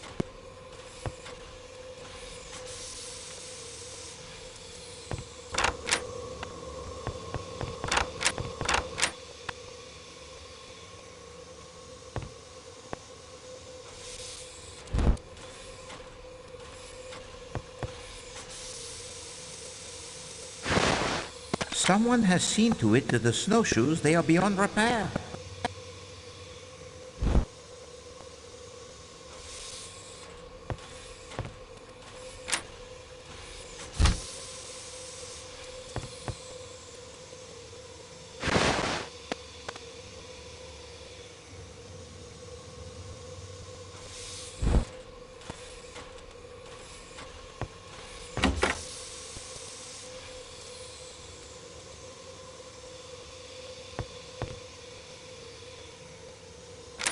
I see no... I enjoy winter, but...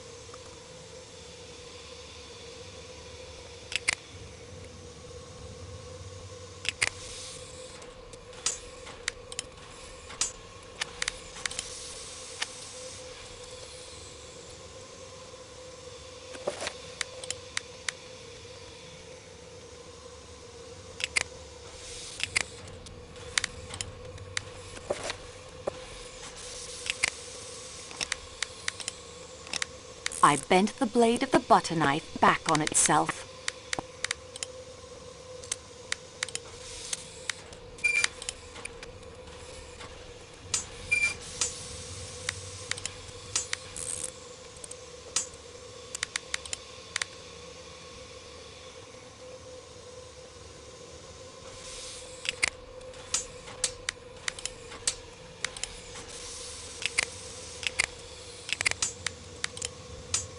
copper bracelet is now straight with a hooked...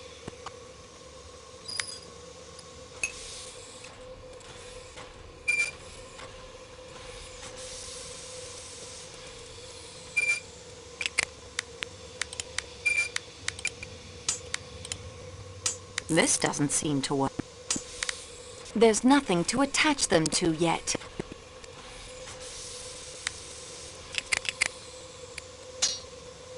With any luck, that will power the radio, at least for a short time.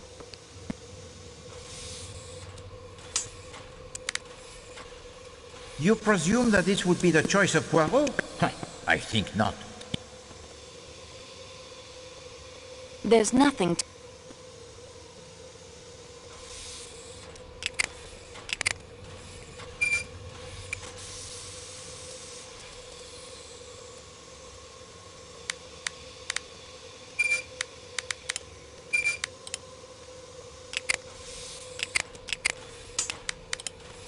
Something is wrong here. The radio has power, but I have no way to communicate through it. I'd better turn it off so as not to drain the battery.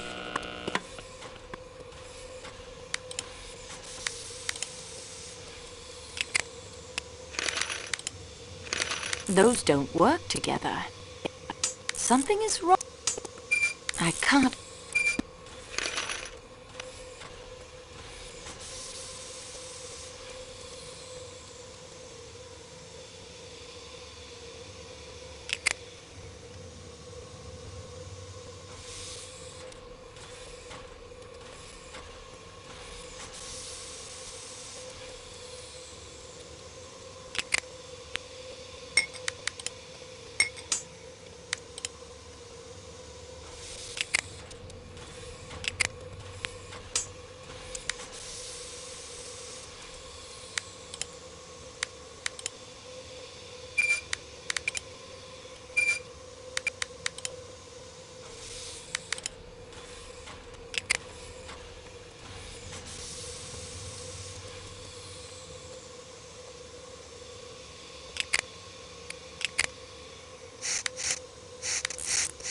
Formidable.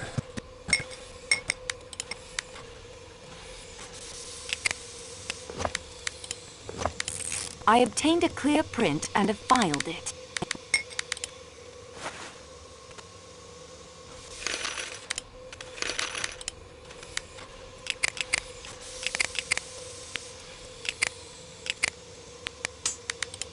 Those don't work.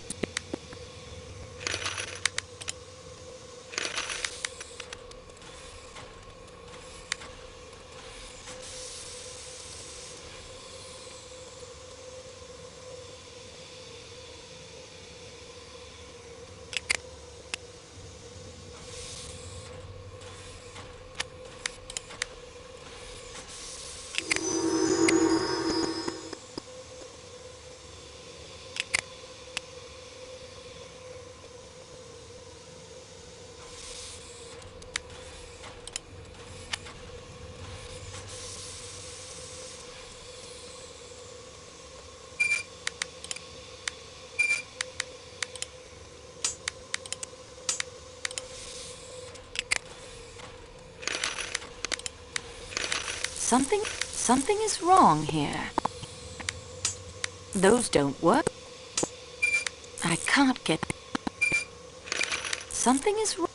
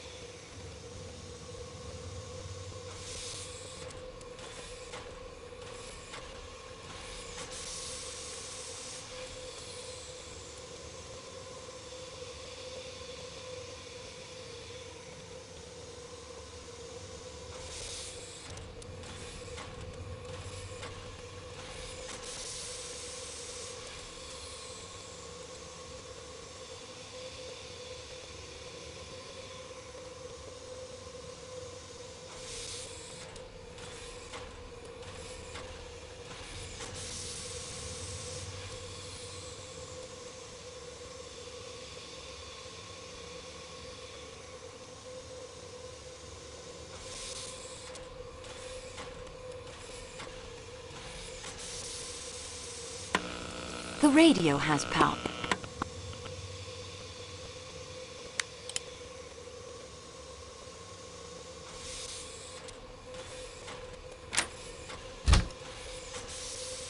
The weather looks...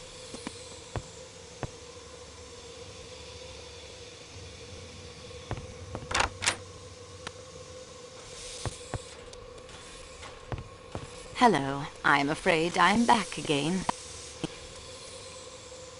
That will be... Oh, another... I would like to... Ay, señorita? Everyone. Oh, then, sí, I will submit.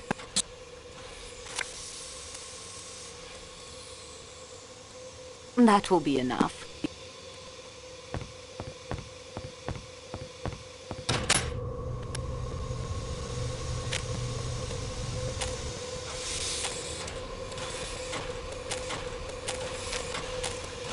I would like to finger...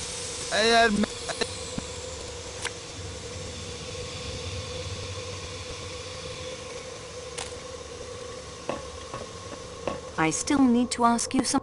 At your service, dear. Did you see anyone leave the train last night? No, but as I have told you, we were busy with the boiler. The pressure must be kept up for the light and heat. Did you see anyone get on the train? In Belgrade, there was a single passenger only for the Athens-Paris coach. No one at the other stops that I saw. Can you describe this passenger? He was small, dark. A doctor, I think Michel said. No one else? Well, Matteo, of course, the Athens-Paris attendant. Not to speak ill of the crew, but he was very late getting aboard. We left the station only moments later. I would like to fingerprint you. Anything you require.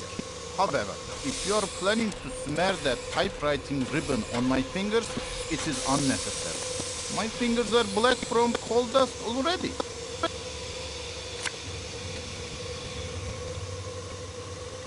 That will be enough, Tayyip.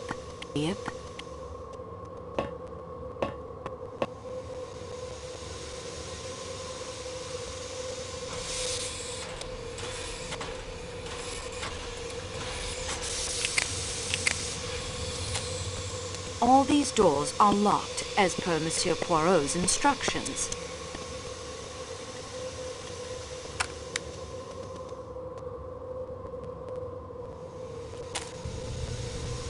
All these doors...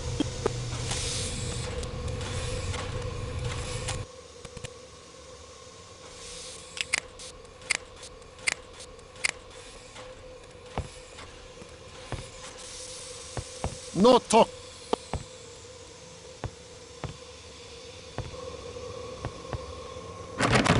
This seems to be...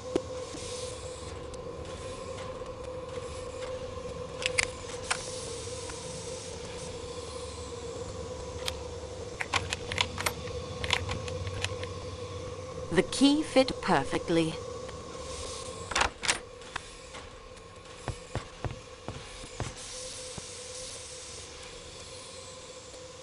It's locked fast.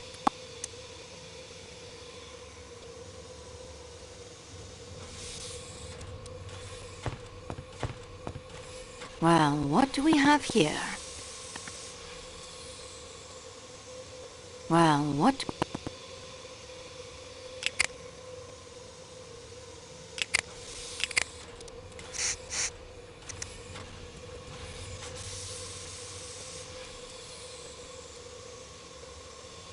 Well, what...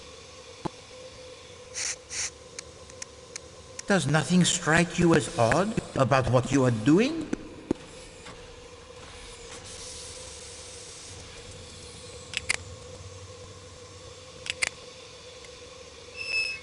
Oh my! Just what is all this for? It's a makeshift bed, but who could possibly be using it? Crime et punition, Géographie européenne, Introduction à la science. Interesting selection. Quite interesting.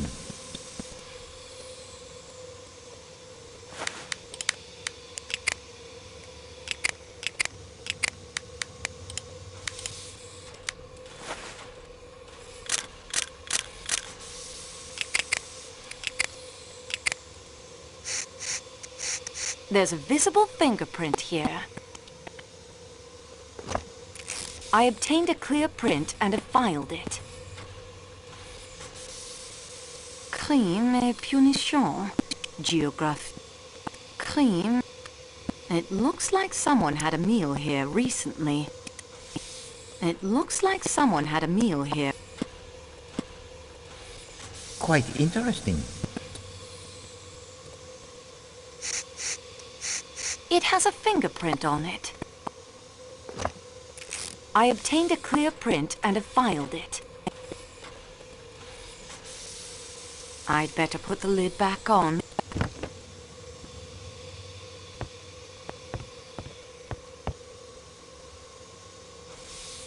It's locked fast.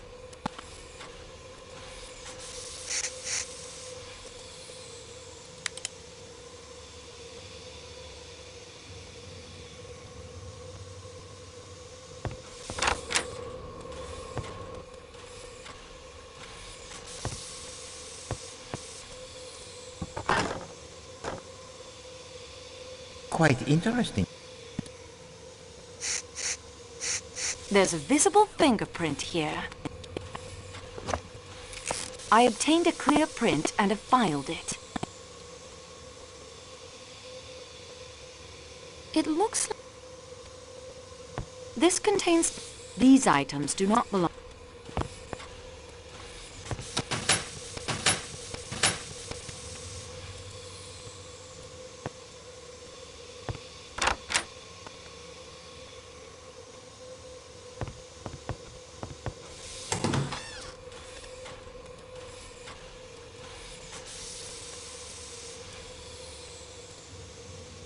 I'd better close.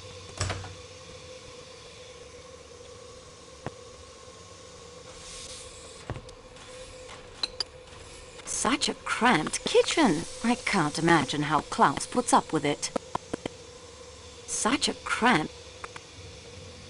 An empty bottle of olive oil. An empty bottle.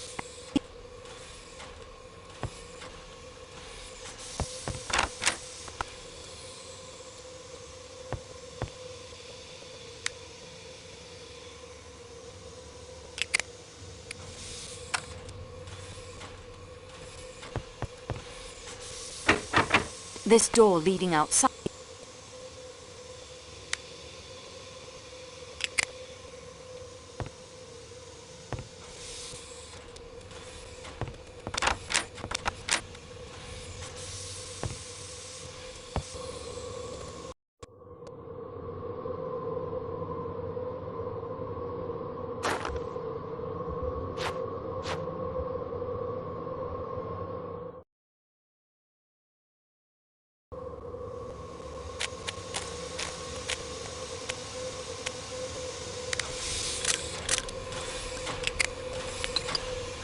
Excellent. Like the hand in the glove.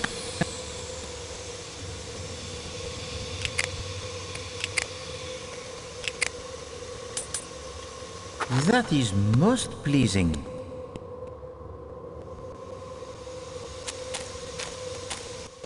The cast melted. My body heat turned it back into a shapeless mass of batter.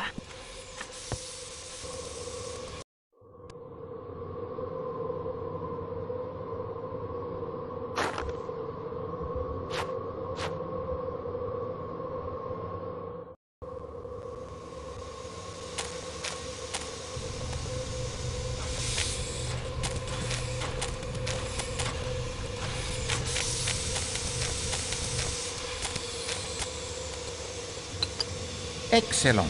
Like the hand in the glove.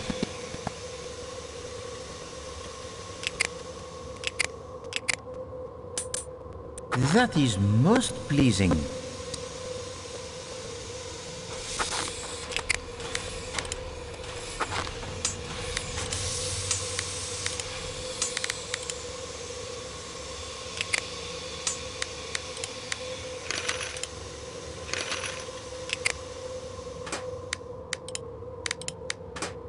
Oui, that is how Poirot would have done it.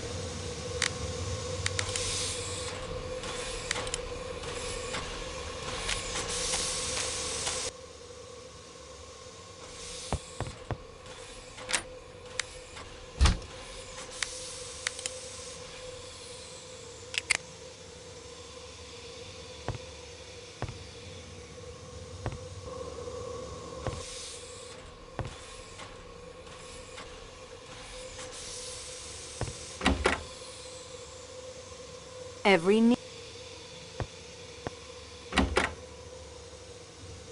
Señorita Marceau.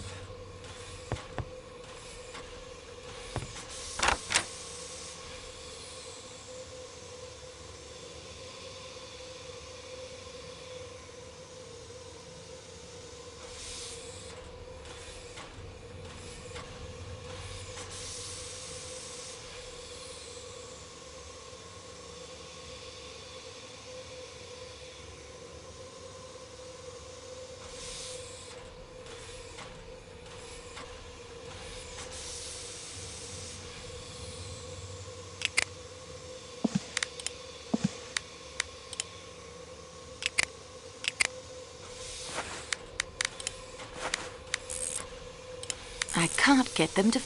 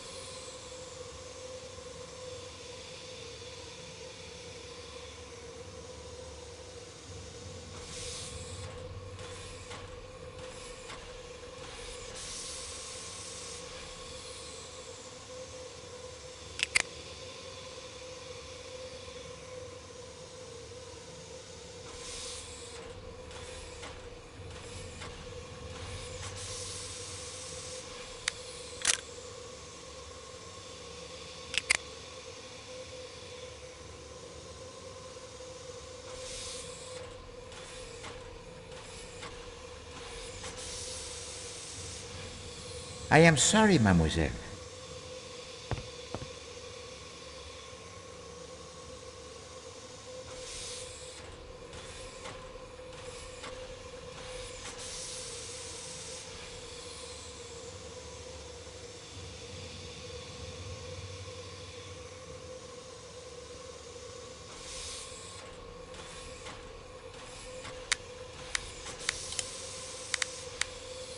These prints don't...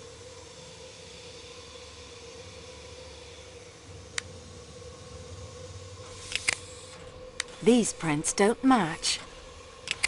These prints don't match. These prints don't match. The prints match.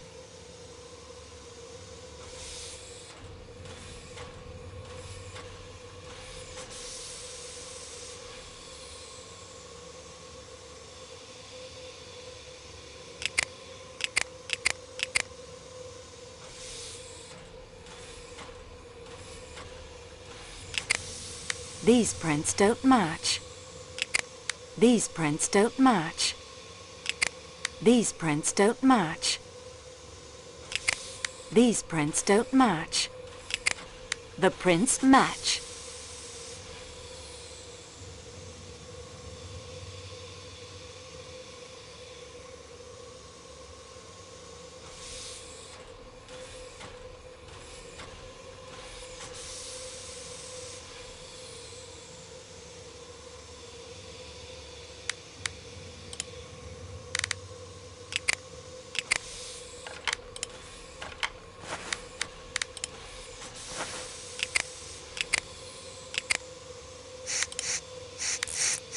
Wait, that is...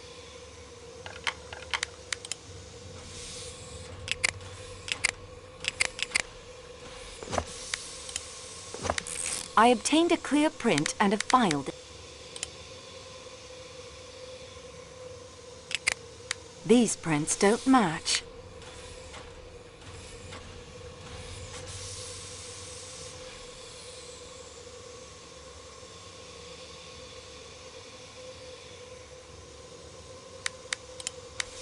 These prints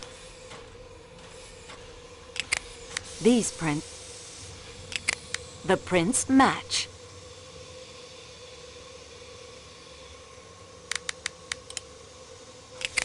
These prints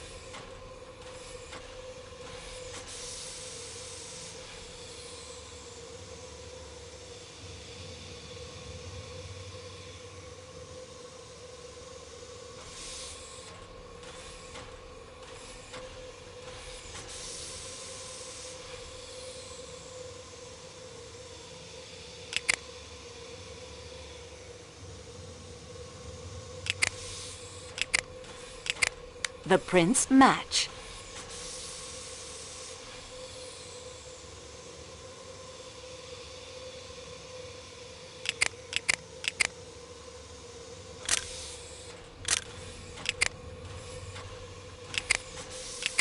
The prints match.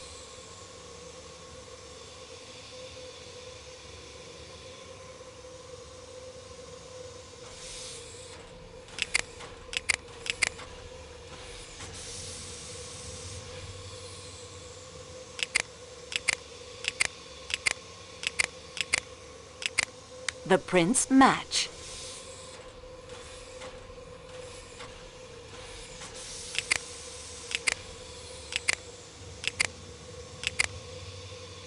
The prints match.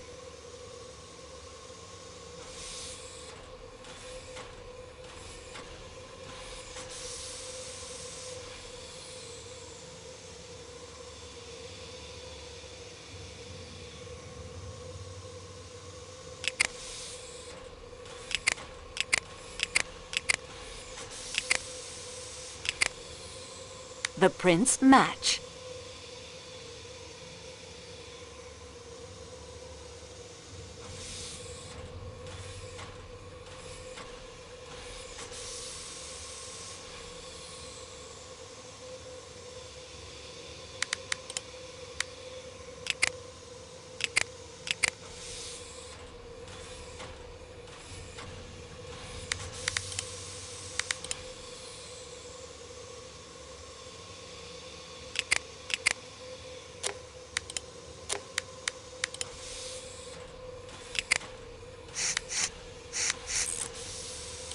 I can't get them to fit.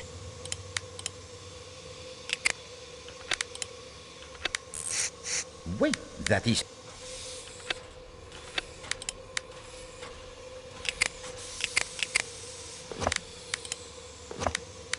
I obtained a clear print and have filed it.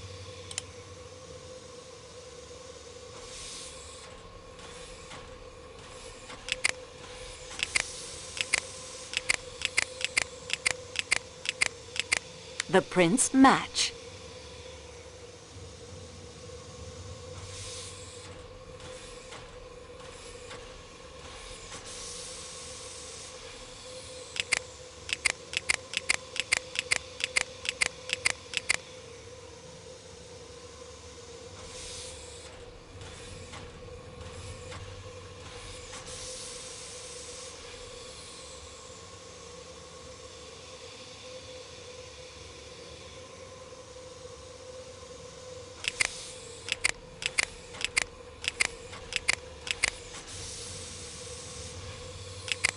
The prints match.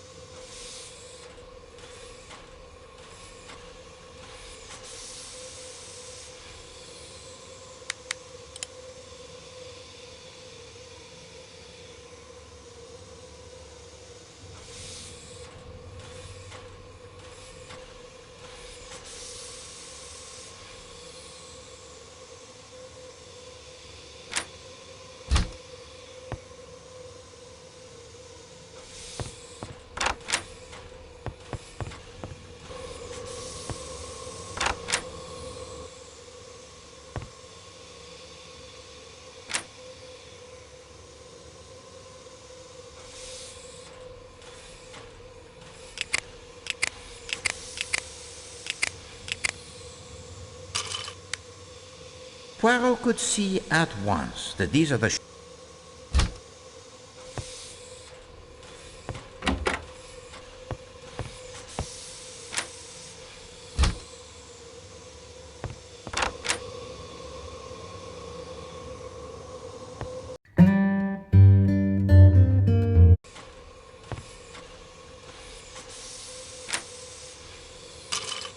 Poirot could see at once.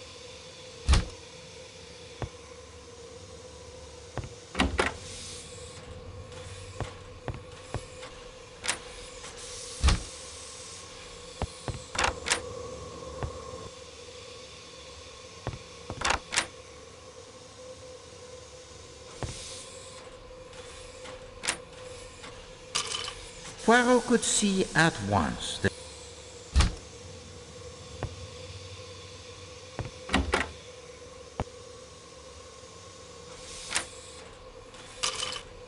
Not a precise match.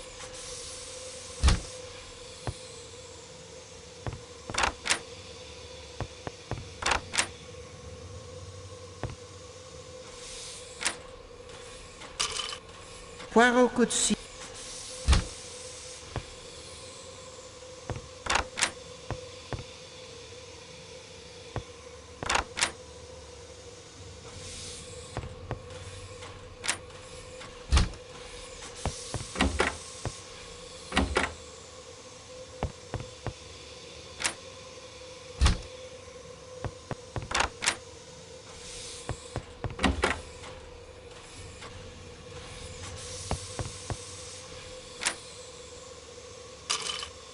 Not a precise match.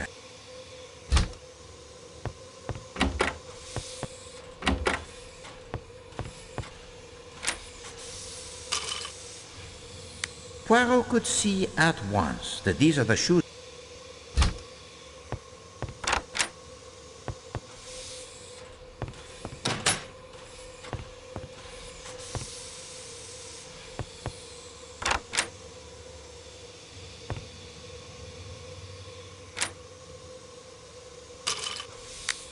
Poirot could see...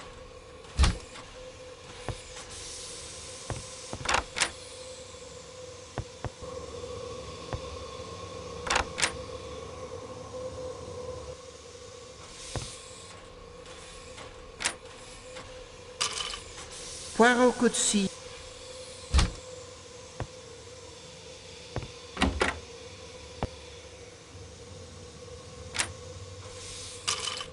Not a precise... Cassetti? That monster? On the...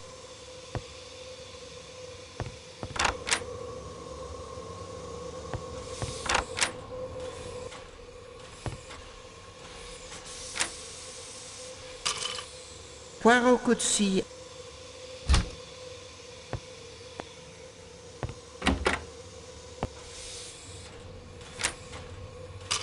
Not a precise...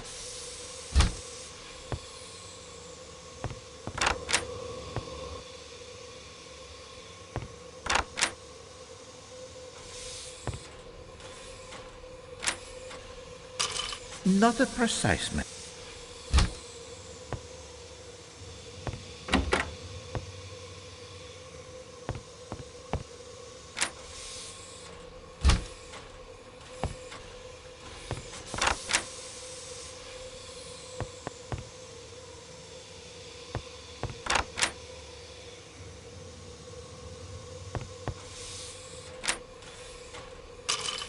Not a precise... I can't see... Not a precise...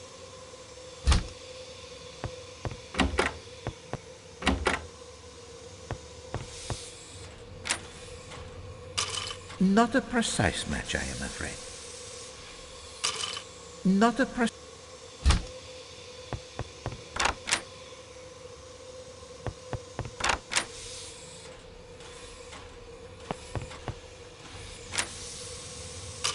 Poirot could see at once that these are the shoes of a...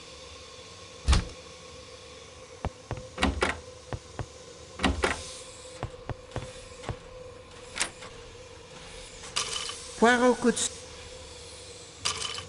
Ah, to the trained eye these would appear to be a match most precise.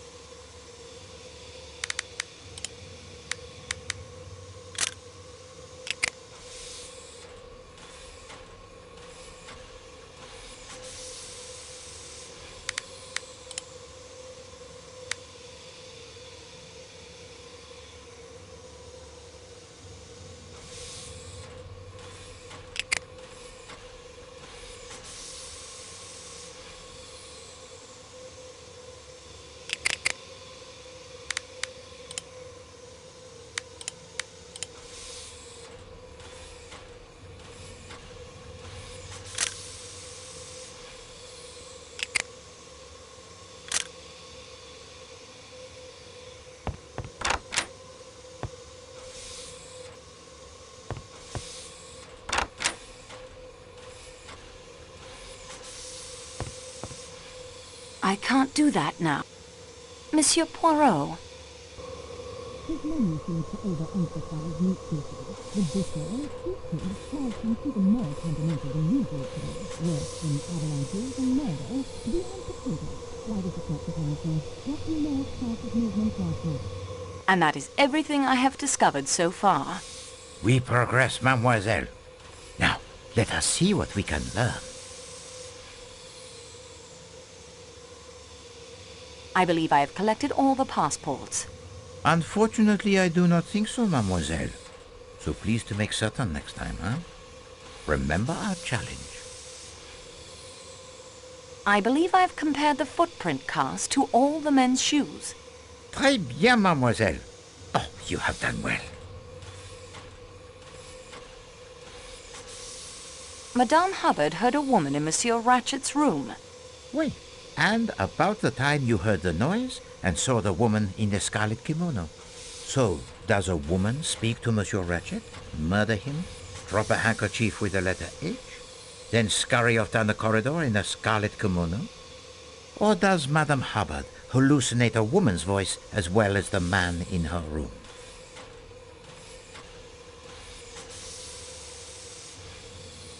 We have many alibis we can use to eliminate suspects. Yes, too many. Compare them all. Look for discrepancies. We must be certain that they do not leak the water. The timetable is very complete now. Oh, yes, it is essential to the understanding of the crime. Study it carefully. I think I have secured all the fingerprints. Très bien, mademoiselle. You have done well. The valet masterman says Ratchet took less than his normal sleeping draft.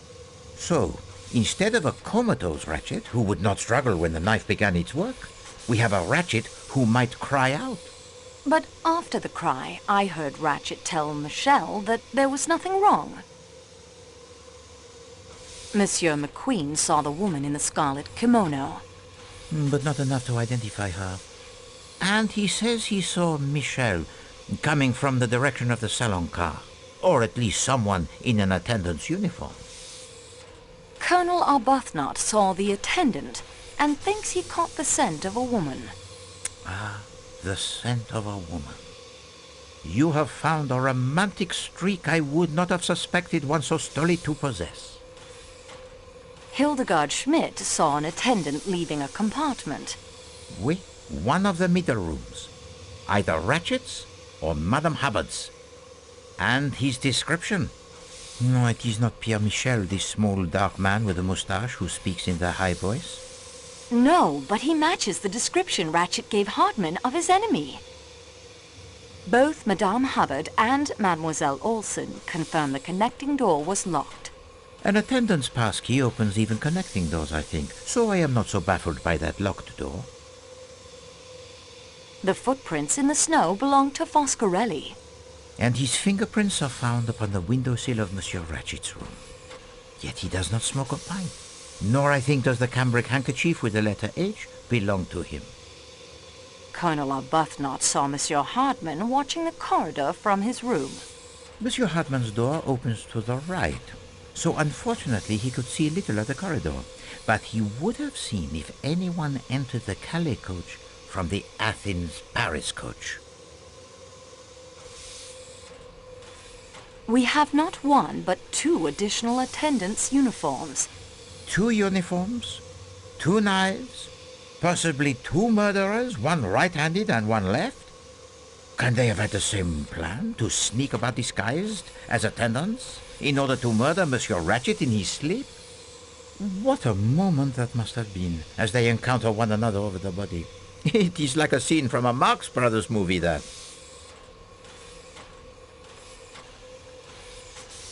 The steak knife I found by the cliff was clean. No blood or fingerprints. It is a nuisance, that knife. On the face of it, it is of no importance. And yet, someone has taken the trouble to try and fling it over a cliff. Someone was hiding in Ratchet's crate. A valuable statue is stolen. And then the thief decides to do what? Well, masquerade as the statue? To escape detection? The missing statue is another motive for murder. Why not? We have the possible revenge from the Armstrong kidnapping, a possible assassin from Ratchet's underworld past. So why not a thief who kills Ratchet to cover up his crime? If we find 9 more motives for the murder and 10 more knives, we at least will have explained all those stab wounds. The books in Ratchet's crate were all references of use to the murderer. Explain, mademoiselle. Géographie Européenne would be helpful in following the route of the train and choosing the best spot for murder. Introduction à la Science could give information about sleeping drafts. And Crime et Punition by Dostoevsky? Was the guilty conscience of the killer haunting him as it did the unfortunate Raskolnikov? Mateo's fingerprints are on the padlock from the door of the hut. That padlock interests me. Why would Mateo have a key to a shepherd's hut in the middle of the mountains, near the spot where he would have no idea the train would be stopped by an avalanche? Monsieur Poirot, you don't think the avalanche was caused deliberately? No, mademoiselle, I do not. There are enough fantastic elements to this crime already, without introducing the saboteurs. But then how could his fingerprints come to be on that hut? They were not on the hut, but on the padlock. Further investigation appears necessary on this point. The padlock was taken when Mateo's ham radio equipment was sabotaged. Someone has gone to great trouble, it seems, to direct suspicion upon this young man. Yet how can he have reached the Calais coach unobserved? Hardman's actions were very suspicious. And the key he discovers in Michel's clothing that opens the door to the security room in the baggage car is suspicious as well. McQueen is the son of the district attorney involved in the Armstrong case. Pardon, district attorney? What is that? Some sort of police official, I believe. Princess Dragomirov was Sonia Armstrong's godmother. Oui, it is coincidence, or something more? Merci, mademoiselle. Unfortunately, the report it is not yet complete. We are now armed with much more additional knowledge than before. Continue the investigation, and do not be afraid to go over the ground you have already covered. Now is not...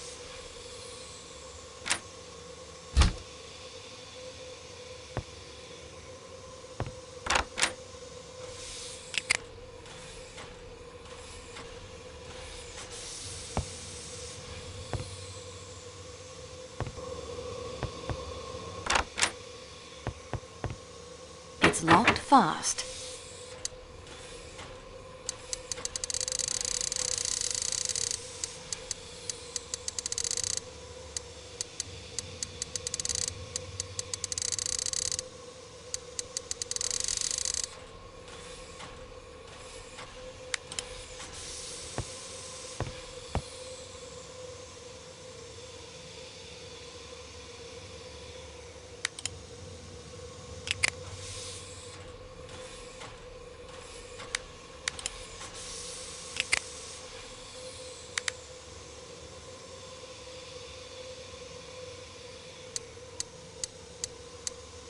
That isn't the right combination. I'll have to start over.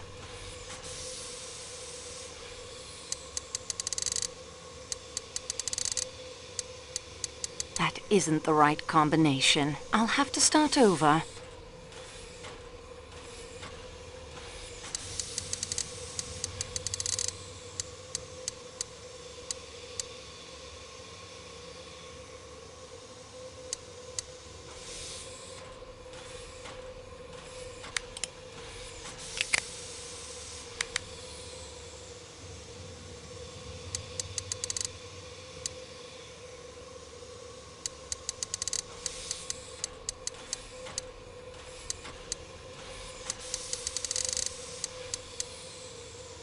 It's locked. It's locked.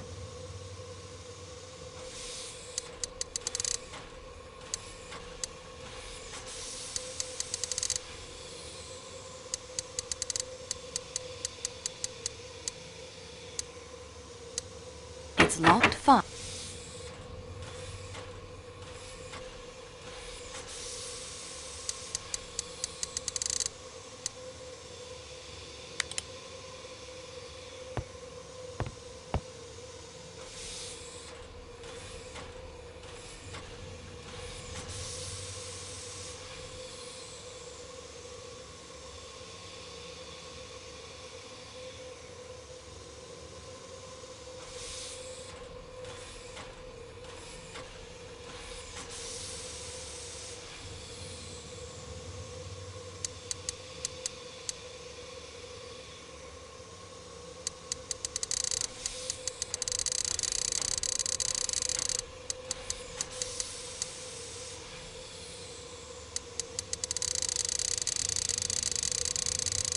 I think I heard a click. It's open. I'll put this into my scrapbook so I can take a closer look at it later.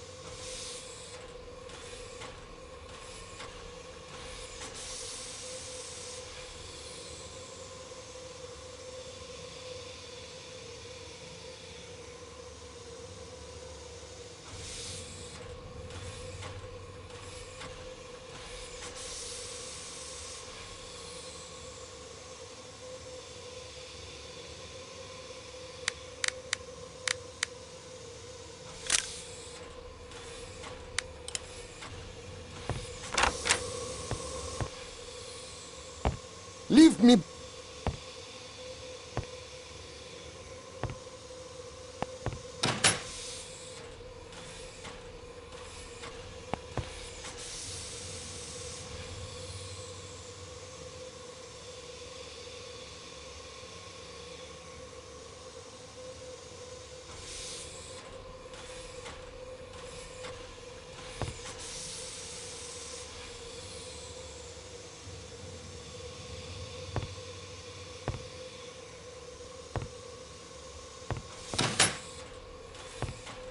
I do want to help you in your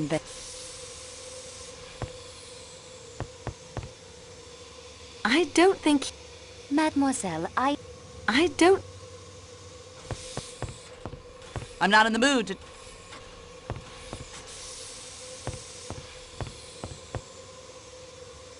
I must attend to...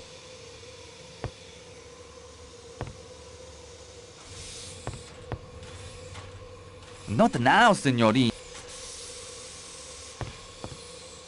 I'm not in the...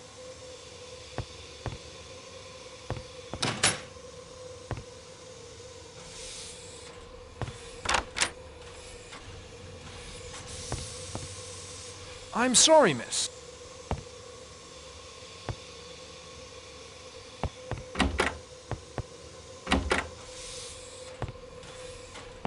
I sure love talking to you.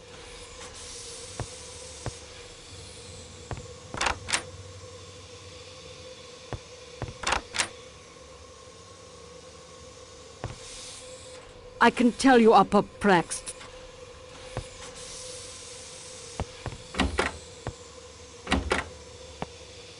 All the talk very...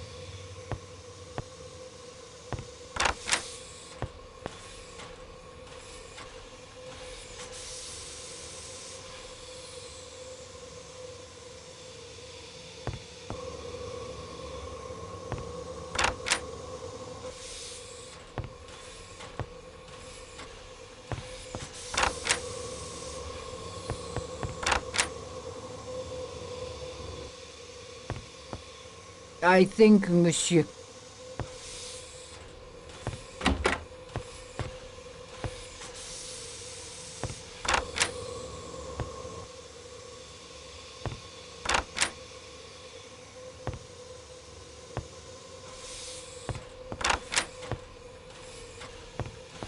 I hope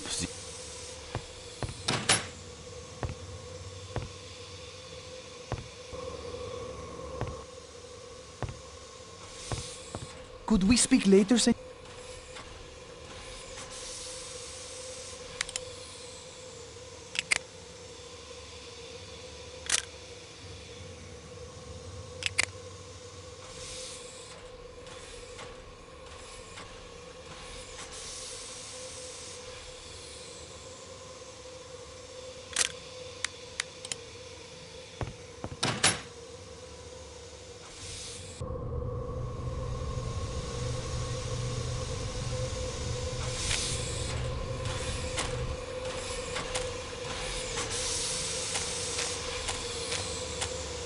Yalnız bırak beni. Lütfen. I cannot wait to try some of the chef's wonderful dishes.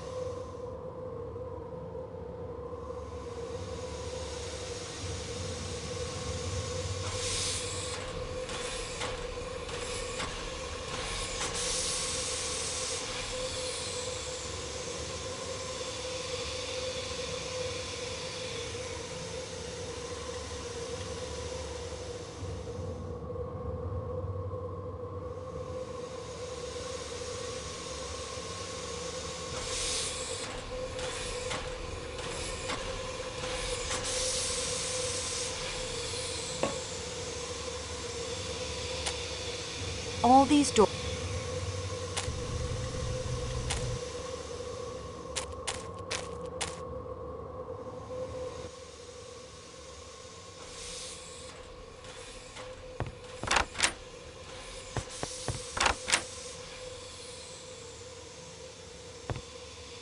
Ah, you return. Is there more to report to me, mademoiselle? His menu seems to overemphasize meat dishes. The dishes, teaching, slicing even more fundamental than usual today. Worse than avalanches and murder, being implicated.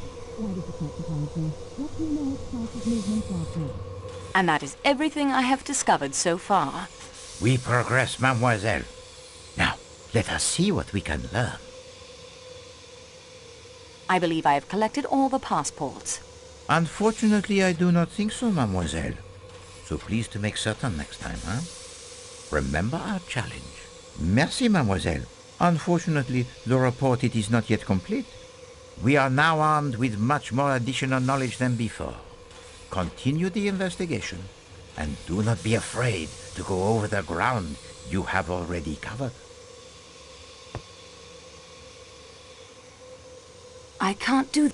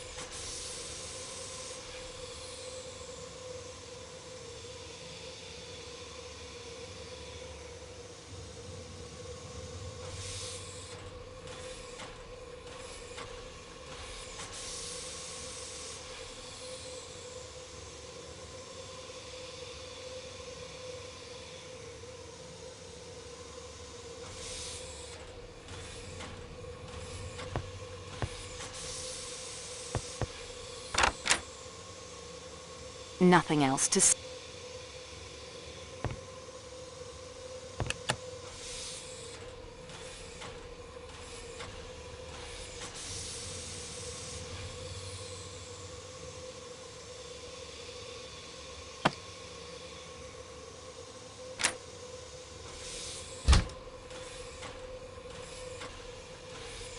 I've already searched.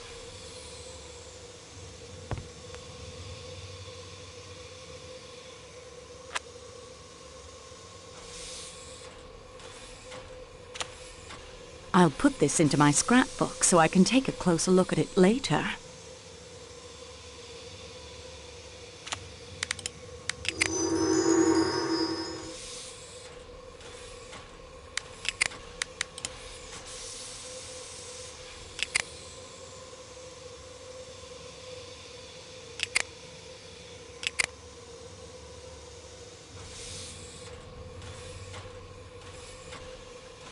I don't think that's...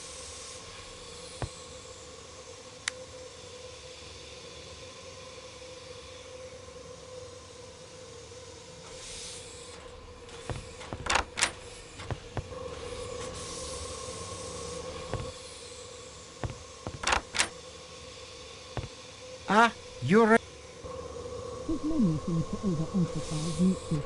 The dishes, teaching, slicing even more fundamental than usual today. Worse than avalanches and murder, being implicated.